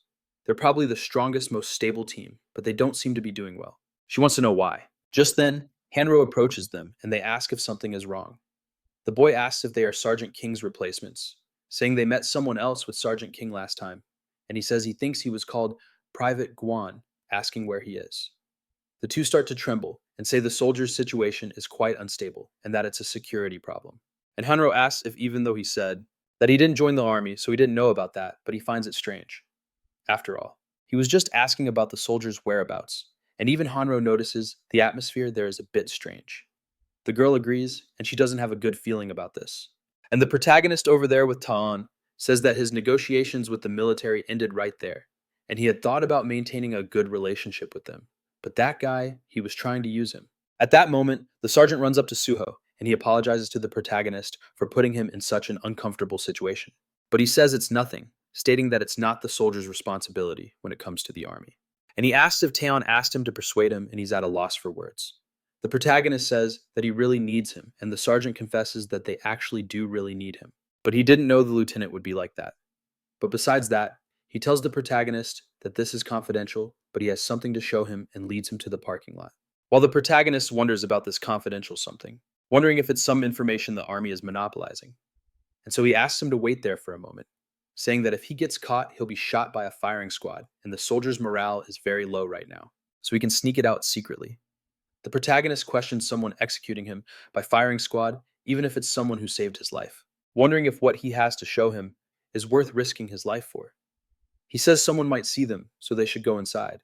And when they enter, he shows the protagonist that ore and he asks what that is. And the sergeant says it's something called a prophecy stone. And he heard that these items were scattered all over the world, and it tells a person what will happen in the future. They don't see the exact same thing, but they see similar scenes, and those lucky enough to find one are at an advantage. This game is completely based on luck with no balance whatsoever, and the protagonist thinks about his future while touching the stone. And the system says he has made contact with the prophecy stone. Season 2. And he gets a glimpse of the future, noticing he's in the sky, wondering where he is. And when he looks down, something flies right past him. He realizes it's a wyvern, noticing that the monster is turning into a skeleton. He also sees several corpses, noticing that the entire city is full of the undead, and it's Guanghwaman. And he's surprised to see that place, because it's a destroyed world. And looking down, he also sees himself, Gisu and Hang, realizing that this is the same position as the four heavenly guardians, questioning himself. Where is Hanro? But he notices he's there, asking to be counted on too. I thought that big guy was Hanro. I had hope. I had hope. My boy Hanro, he deserves better than this, but he really just turned into a little zombie. And the protagonist questions who caused this, noticing it was that elite. And if they have to stop something like that, they're already doomed. But just then, that elite looks at him and sets the protagonist's body on fire. Then he is spat back out. And so the stone speaks of the second season Advent of Hell on January 1st, when a major update will come. And the protagonist is trembling with fear after seeing that. Then Kim asks what he saw, because for him it was a pile of skeletons and dying people. And he says he thought of the protagonist, and immediately he receives a quest questioning who is the master of death. And the objective is to reach the goal, and the goal is to acquire the Reaper's scythe, and the reward is being the first to awaken, along with an explosive skill. And it's said that he witnessed the enormous death count that is to come. And this is a power he can't have in his current state. And if he doesn't increase his strength to go against it, he will be synchronized with the power of the light and become one of them. And the location of the Reaper's scythe will be revealed when he passes level 15, and his choice will affect his destiny. And the Prota says, this is an incredible item. Thanks to this, he has a goal now, and the sergeant doesn't understand anything, while the Prota thinks that he has to reach level 15 within 2 months before the start of the second season. And if he doesn't get the Reaper's power, it means he will become someone with a premonition. He then speaks with Sergeant King, asking to pose another question, saying that he's aware that bosses have formed in each area, asking if he knows where they are. And he says that the bosses, which were created as soon as the first main scenario, started even with the incredible rewards. He held back because of the danger. But he can't do that now, and killing them will be the fastest way for him to level up. Then Sergeant Kin says that he knows the location of just one boss, and it's also a monster that the lieutenant considers the most troublesome. They are going to establish a base after defeating the threat in that area. This is the first objective the lieutenant established, but if there are no players like him, it's practically impossible for it to happen. And the Prota tells him to go tell the lieutenant that he has been convinced to kill the boss. Then the sergeant gets all happy that Sue is going to help, but he says it's not for free. And so the sergeant asks what he means, and he says he wants to be paid in coins, asking for payment in advance. Yeah, the guy is going to have to kill monsters left and right. If he can get a little something on the side for doing it right, he can squeeze the government a little. Things can get better. And the lieutenant, upon discovering that the Prota is asking for 100,000 gold, asks if he's crazy, questioning what he just said. And the soldier says there's no one as skilled as him.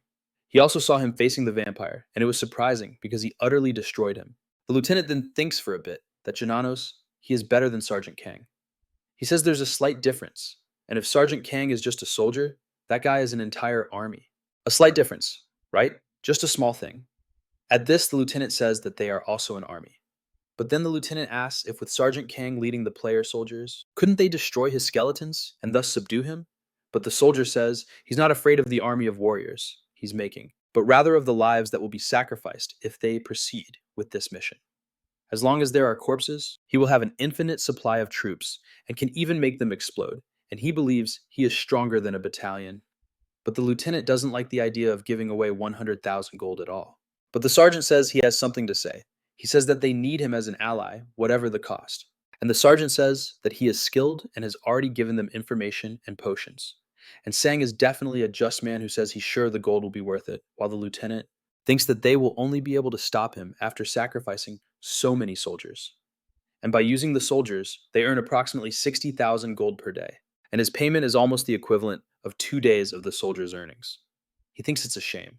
However, restoring strategic areas is the top priority. And Combat Area 1 is the area where the worst monster is. He just has to get rid of it, and if they just stand by, they won't be able to get out. And the colonel sent dozens of soldiers, but they were all decimated in 10 minutes, and he gave up on the attack. And as long as they can avoid the wyverns, the skies are the safest way to travel. And if they manage to secure this place, it will surely help with his promotion. And he tells him that he has no choice, telling him to give the job to Sung and to make sure the squad leader takes good care of him and that bastard giving in for money. One of these days, he's going to rip his belly open and tear out his guts. And Sergeant Kin, seeing that, doesn't have much to say. And so 100,000 gold is transferred to the Prota. He says they collected all the gold from the soldiers to be able to gather it and asks him to proceed with the mission as soon as possible. And the MC says it's still impossible to travel long distances because that region is on lockdown for 5 days, and he says he can handle it in the meantime. The soldier says the airport needs maintenance, and since there's a chance the aircraft in the hangars were damaged, they request that this be done in 3 days, and he introduces Master Sergeant Kang, who will be sent with him, saying he's a survivor of the attack on the runway. Kang introduces himself to the MC with a lot of attitude, saying that unfortunately it seems he'll be his assistant this time. And by the way, he asks what the MC's level is, because if it's lower than his, it'll be like a slap in his face. And the MC then says he's at level 10, shocking all of them, asking how he leveled up, saying he can't level up no matter how many orcs he kills, and asks if there's some trick to it. And the MC just totally messes with him, saying he just needs to kill something stronger than an orc. And with that, Kang is left speechless, saying that it's true, but tells him not to get too cocky because that crazy monster on the runway is on another level.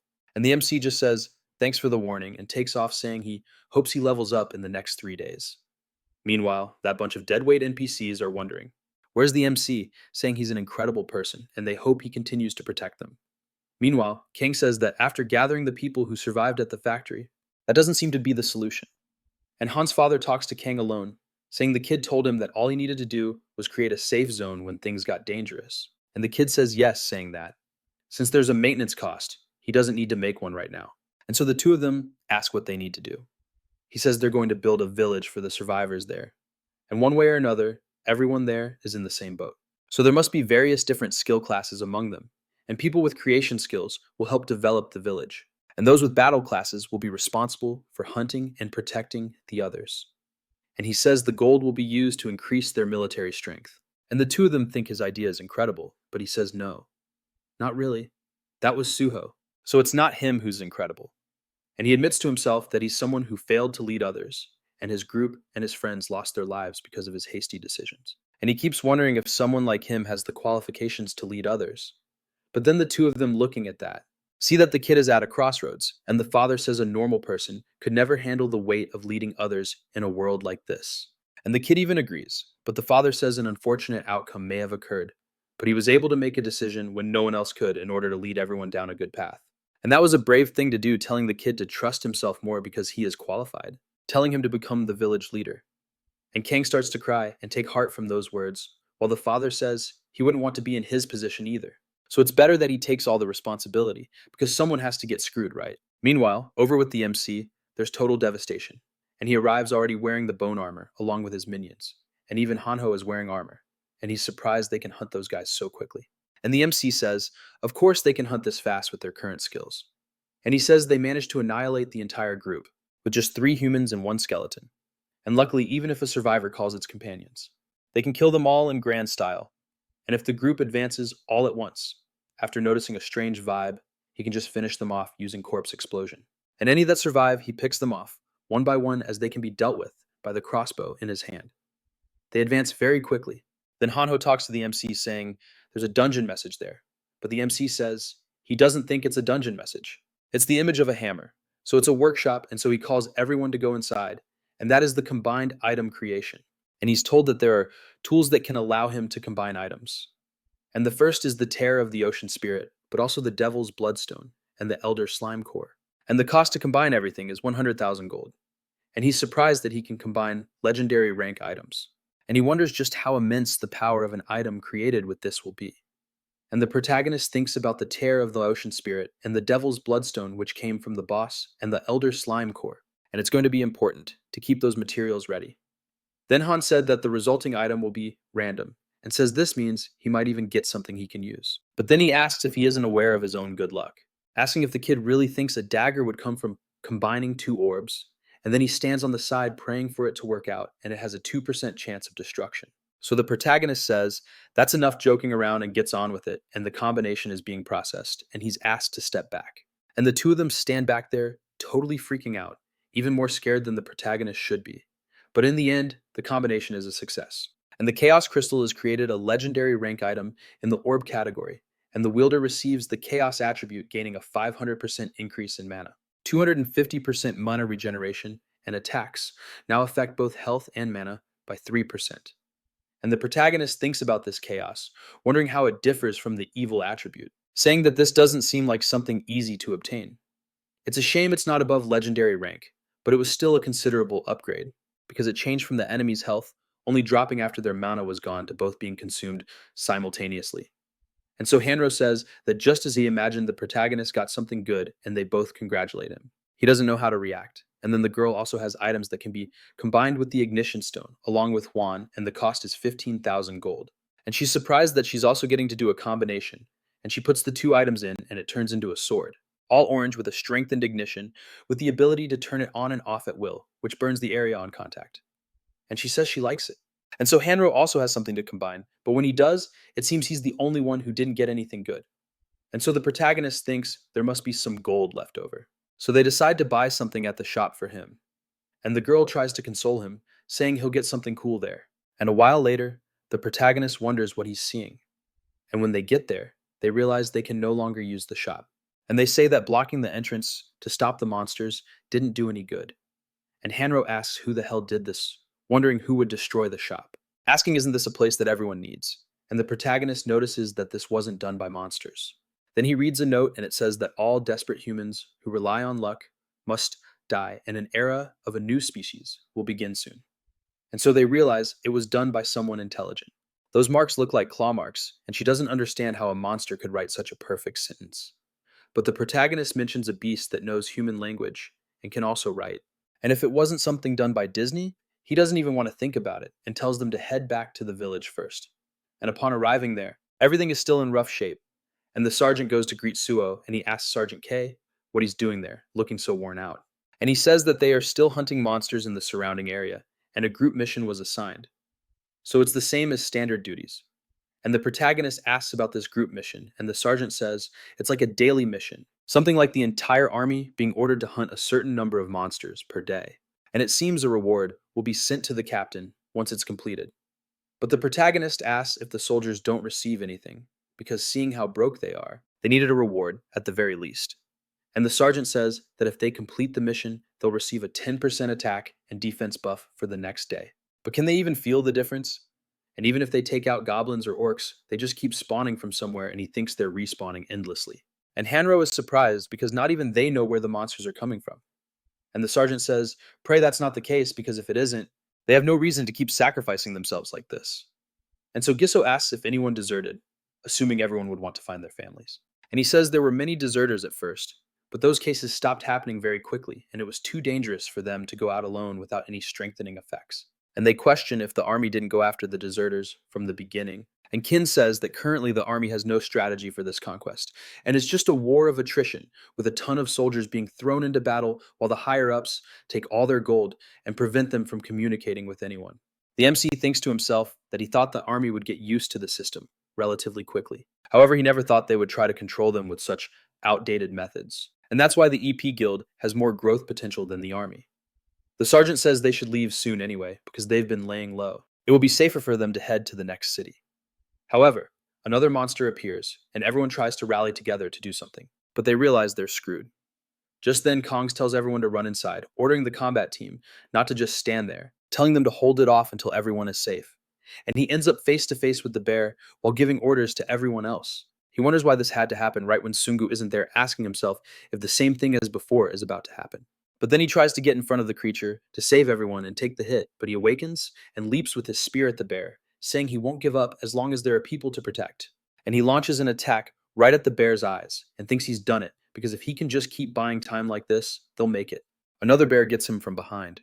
He's shocked to realize there are a total of 3 of them. But as he's bleeding out from the attack, his right-hand man arrives to save him, slicing off the bear's arm, while the boy says that Sunga is late and the bear starts screaming after losing its hand. But Jisoo arrives, plunging her sword right into its head and killing it instantly. And she tells Kungso that he really held out for a long time. Just then, as she's killing one by setting it on fire, another bear charges at her.